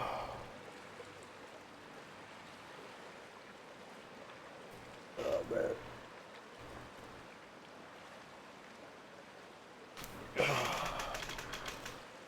They were wielded during the long twilight of the Withering War. Those 3 weapons uprooted mountains and left the lush plain forsaken. They are the lightning, the fire, and the ice. They are precious. And while their magic has weakened in these fell lands, they are still cherished and must be returned. It is the most powerful form of Fey reverie, a connection between our people and our birthplace of Ashara, the realm from which all magic is born. We in the Cradle of Summer slumber to protect this sacred place. We draw energy from our homeland and use it to maintain the barriers that keep out the beasts and men. It is for those answers that I seek the wisdom of the slumber. For it is in its reverie where I will learn the whereabouts of these thieves, Raff, Purter, and Hagney. Hagney. May your gods be with you.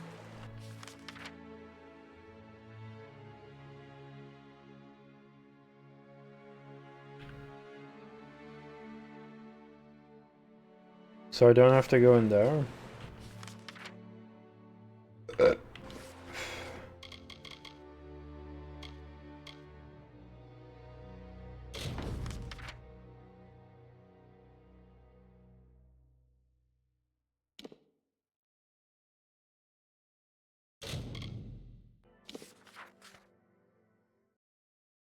Lovely day, isn't it?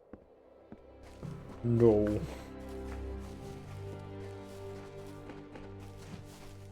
Greetings. Are you with the mage Arian Raff? Watches. I don't avoid holding Just harvesting all their stuff.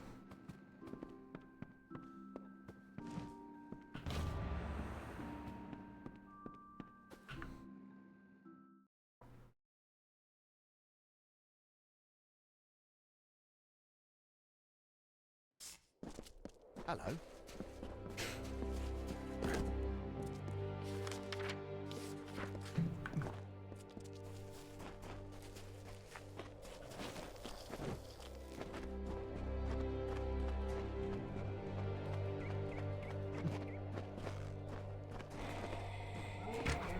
Look how far he flies away. Fucking keck.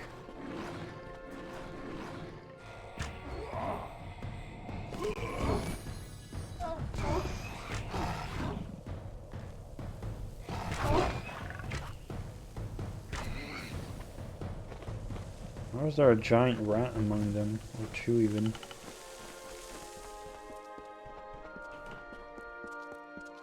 None of them dropped anything interesting.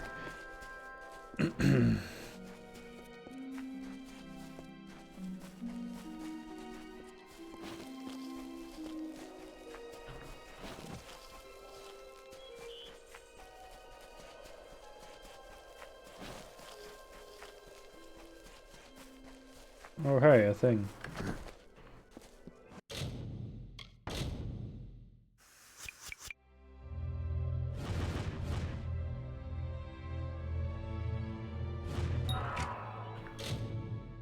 Nice.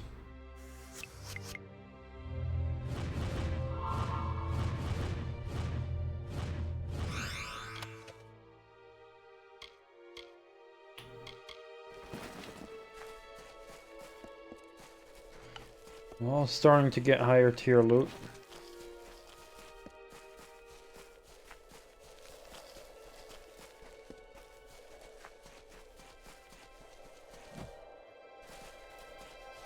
Oh. You're in my path, stranger. We are Fae. Take your step aside before I cast you off the cliffs. Excuse-moi? I fought our winter court enemies right here on this soil. But it was all in vain. The seasons pass as they always have, and always will. There is no ending the winter.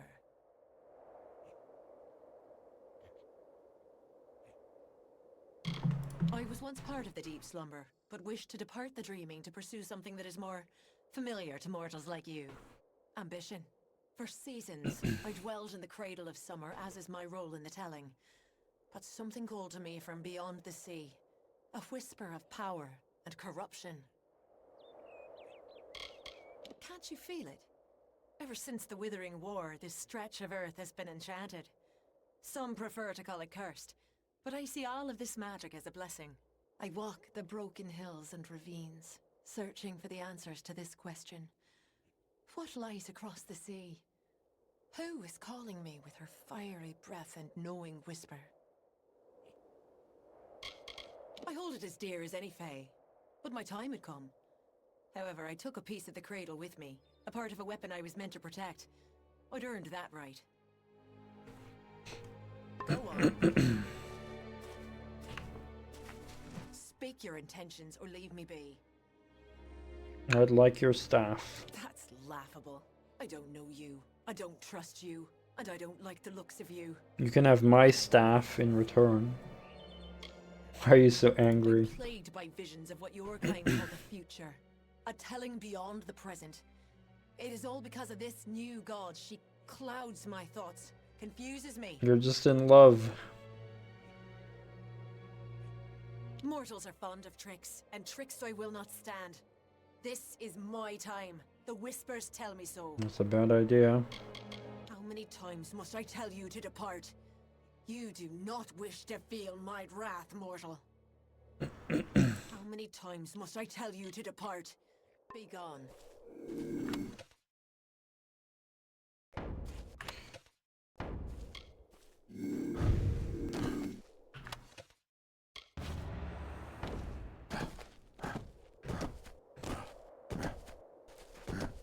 Thanks.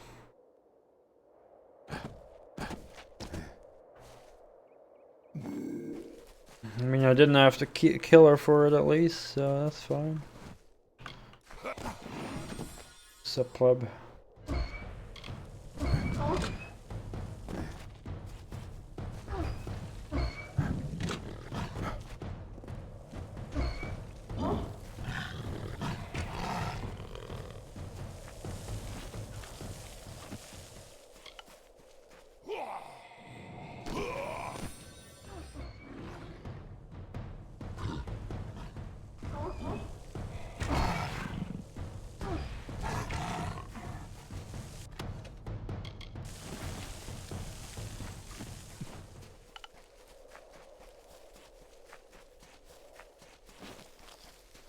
Why haven't I put a point in, Oh, I did. I did put a point in that, okay. I thought I didn't.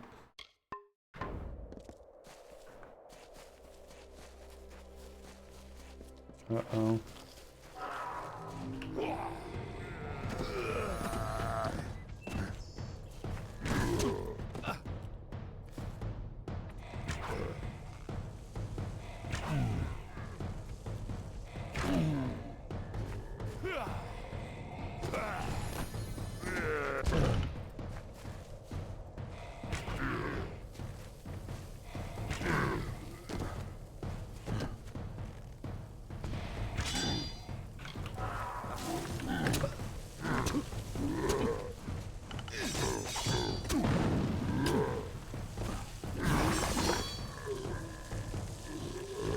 almost forgot how to do melee combat.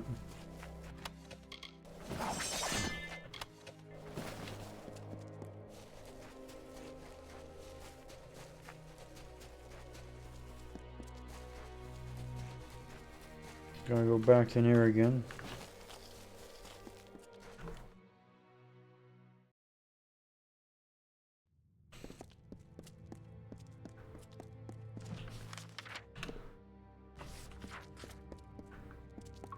Oh, is it that one pleb that has it?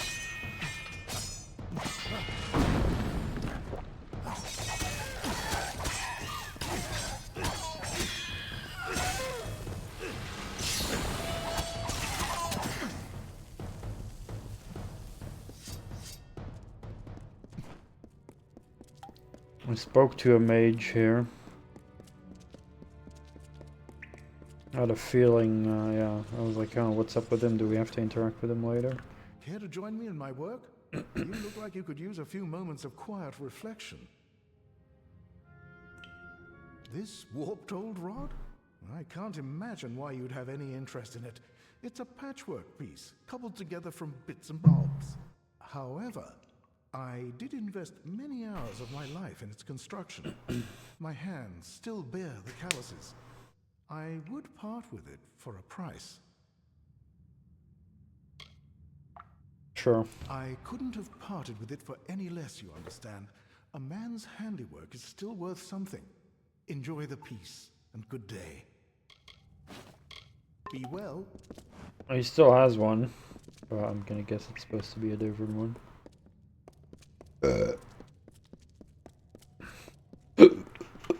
Cool.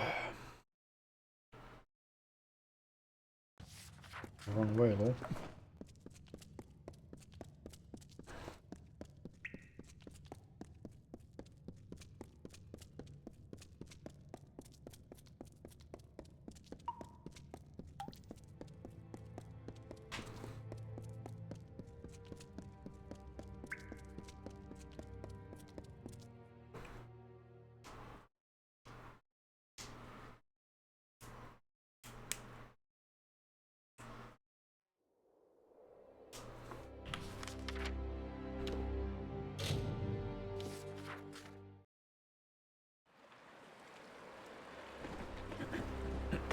Where's this pleb? Oh, I was not supposed to bring it here. Oh, what? Oh, I have to forge them. Oh.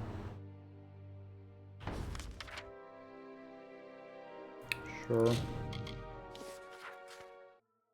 Does it matter what kind of thingies they do? Maybe I need to salvage them as well, I don't know.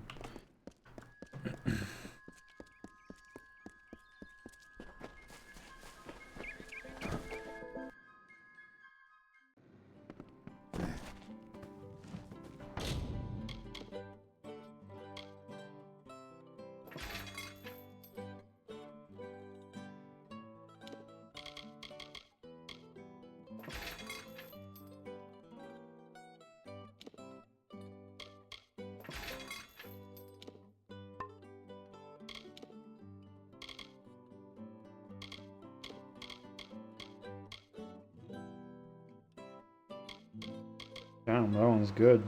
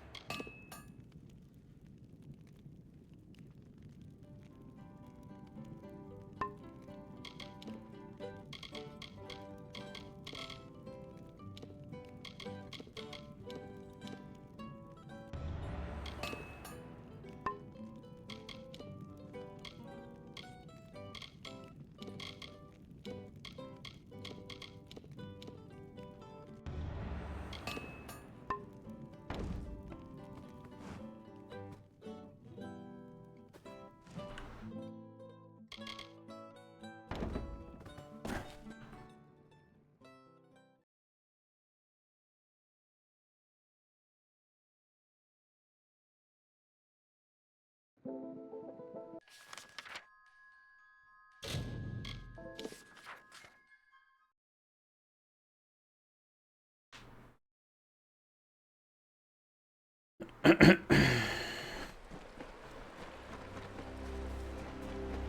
club.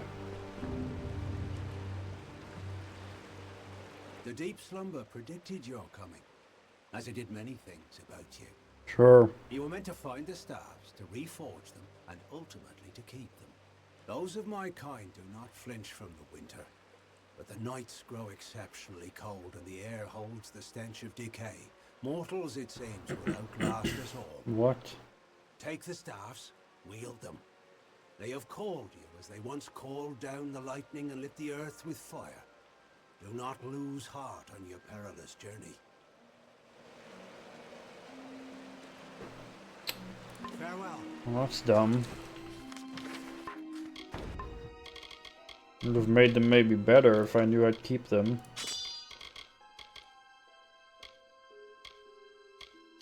Well, maybe only this one is actually decent, but probably still sell them.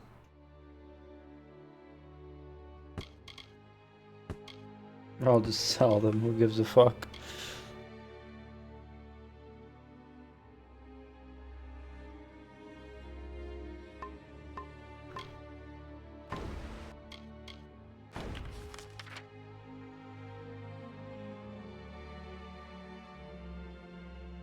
I've been in there, right?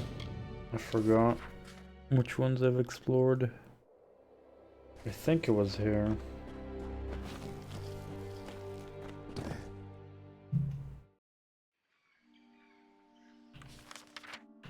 Yeah, this was the thing where I had to get rid of the curse. Jesus.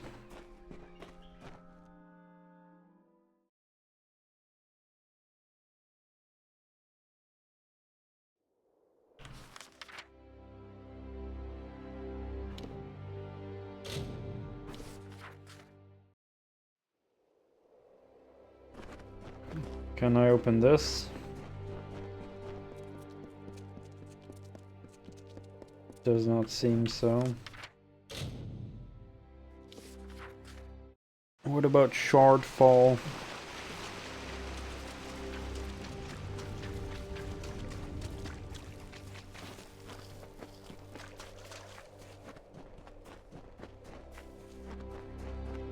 Oh, I know another game that I would probably stream on my new PC, but I wouldn't be in a rush to get it though.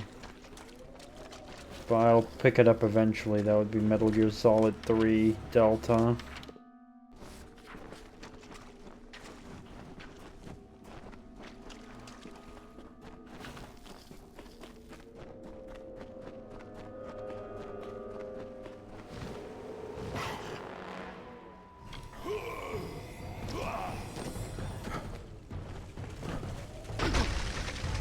Holy shit, that's a lot of damage.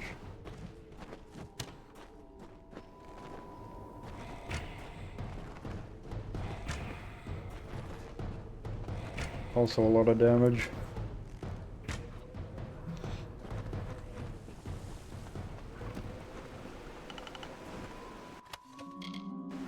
Man, never poison shards, man. I need so many poison shards, it's not even funny.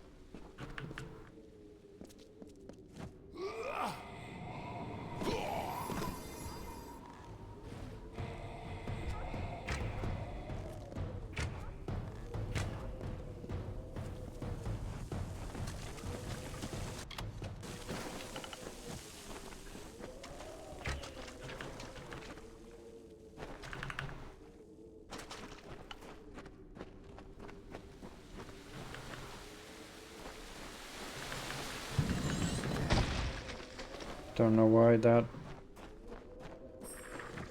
I didn't disarm that. I was spamming F.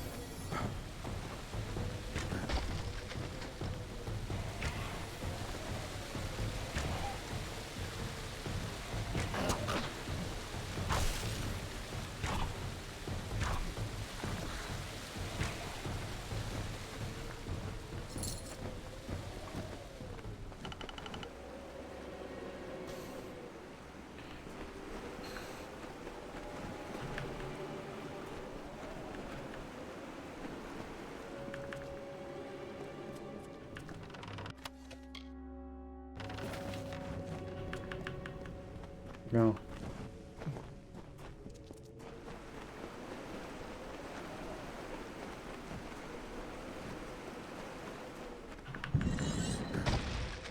Okay. I've been spamming F and it didn't disarm.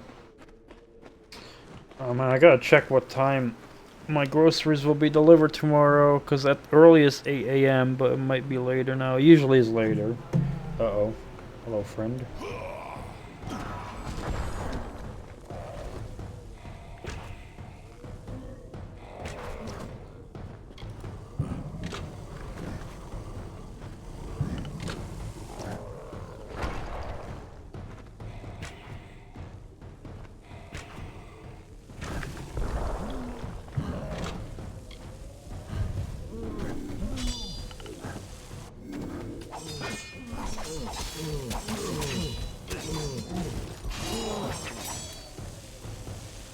I do so much fucking damage, man.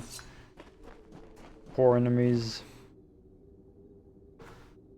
And deliver with food has changed for you. It used to be 12. 9/11.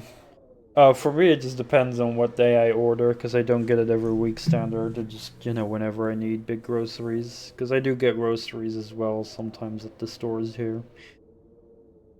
But yeah, currently it says between 8 and 9:50 for me. So I definitely gotta make sure my alarm is set before 8. And then check. Because then usually it'll be more close. I actually ordered fish. Freaking pangas.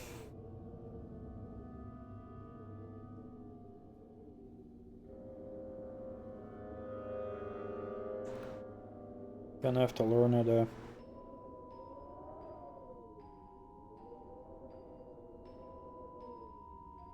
prepare it. Yeah, panga fish. Pangasius.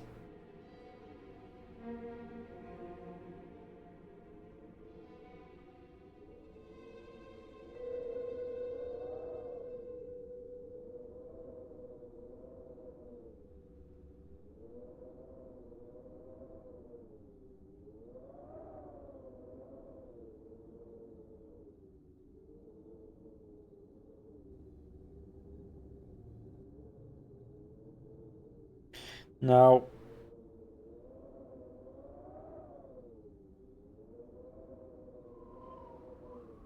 gamba is, I believe, a type of shrimp, right? Or something.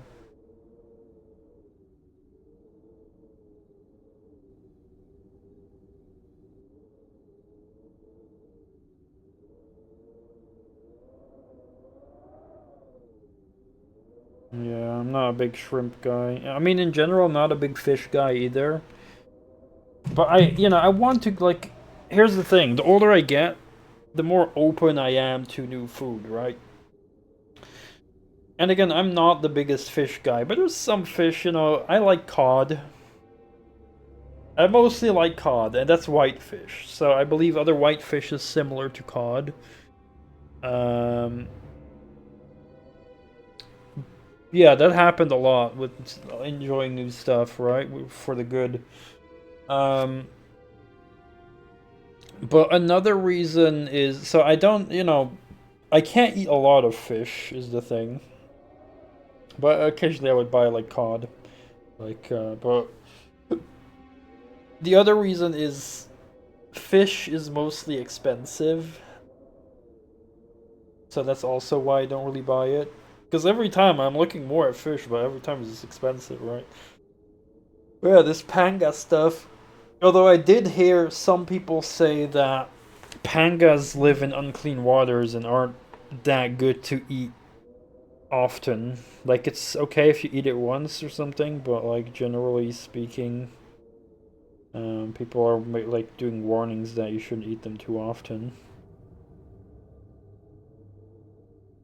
But I also don't know if that's true or not. Because, you know, if it would be really a health risk, they wouldn't be selling it, right?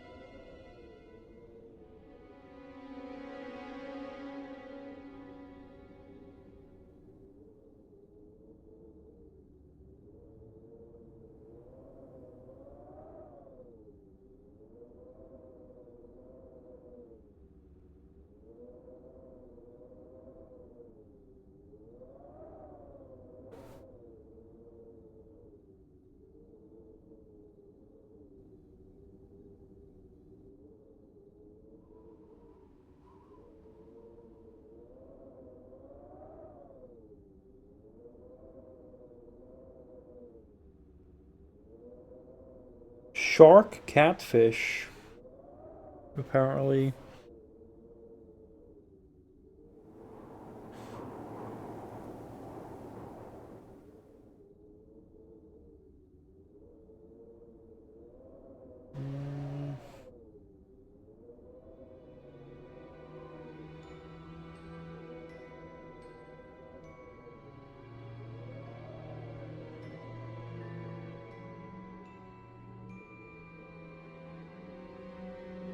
Yeah, I don't know, I'm not reading much negative stuff, but occasionally I saw like something negative. My mother also said something negative about it, but I don't know.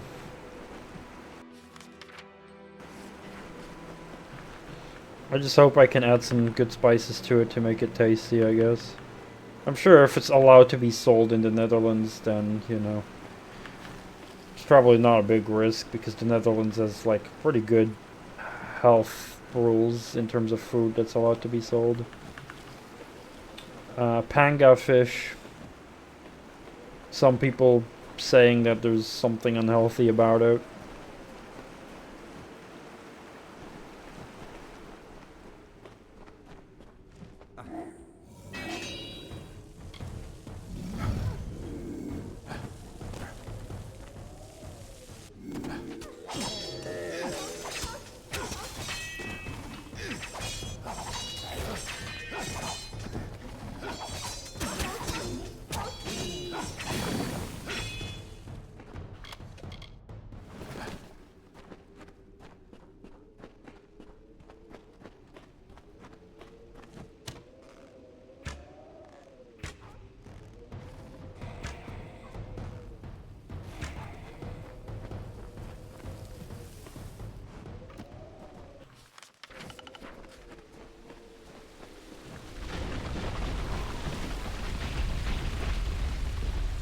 Secret door. Yeah, like if you compare it to like America, in the US they have like a lot less strict health rules for foods. In the Netherlands I feel like it's a lot more strict. Of course I'm not an expert, but like, you know, like I'm fairly confident that the Netherlands is like good in a lot of stuff like that.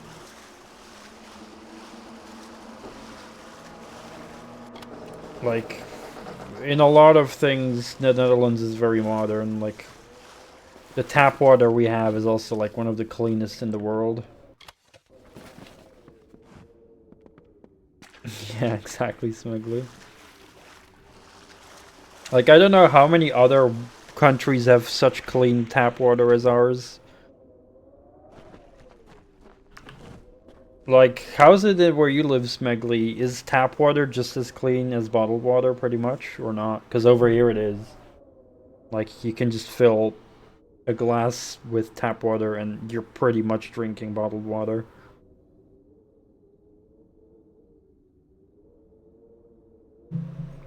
Nice, nice. Smegly living in the clean tap water club.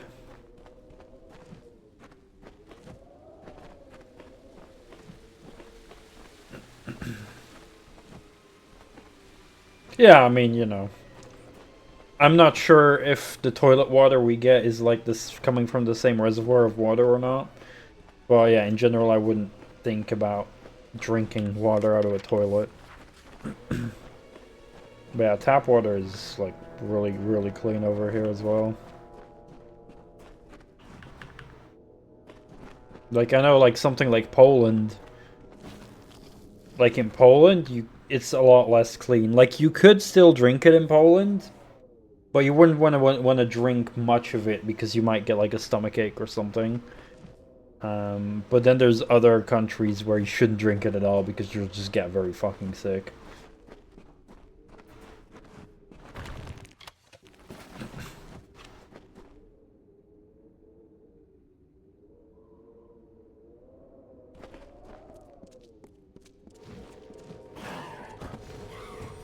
Oh shit.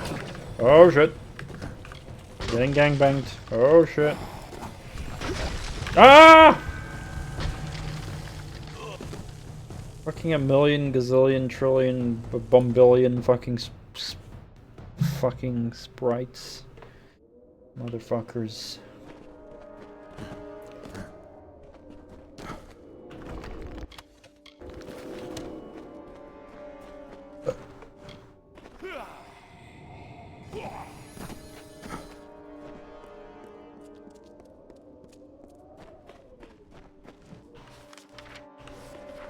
Why didn't they spawn this time? Wasn't it here? Ugh. Yeah, see, now they spawn, motherfuckers.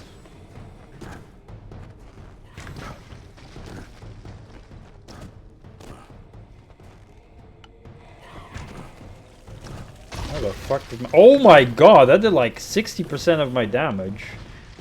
Of my health. Sprites OP.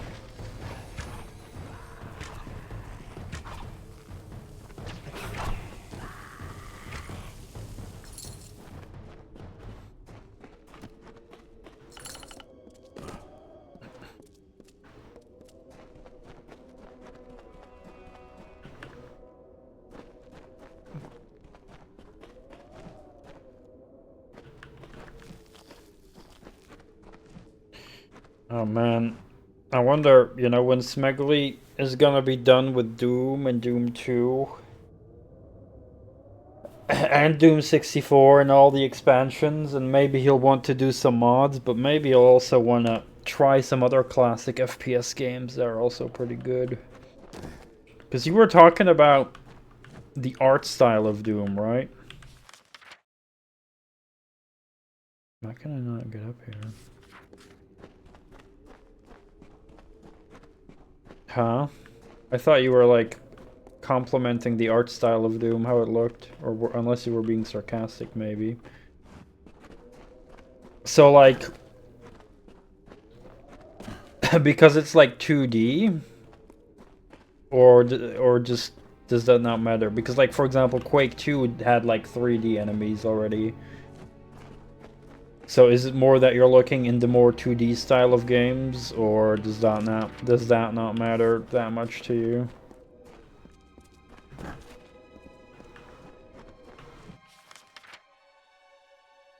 Fuck, can I continue here? More 2D style? Okay, okay. There's a lot of those. There's like Duke Nukem 3D would be the first that comes to mind. And Blood and Shadow Warrior.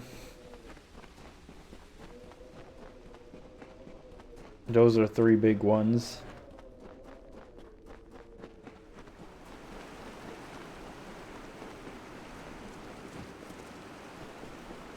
Duke Nukem 3D, Blood, and Shadow Warrior are like three big hitters from that time as well.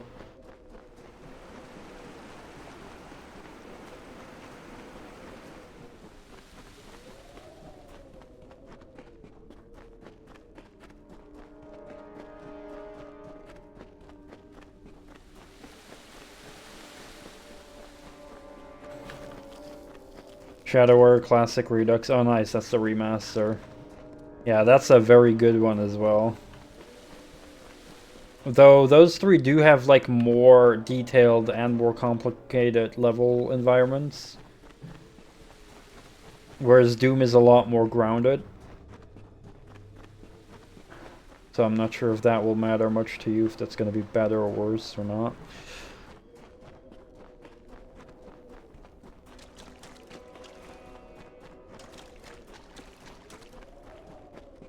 Yeah, Duke Nukem 3D is amazing as well. Duke Nukem is like a parody of like a stereotypical action hero. Shadow Warrior is more like what's the word?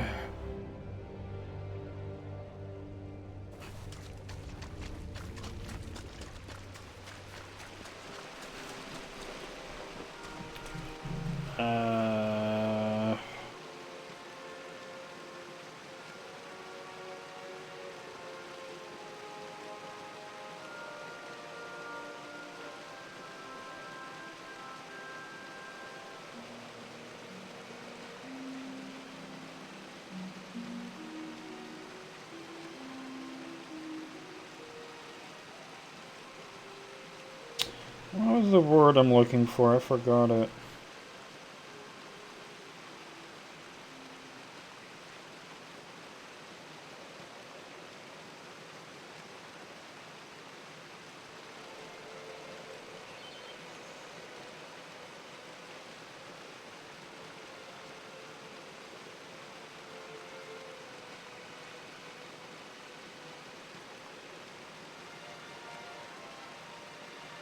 Ah.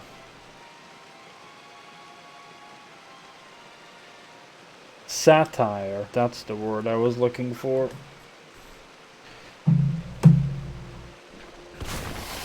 Oh, what the fuck? Yeah, so Duke Nukem is a bit like a parody satire thing of like typical action heroes in movies. Shadow Warrior does that more with like the whole Asian ninjas theme kind of thing. And then Blood has it with like more of a horror vibe-ish. You're gonna play with friends? What? I thought I was your friend. Have fun with your friend Smegly. Thanks for stopping by. Hope you're having a good time watching me play your Amalur and chill. Have a good night, man.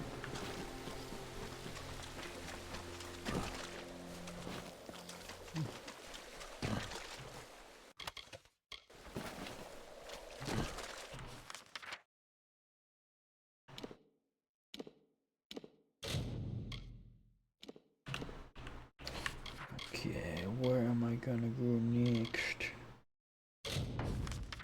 Lord Cross. Gonna kill that motherfucker. To go to the next area then. Really? Interesting.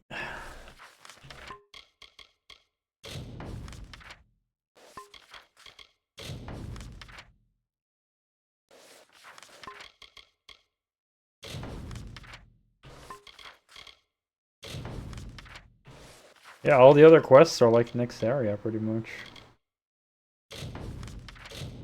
No. So I want to go kind of here, right? I guess. My inventory's still pretty okay.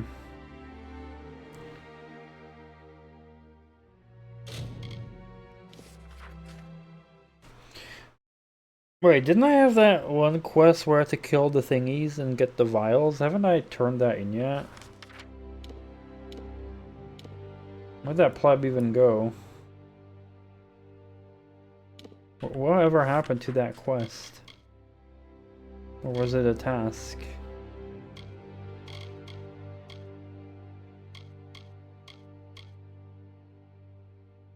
It's a task. Oh. Krudok. Well, I've not killed enough, I guess. Well, this task doesn't have markers is the thing. But it's a task and not a side quest, which are, I believe tasks are like repeatable things? I'm not sure, but... Oh well. Good to see you're still here, Moosey.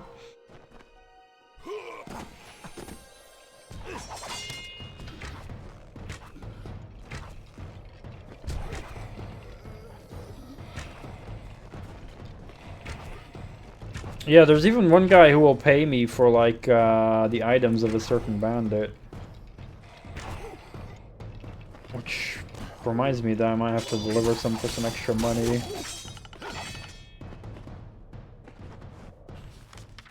Let's see, where was that? I think here in Ayton. So there's these specific bandits, the Freemen, I believe they're called.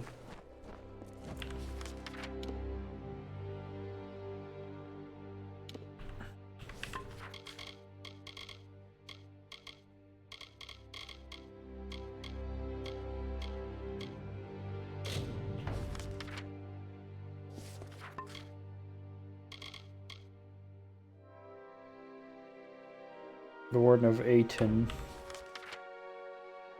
Yeah, so where is this pleb?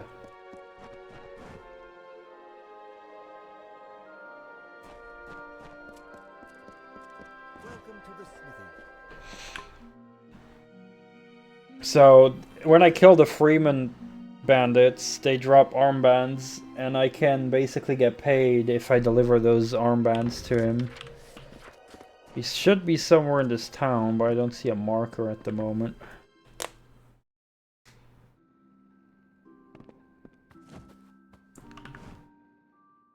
Kingdoms of Death Stranding delivery only playthrough. Oh boy.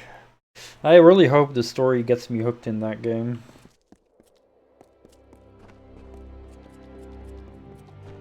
Other than that, I might have to like listen to some good music, which thankfully I would be able to do now that I have like a method to play music without it getting in my VOD. Play delivery in this game. I mean, some things are, I guess, delivery-ish related things. Oh man, where'd this pleb go?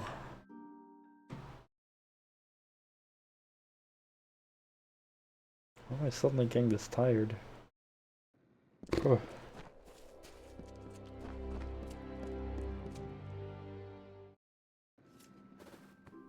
Oh, this is him. So how many do I have of these armbands? 24. East of the Wolds, you'll find Talarain, a warren of old strongholds and ruins, and crawling with beasts. Fortunes can be had there for a lucky adventurer. Of course, the ruins have claimed more than a few lives. So here I delivered the things. Oh, really? Someone finally answers to my posting? Well, do you have anything to turn in? Now that's what I like to see. Finally, those bandits will know what it's like to be preyed upon.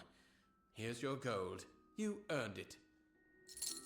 52,416 divided by 24. 2,184 gold per piece. I mean, that's not bad. Keep the peace. I mean, I have a lot more. I have like 1.7 million now, but I mean, it's still decent pay. Spin Tires looks super until we played it. It says superly fun, and the Stranding gameplay portion looks like Spin Tires on feet. I think I love it. Yeah, you're probably right. It's one of those games where the navigation itself becomes a problem to solve, where it becomes fun, because problem solving is fun, right? It's the same reason why Grand Theft Auto 4 was more fun to drive than Grand Theft Auto 5, because it was a lot harder to drive in 4, because the cars handled a lot heavier and stuff like that. There was a lot more engaging. It's like in GTA 5, all you do is just hold throttle and go forward. Whereas in GTA 4, it was like actually keeping your car stabilized and stuff like that. Like everyone put sandbags in their car, yeah. Yeah, GTA 4 had very engaging driving. And a lot of people did not like that. But I did, and a lot of other people did. People were very split on GTA 4's physics, car driving physics. It was a lot heavier. And more engaging. Not to mention that the roads were a lot more narrow in GTA 4 than in 5. So, yeah, they dumbed it down a lot in Grand Theft Auto. I'm gonna go to the bathroom really quick.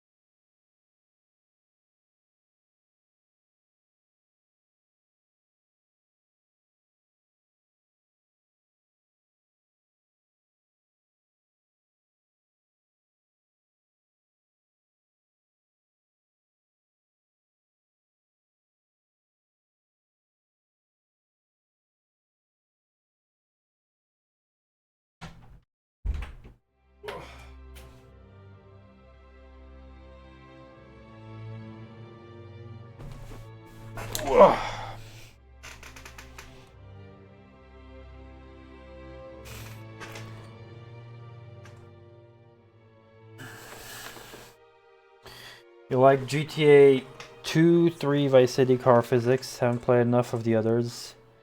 Played a little of San Andreas and one other, but not enough to say. Yeah, San Andreas is similar to Vice City. I mean, I think 3 was still a bit clunky. Like, some cars could really flip very easily. Like, a lot of the cars were very top-heavy, I'd say.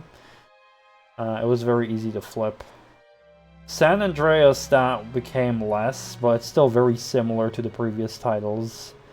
And GTA 4 was like a lot more heavy and realistic, but still very engaging. You were like Carmageddon 1 and 2's car physics. Yeah, me too, I love that. I love Carmageddon. I mean, I played both 1 and 2. I love 1 especially. That's such a great game. And a lot of people probably hate the car handling in those games, but I love how engaging it is. It's like a very good example of engaging handling where it's the controlling of the vehicle is a sort of a challenge where you have to think in itself. It's sort of a skill you're acquiring. I'm gonna close the window real quick.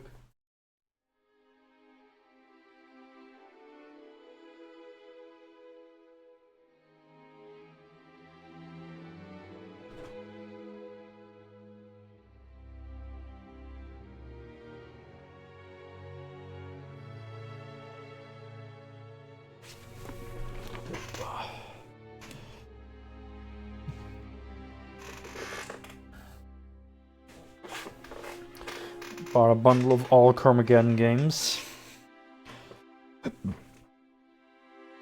I didn't know there were so many. For 1 and 2, I didn't realize this, but I played the heck out of it. Didn't know I was only playing the shareware. There's so much more game to it. Oh man, I would have loved to play online with friends. Yeah, Carmageddon 1 has the base game and an expansion called the Splat Pack. Actually, it's one of the few old games I own physically, is the Carmageddon Max Pack, which is the base game plus the Splat Pack expansion, which is like a whole nother game, basically, but with new cars and new levels. One bad thing I'd say about Carmageddon 1 that happens later in the levels, especially the expansion, is it can become a bit grindy, where you end up having to play some levels over and over and over a lot before you unlock new ones later on in the game. And then it can become a bit repetitive, because you have to just keep replaying over and over. Now, thankfully, I think the games are very replayable, so that helps, because it's just fun to drive around and wreck people. But even still, it does become a little bit like grindy at the end of unlocking new levels.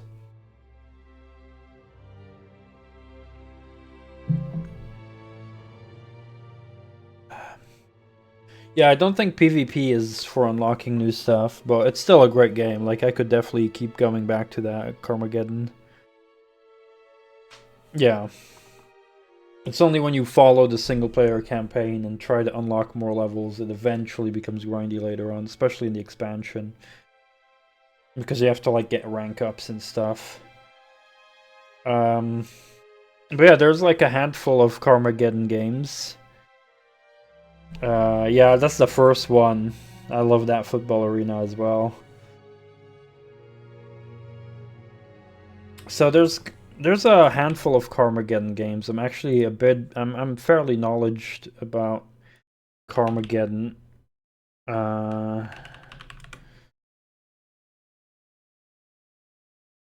So let's take a look real quick.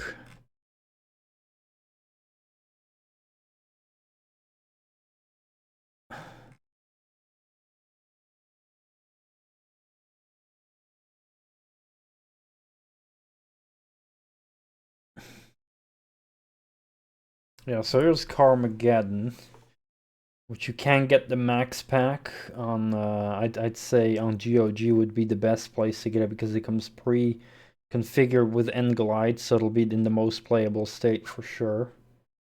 Oh, the Steam version also does that nowadays. That's good. Then there's Carmageddon 2, Carpocalypse Now. It's also pretty good. There's also Carmageddon 64, which I have not played yet myself on stream, but I did play it at a friend back in the day a little bit. It's basically, Carmageddon 64 is based off Carmageddon 2, but it has like different levels and stuff. Carmageddon TDR 2000, I have not played yet, but it is generally considered the worst Carmageddon game.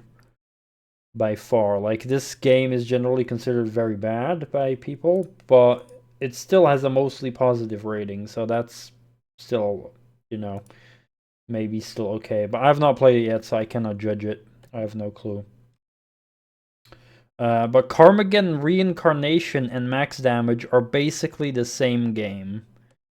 So they did a weird thing, is they did Reincarnation, which is like a remake of the first gun, I'd say.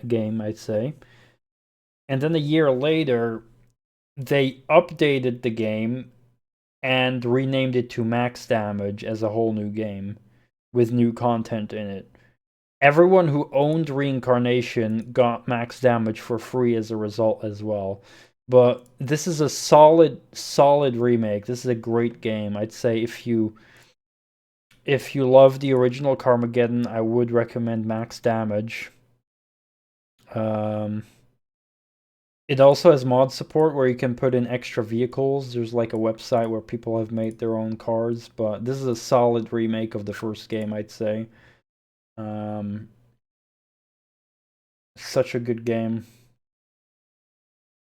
I see you already own this one as well, Moosey, so that's good.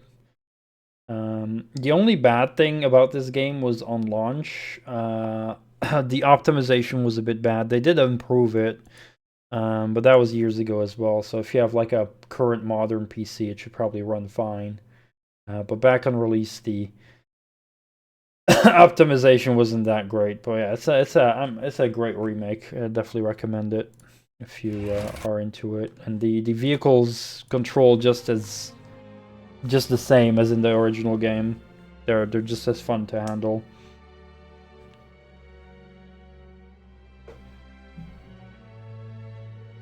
And it has like easy setup multiplayer. So hey, maybe we could also play it online sometime.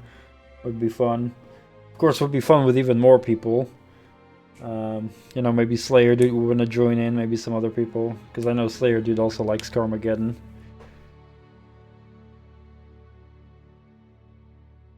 So if we'd have a nice little group, then that would be great to play together online, wrecking each other.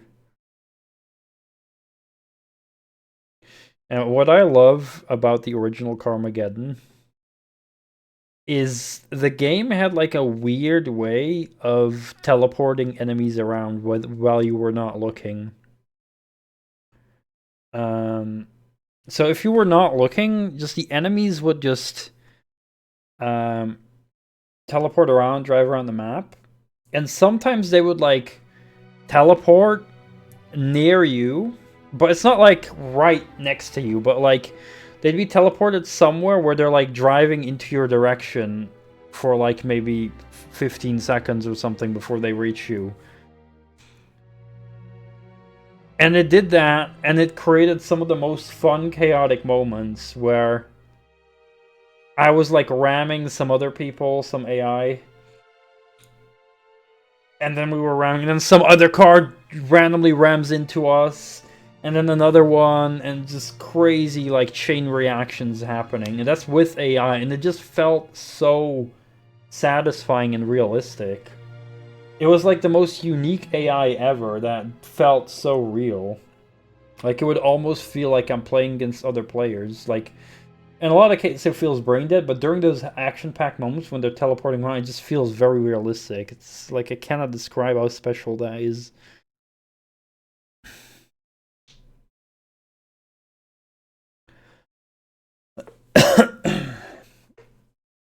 But yeah, definitely recommend Carmageddon Max Damage. That's a great title.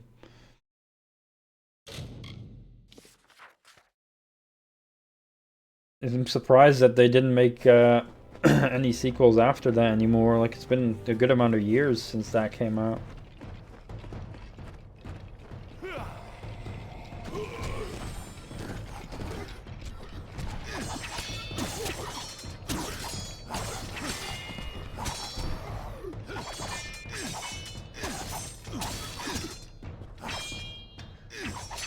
Yeah, in all the best ways possible.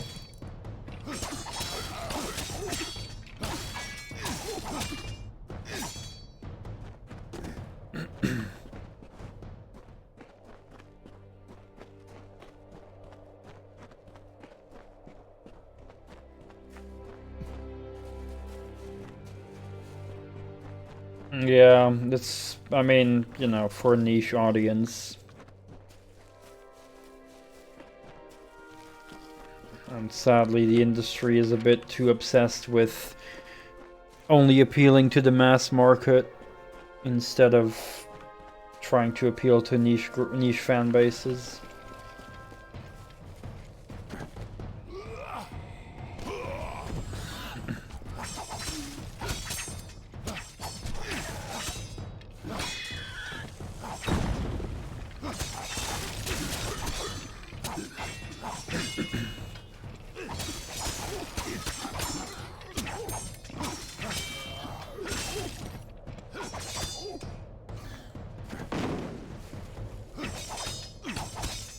Yeah, what honestly grinds my gears the most is the fact that Indie games do all the heavy lifting in terms of experimentation and trying new things and coming up with new, unique things.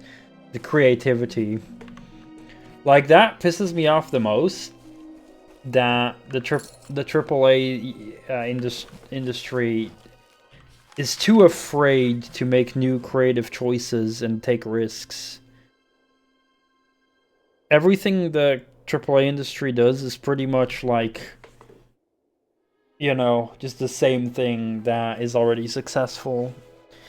And I just find that... like...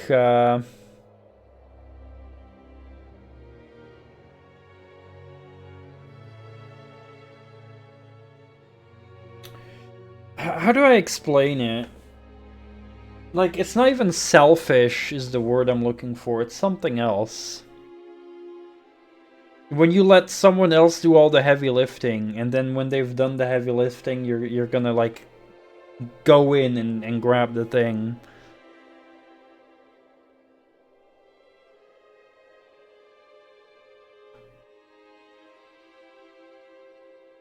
Like, it's like patronizing as well, but also some other words I'm looking for.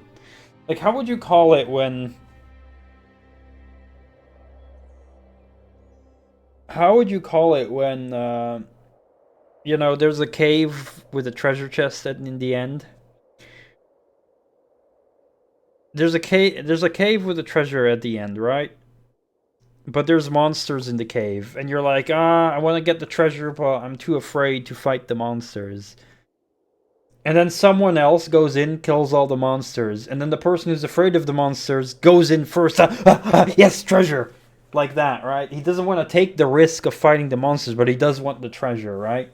Quickly. He, like, passes the guy who killed the monsters. Like that, right? That's kind of how it, like, comes across. Like, I don't know if greedy is the word, but, like, not wanting to put in the effort, but wanting to get the result.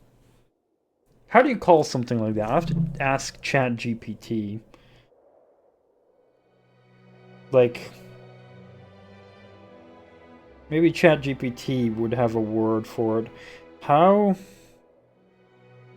would you call someone who does not want to put in any effort into getting a specific result, but would gladly and pretty much exclusively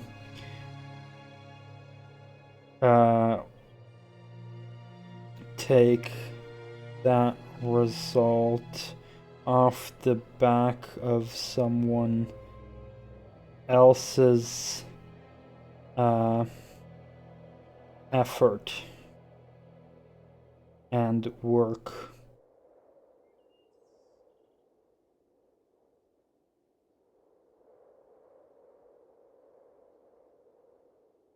Alright, so ChatGPT is giving me these words: freeloader, leech, parasite, moocher, sponger.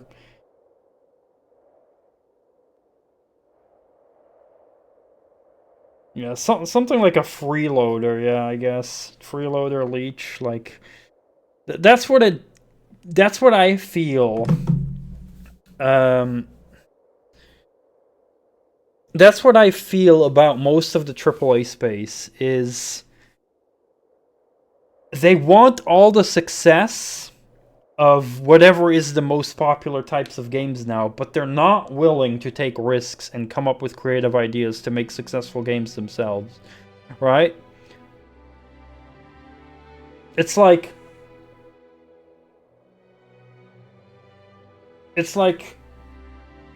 you know,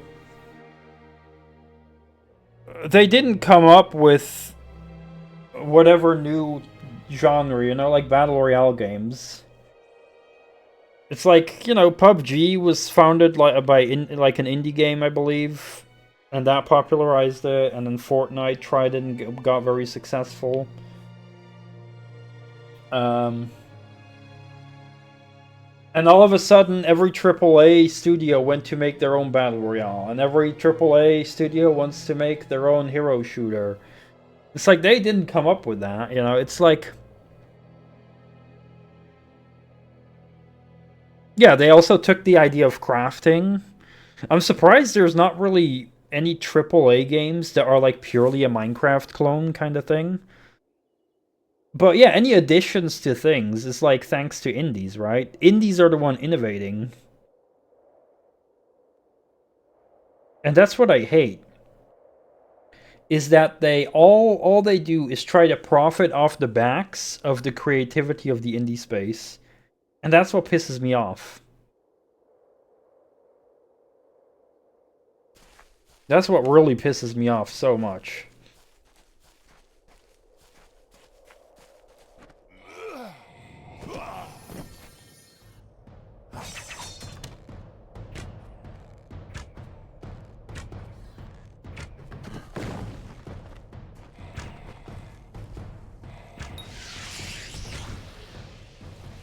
Oh, level up, nice. Like, it's just so arrogant. Where, you know, AAA studios will not come up with their own shit. Usually, most of the time, right? I'm not saying 100% of the time, but most of the time, they just don't come up with their own shit. They will only look at what's successful and try to copy it. And that's it. I just, you know, they want to have all the success. It's like, oh, this is popular now? Okay, make that. Oh, someone made that popular? And it's like, if you want to have something good, come up with something creative yourself, and then you'll be the next Minecraft. You'll be the next Fortnite. I mean, to be fair, Fortnite got it from PUBG, and PUBG also got it from some other games, but like, PUBG took a concept that was good, but they, like, made it a lot better. And Fortnite as well made it a lot better.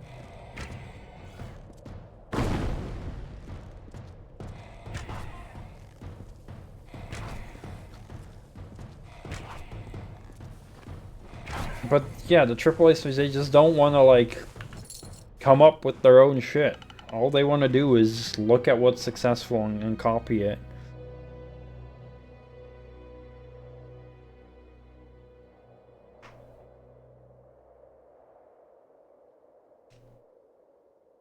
Yeah, Ubisoft is so fucking...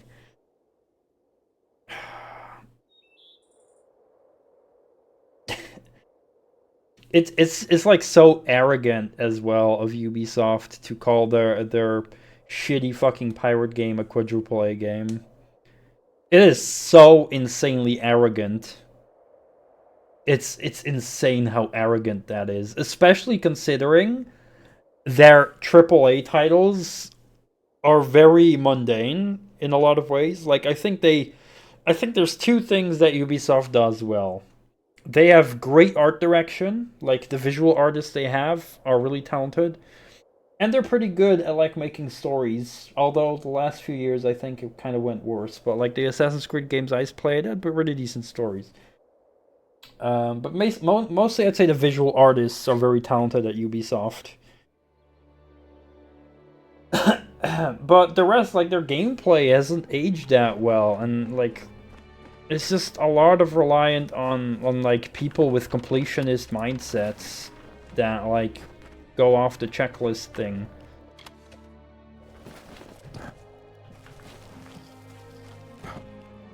And it's just so arrogant that their AAA titles barely stand up.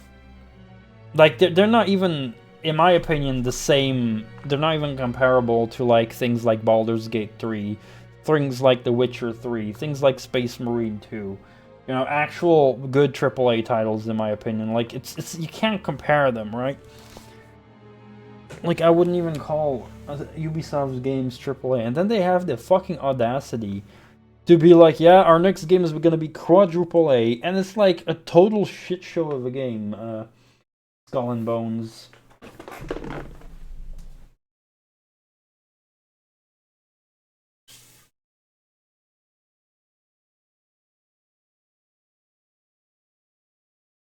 And the fun thing is, Skull and Bones, became exactly what I expected it to be.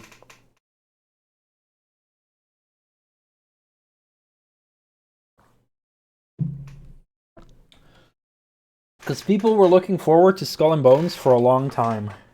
Like, oh, this pirating game. And I knew, because I just knew. I'm very decent at predicting this kind of shit. And I just knew that it would just be a grinding simulator. And it was like, there's not going to be boarding other ships, and there's not going to be like adventuring. It's just like, you're on your ship, and it's all about make number go up.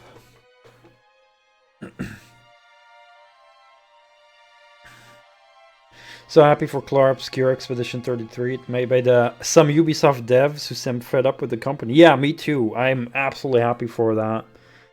Not a game that looks like fun to you, but it looks like a game that was made well for an audience, and with high production value too, and it's experimental-ish. Not to mention the PC release is actually good too. Yeah, I think, I am 100% sure Expedition 33 is going to be Game of the Year contender. No questions asked. That is absolute hard-hitting Game of the Year contender. And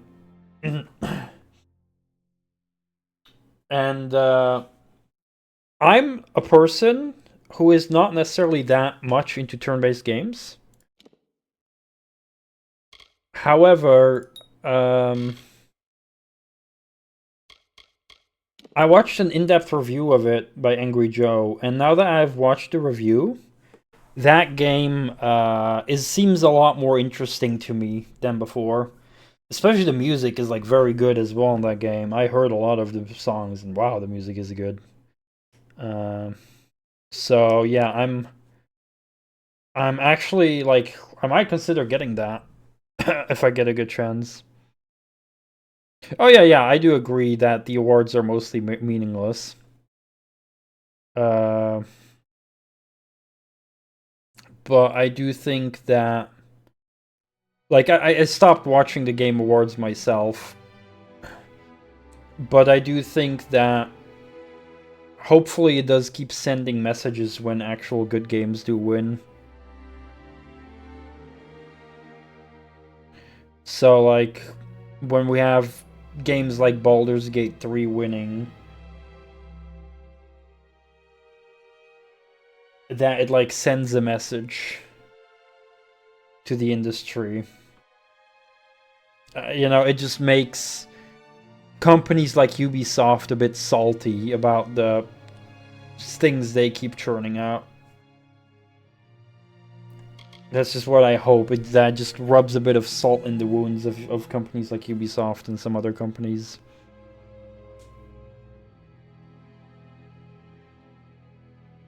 I like turn-based because I don't have to be on the ball with tension for reaction time. Like action games because I'm fully involved with tension and reaction, but the variety in the biomes and characters looks very appealing. Yeah, I'm gonna be honest. I do think that they added the action to turn-based to make it more appealing to a broader audience. I think that's very safe to say. Because turn-based games are niche, so they wanted to make it more appealing. So they made, like, you know, the more action mechanics of reacting, you know, parrying and stuff like that in it.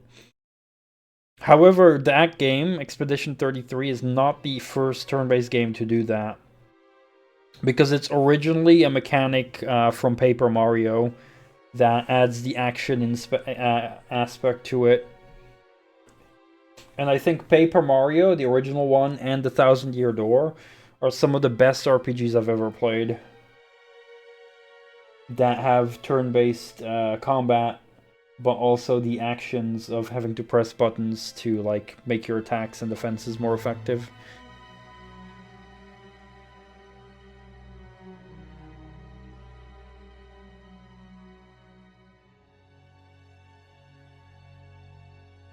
Well, I'm not saying it's only the reason to make it more appealing. You know, it's probably they also had some creative ideas with it, but it definitely did help make the game more appealing.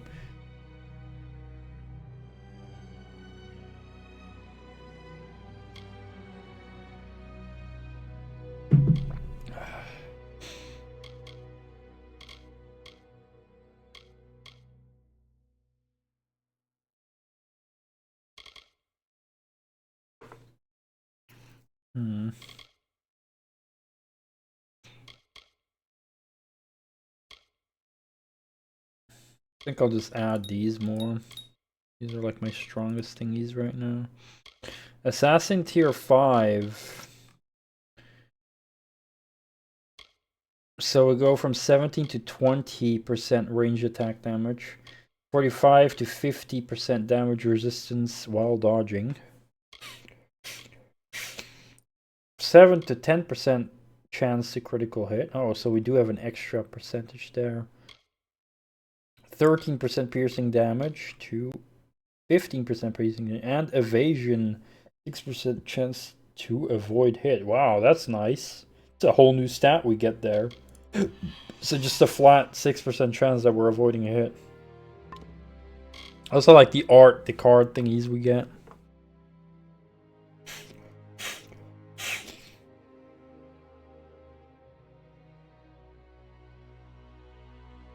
Yeah, exactly, Moosey. And I'm very happy when that's successful. Exactly. When, you know, a group of devs, you know, they just cannot express their creativity the way they want because the company is too controlling. You know, it's limiting their freedoms because obviously the company is like, nope, make it like this. You have to make it like, you know, you have to make it by the books instead of being creative. And I feel making video games is one of the most creative things out there. But no, they don't want to take risks, the big companies. They have to do everything by the books, which is shitty. So they get fed up, they make their own studio, and boom, instant Game of the Year competitor.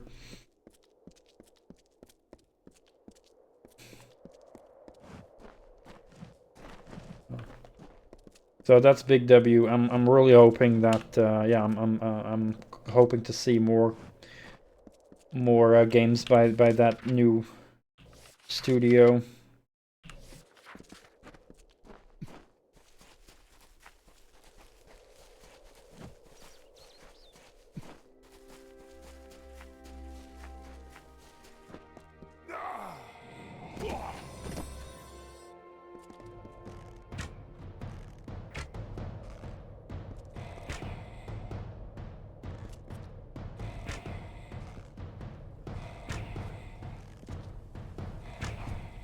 Holy fuck. Even the Jotun I'm killing like crazy fast.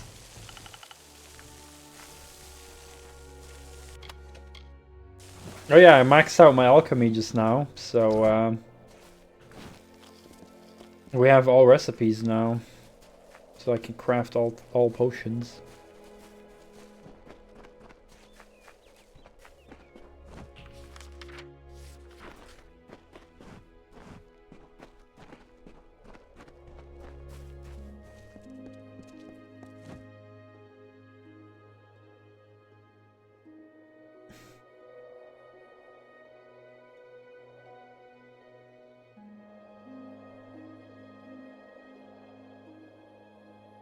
Yeah, like in the end, like the most successful games ever are for the most reason a result of that specific group of people being creative and having a good idea. Hey, Bear Lover, welcome. Hope you're doing well. And it's not like, you know, that specific group of people were creative and they made an amazing game.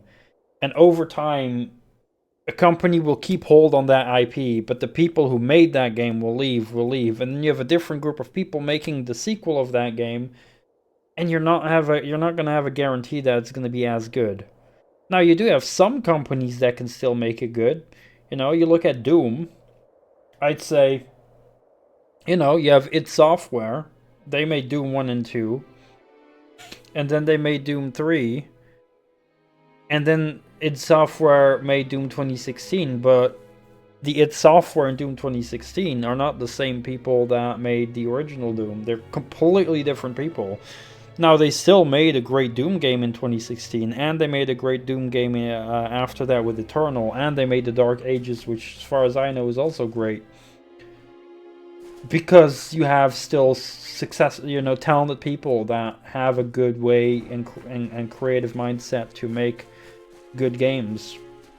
But there's plenty of games that don't do that, where You know, if you look at Dead Space, you had Dead Space, which was a massive success. Dead Space 2, which was a massive success. And then I'm willing to bet that the people who worked on Dead Space 3 were probably a lot of different other people, because they made the game... Like, I haven't played Dead Space 3 myself, but I've heard about it, that it was a lot more action-focused and not really as much as horror action. And it was a lot worse. They just kind of screwed up the identity of the game.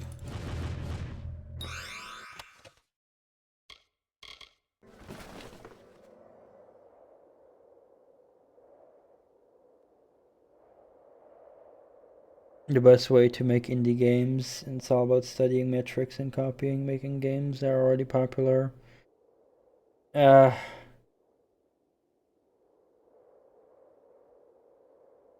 Like pixel art Metroidvania roguelikes, which I love. A lot of them are made for the metrics. I mean, I think, you know, a little bit, you know, I do think a little bit of guidance to understand the market, to understand what people like, is important. But it definitely shouldn't come at the cost of creativity. And if you just have a creative good idea for a new game, then that can succeed. Yeah, we're talking about mostly indie games and creative development.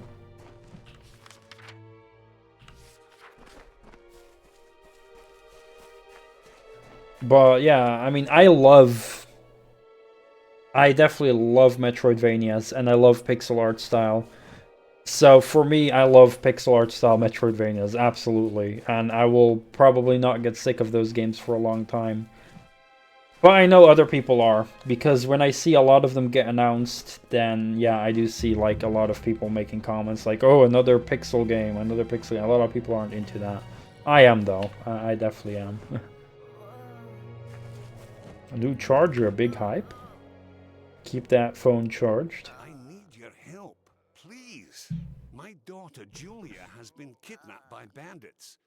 Those animals left me for dead and took her. I'm a tinker, for fate's sake. What kind of savages attack a tinker? Julia is the only family I have left. Will you help me? Oh, a shop. Please have a bag.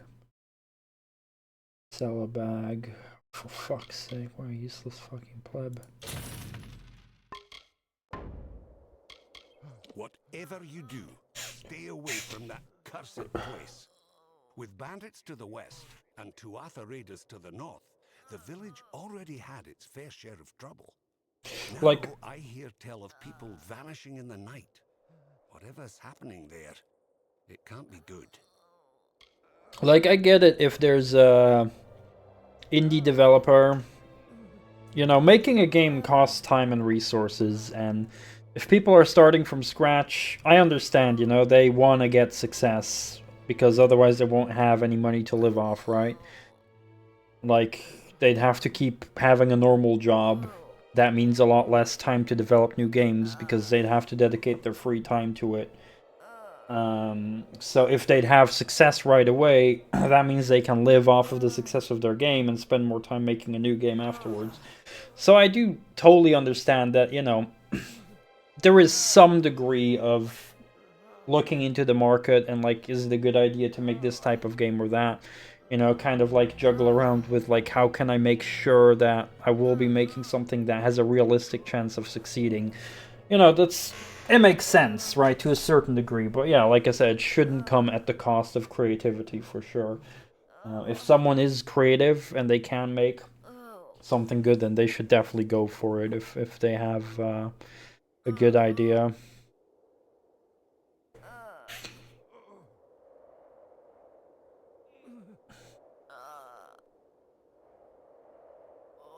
You see damage encroaching into the indie space. Even if you like the style, be it AAA or indie, it's not good for the industry. Where either starts biasing too heavily to the small number. Yeah, exactly. Like, I do feel a bit overwhelmed. Even though I love Metroidvania pixel games, I do have that slight feeling of, oh, there's so many, I'm being a little bit overwhelmed, don't know which one to choose. And I have like so many wishlisted. And I'd gladly play pretty much all of them, but yeah, it's gonna be hard to choose, and yeah, in the end, I agree that it's not great for the industry. Games should never or should always. Yeah. I definitely wouldn't agree with those statements for sure. I agree with you.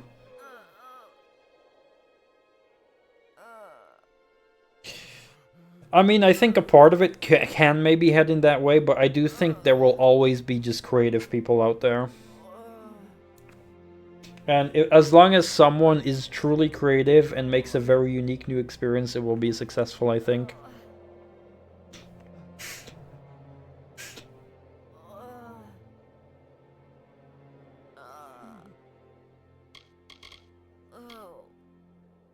Worthless bunch of clods. They attacked the bandits head-on and got themselves slaughtered. Crawl back here to lick their wounds.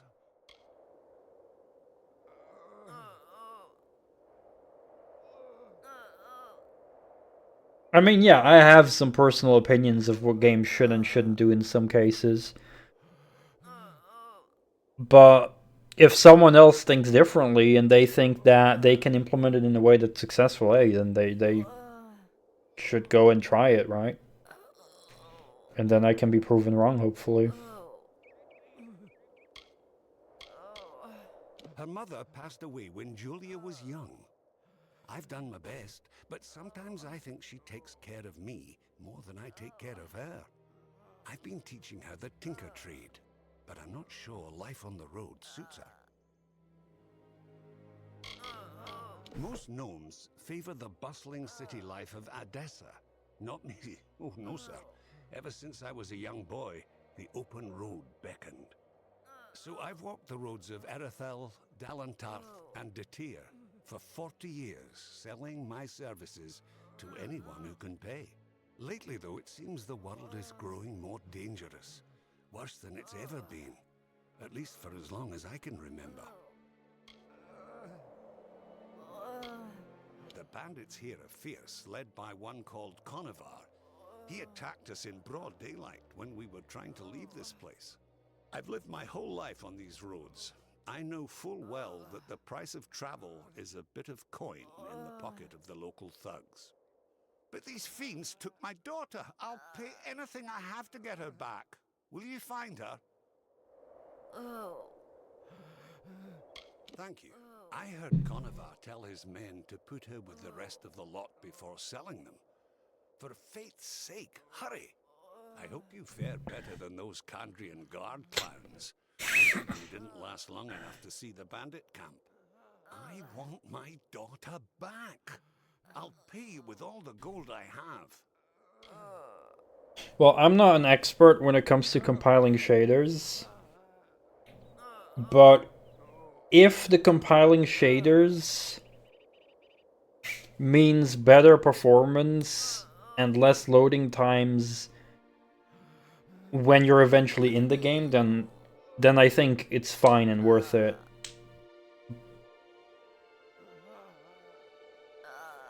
Yeah, then I'd prefer that. I don't mind waiting one time longer, as long as my experience afterwards is smoother. Then I'm fine with that. You can't have a perfect thing that, like, you know, never loads at all.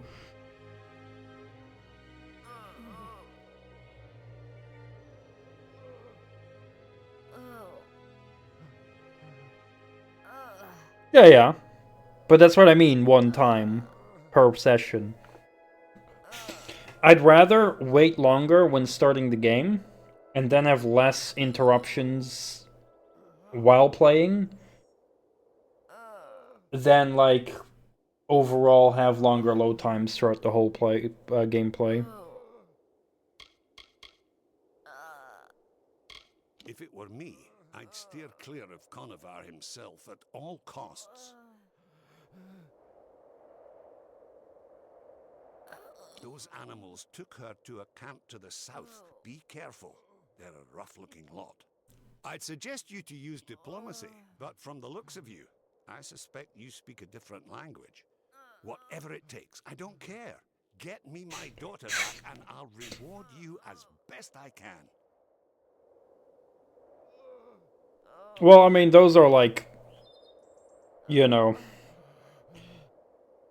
pretty logical things. I thought more that you meant like about the design of like, if you want to make an indie game, make it this way. I kind of misinterpreted what you originally said.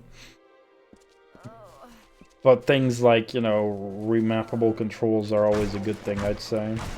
Same with like sound sliders, you know, having sound effect slider and a music slider and having a master slider, for example, stuff like that.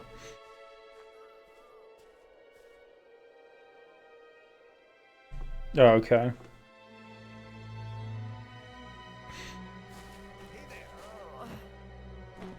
I've had worse. Yeah? What are you looking at? Oh, this guy's being a You pleb. look like a capable sort. I might have a job for someone capable.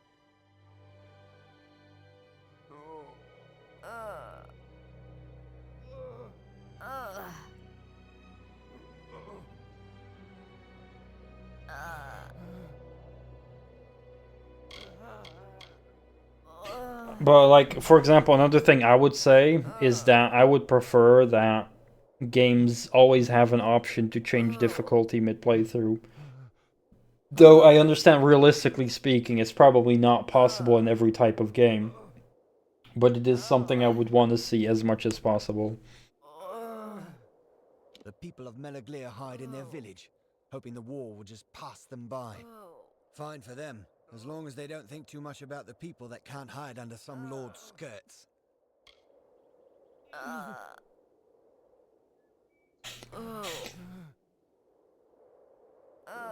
Yeah, it's never a bad thing to add volume to sliders.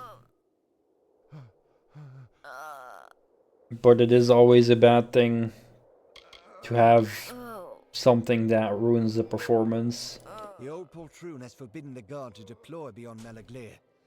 We disobeyed orders too much this far. Most folk believe he's doing what's best for the town, but not me. I can't sit idly by and do nothing. He can take my head if he wants it. Not like I get to use it much anymore.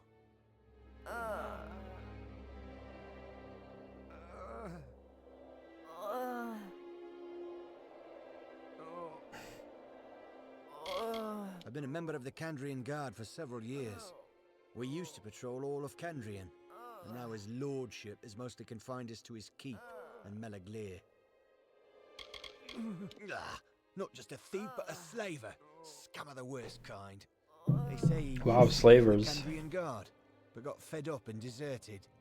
Took up robbing, and worse, slaving, gathering Kandrian's worst thieves and rogues under his command.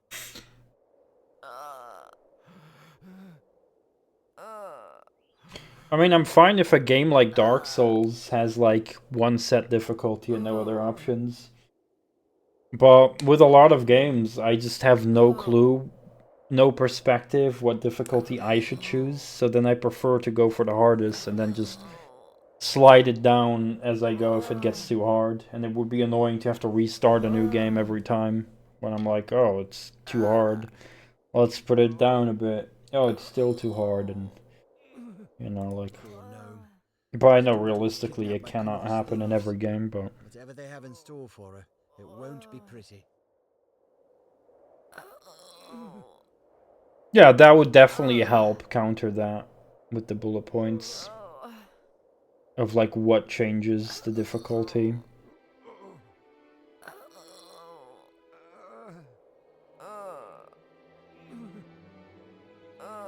We set out, against orders, mind you, from Melaglir to put down this nasty brigand named Conover. Found him, and his followers too, but there were more of them than we expected. The few of my unit left alive only barely escaped. If you could finish Conover, I can pay you.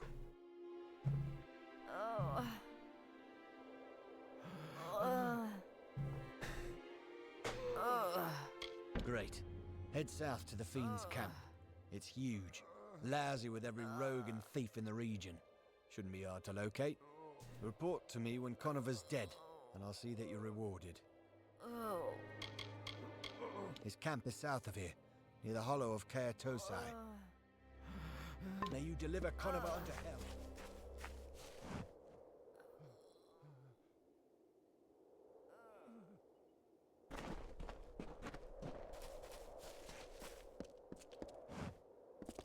Yeah, something like the bullet points explaining the difficulties.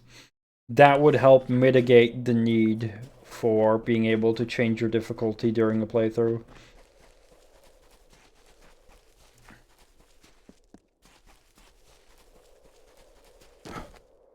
And I would definitely prefer it, at least, that... I mean, it's maybe a bit too specific to ask, but it would be nice. That if the game...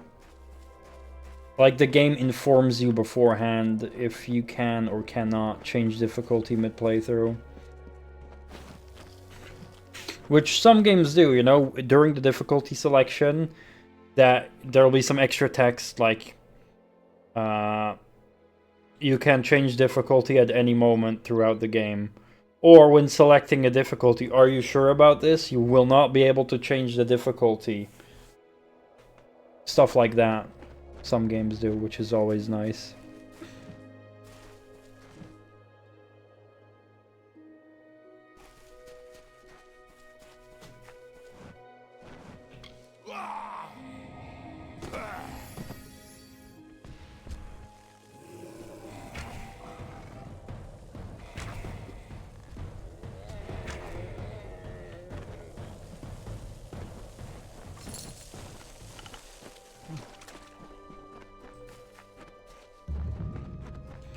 Lucky mine.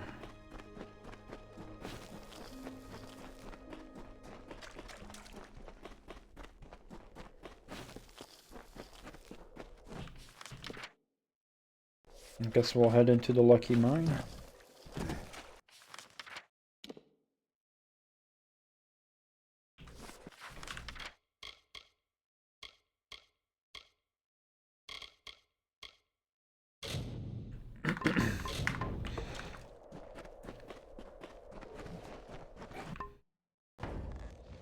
Uh-oh.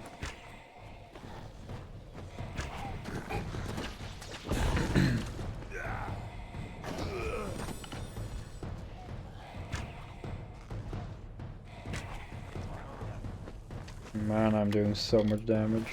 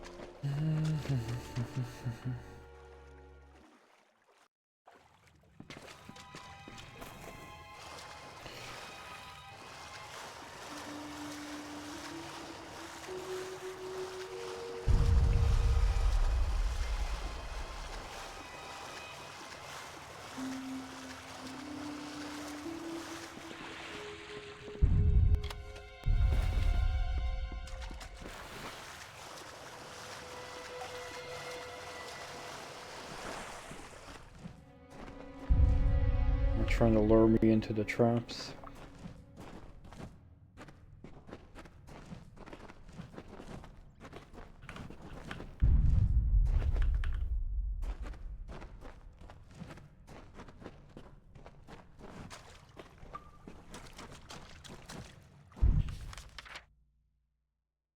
I wonder what that stomping sound is.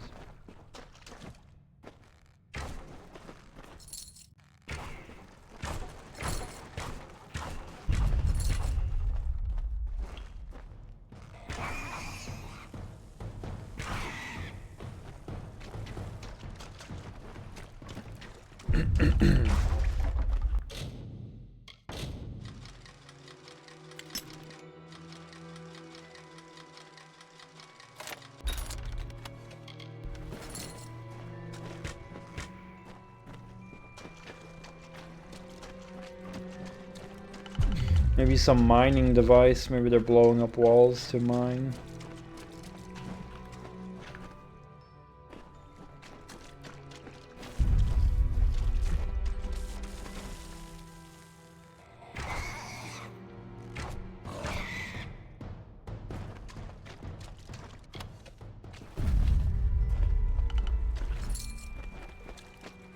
What was that bow called?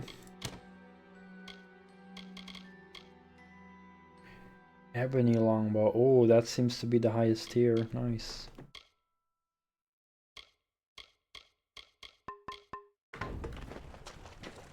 Good. Yeah, we're getting more of the highest tier loot now, which will be good for crafting.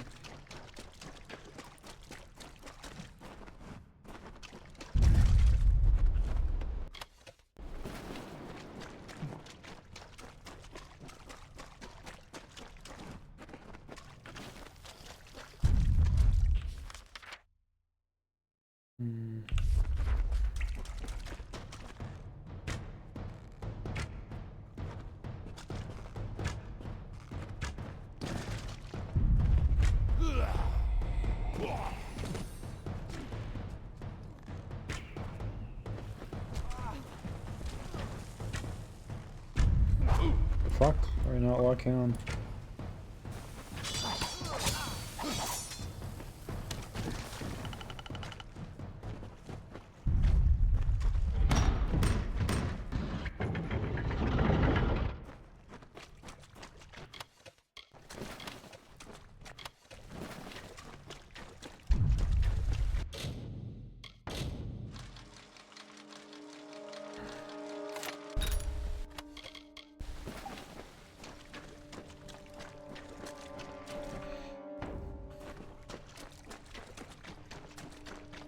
Hope I won't fill up my inventory, but I might.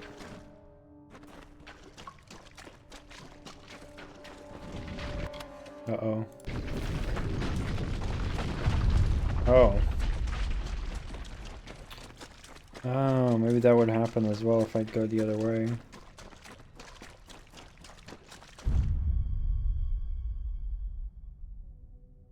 Yeah.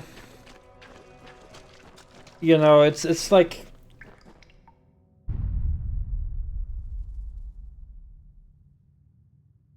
You know, you can relatively quickly just check into the options when the gameplay starts. But there are some games that will have a lot of cutscenes, sometimes maybe unskippable ones, but it's also annoying if you have a character creator. Yeah, exactly, we're going there at the same time. It's like, you know, if it's like just cutscenes and stuff, hopefully skippable, maybe it's not a big deal, but if it's like a character creator, that's like the biggest deal, because you spend a lot of time creating a character before even gameplay starts, and then, oh, you have to create the character again. That kind of sucks. Please let me save after character creator.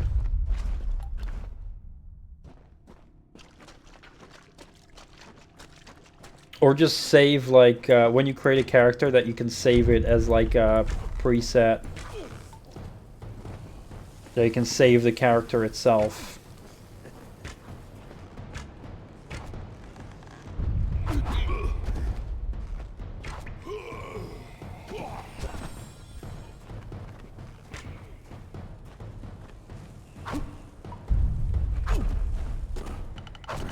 No.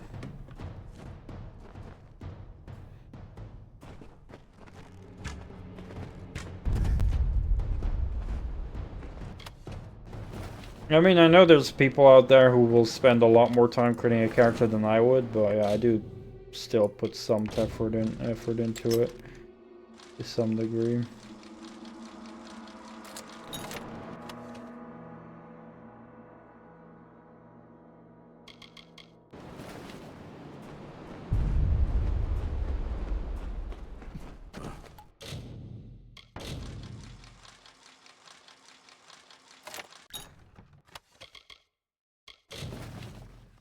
Ah, shit.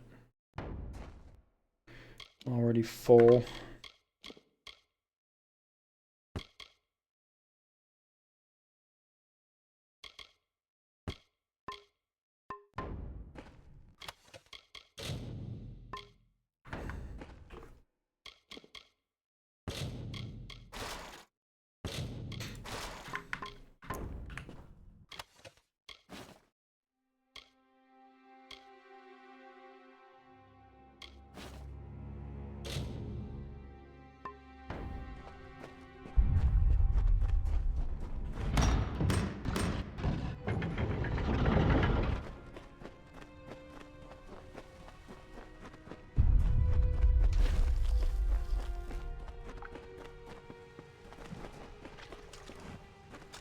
Probably gonna have to empty my inventory first.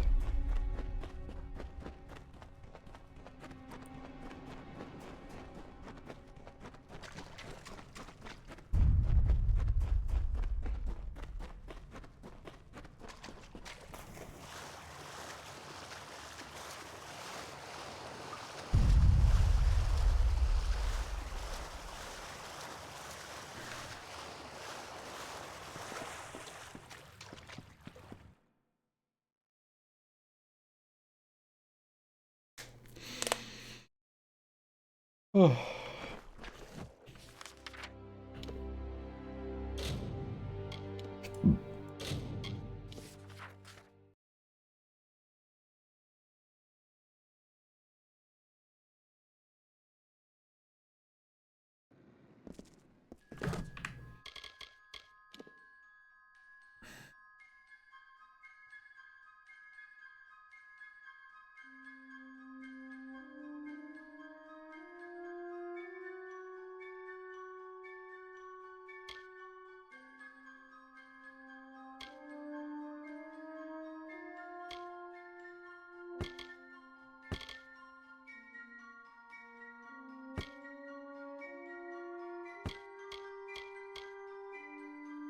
Well, this might be higher tier.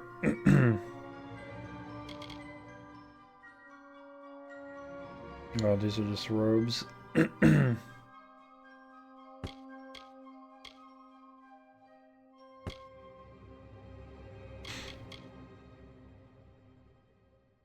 These are salvageable, maybe.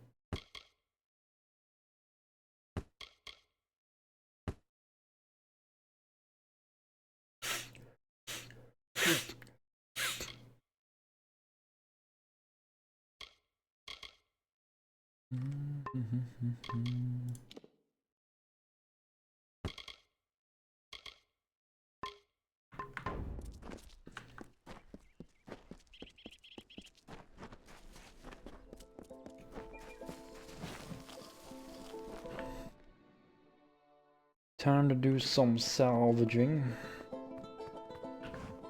We've still a long now. What is it that I can do for you? We've still a long now. What is it that I can do for you?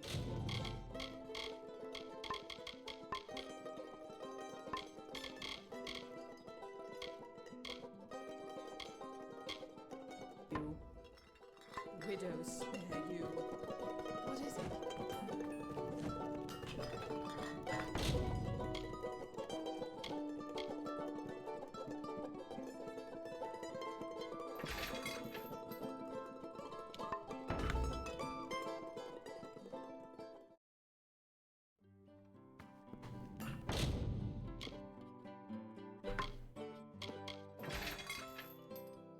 Piercing handle.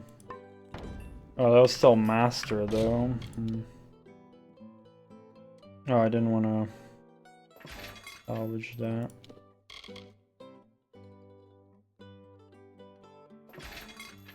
Ugh.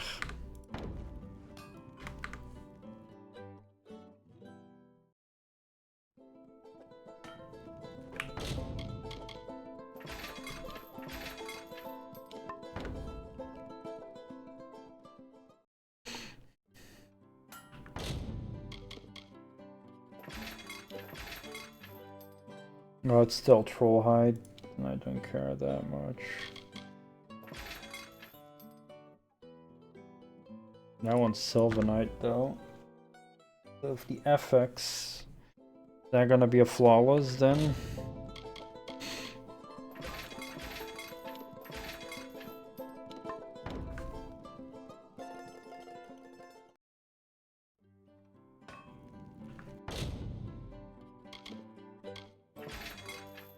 Yeah.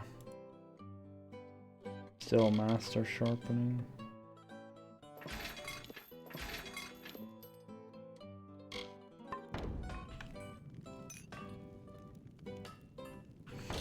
Nude mod.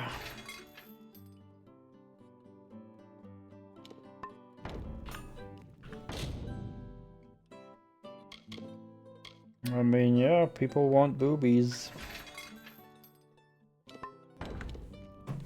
Everyone loves boobies.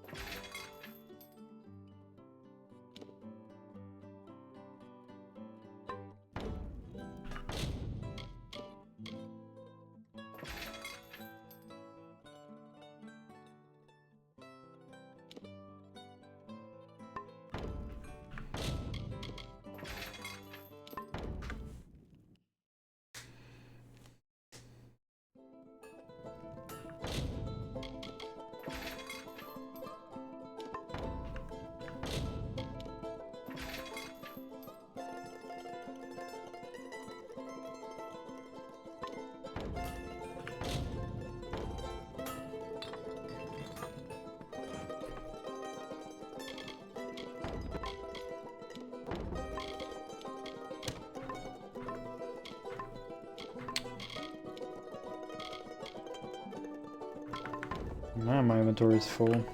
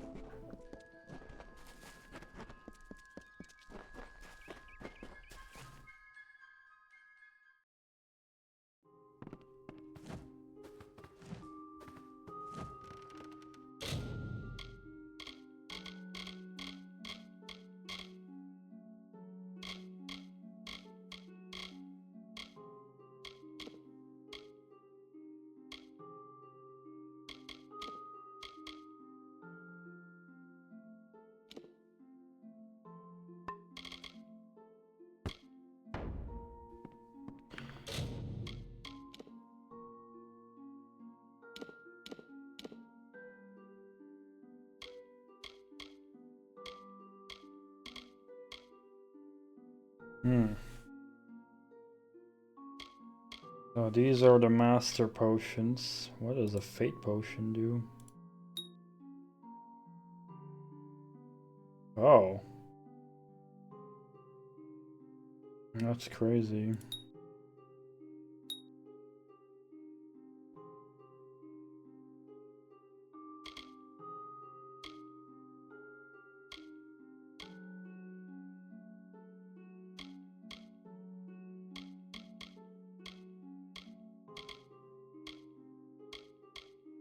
This costs a lot of the essence. Is there XP?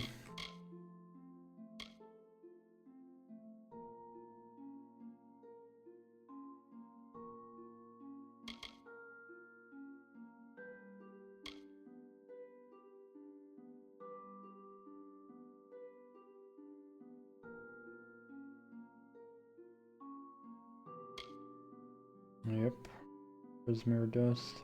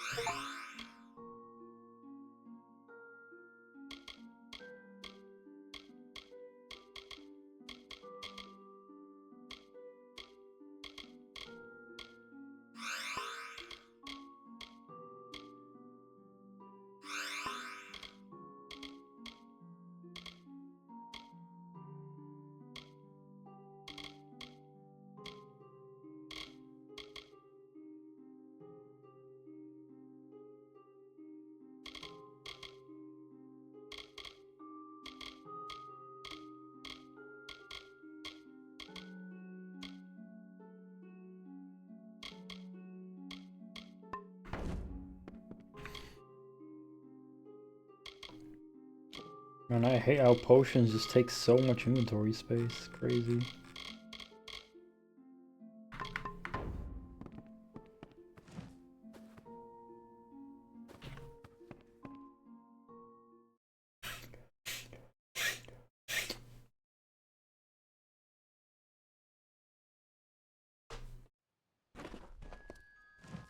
Every gate or mountain just has boobs attached to them.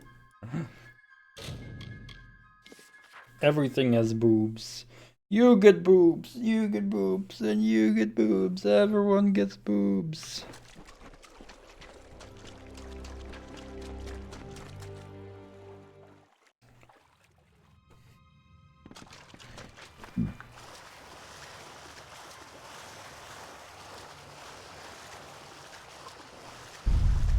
Even Crab Nebula gets boobs.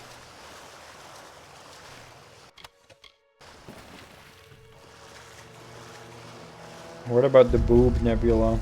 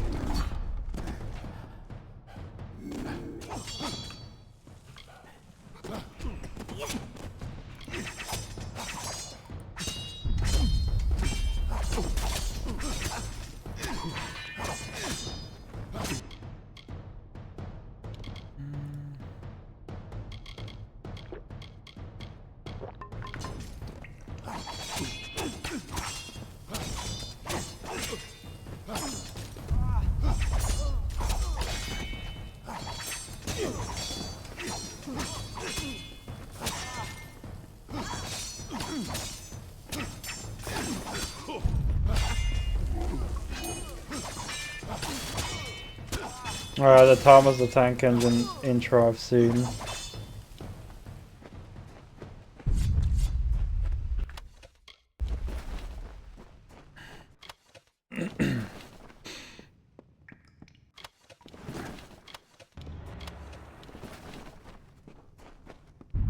Funny.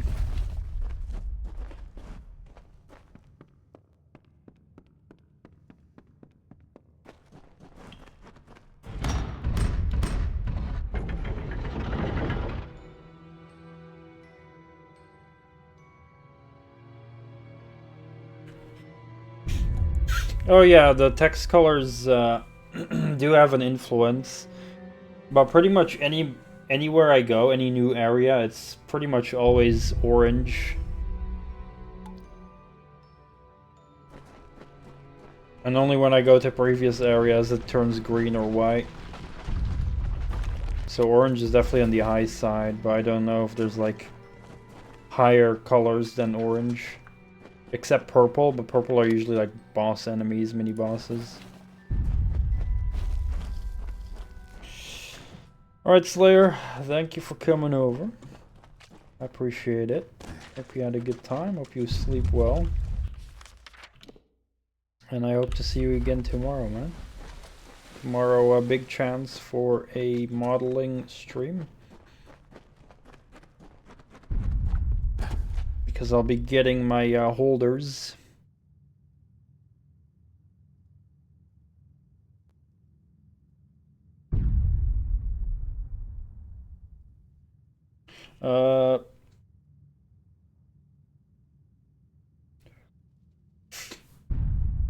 Yeah, I'm not sure if I've seen red names before. Like, I've seen white, green, orange, and purple, I think. Not sure if I've seen red. But yeah. They do definitely change color, and they do affect, like, the levels they are, that's for sure. Guess I can look it up, maybe it says in the manual.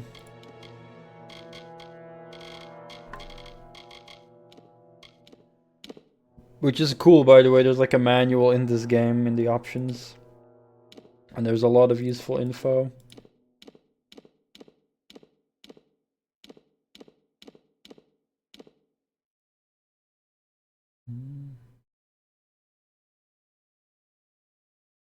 Level 40 is max.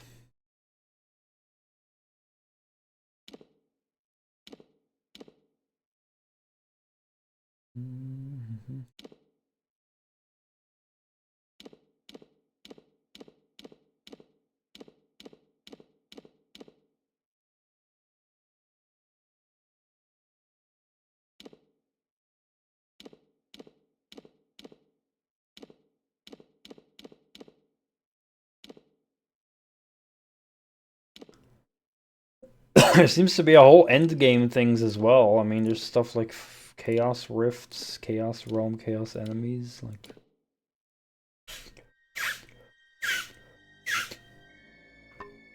Boy, yeah, I can't find it here. Maybe the wiki says it.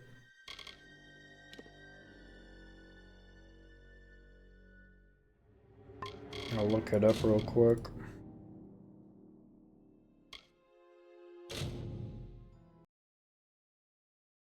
Let's see, Kingdoms of Amalur. Enemy name colors.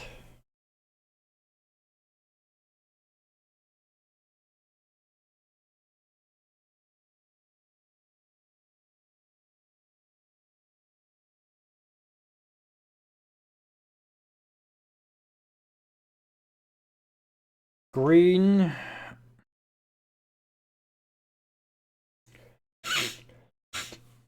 Yeah, so as far as I'm reading here, gray is 4+ levels below you, green is 2 to 3 levels below you.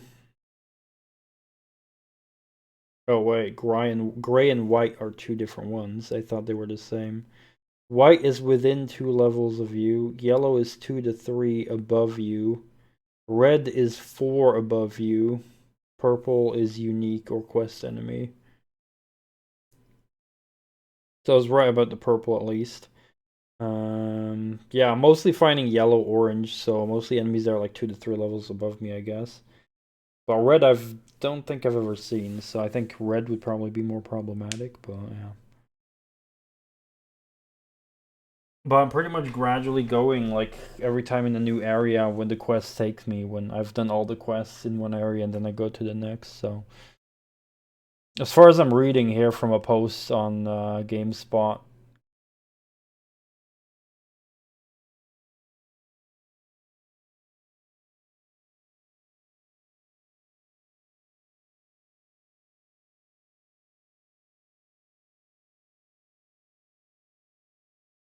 someone here saying the same thing.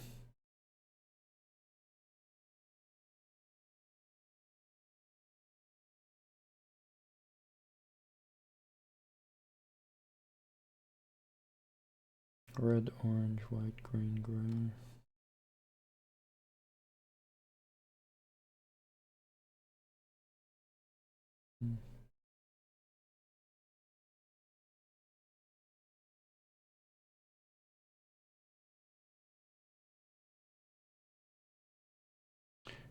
Gray, white, yellow, orange, red.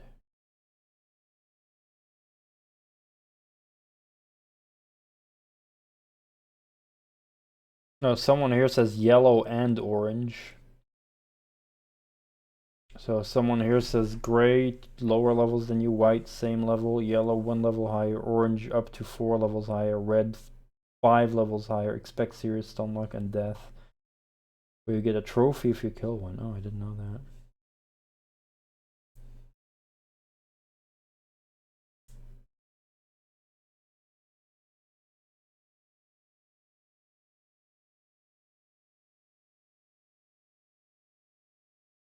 Oh well, anyway, I'm gonna go to bed. I'm really tired and I gotta get up relatively early for like my groceries that will arrive. So for plan, oh wait, they changed the time actually, that's good.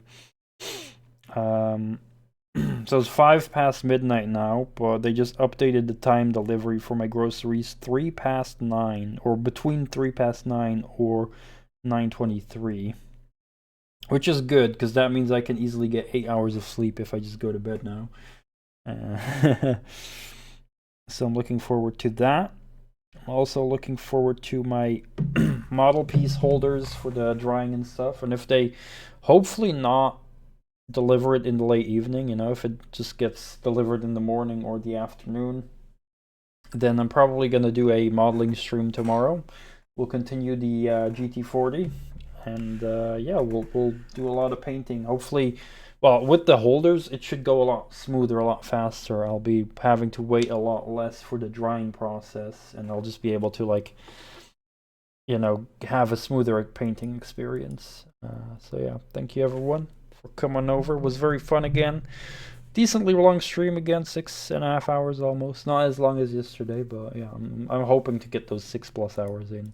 But just managing my day with like cardio and cooking food and everything and stuff like that. So yeah, y'all have a wonderful night. See y'all tomorrow.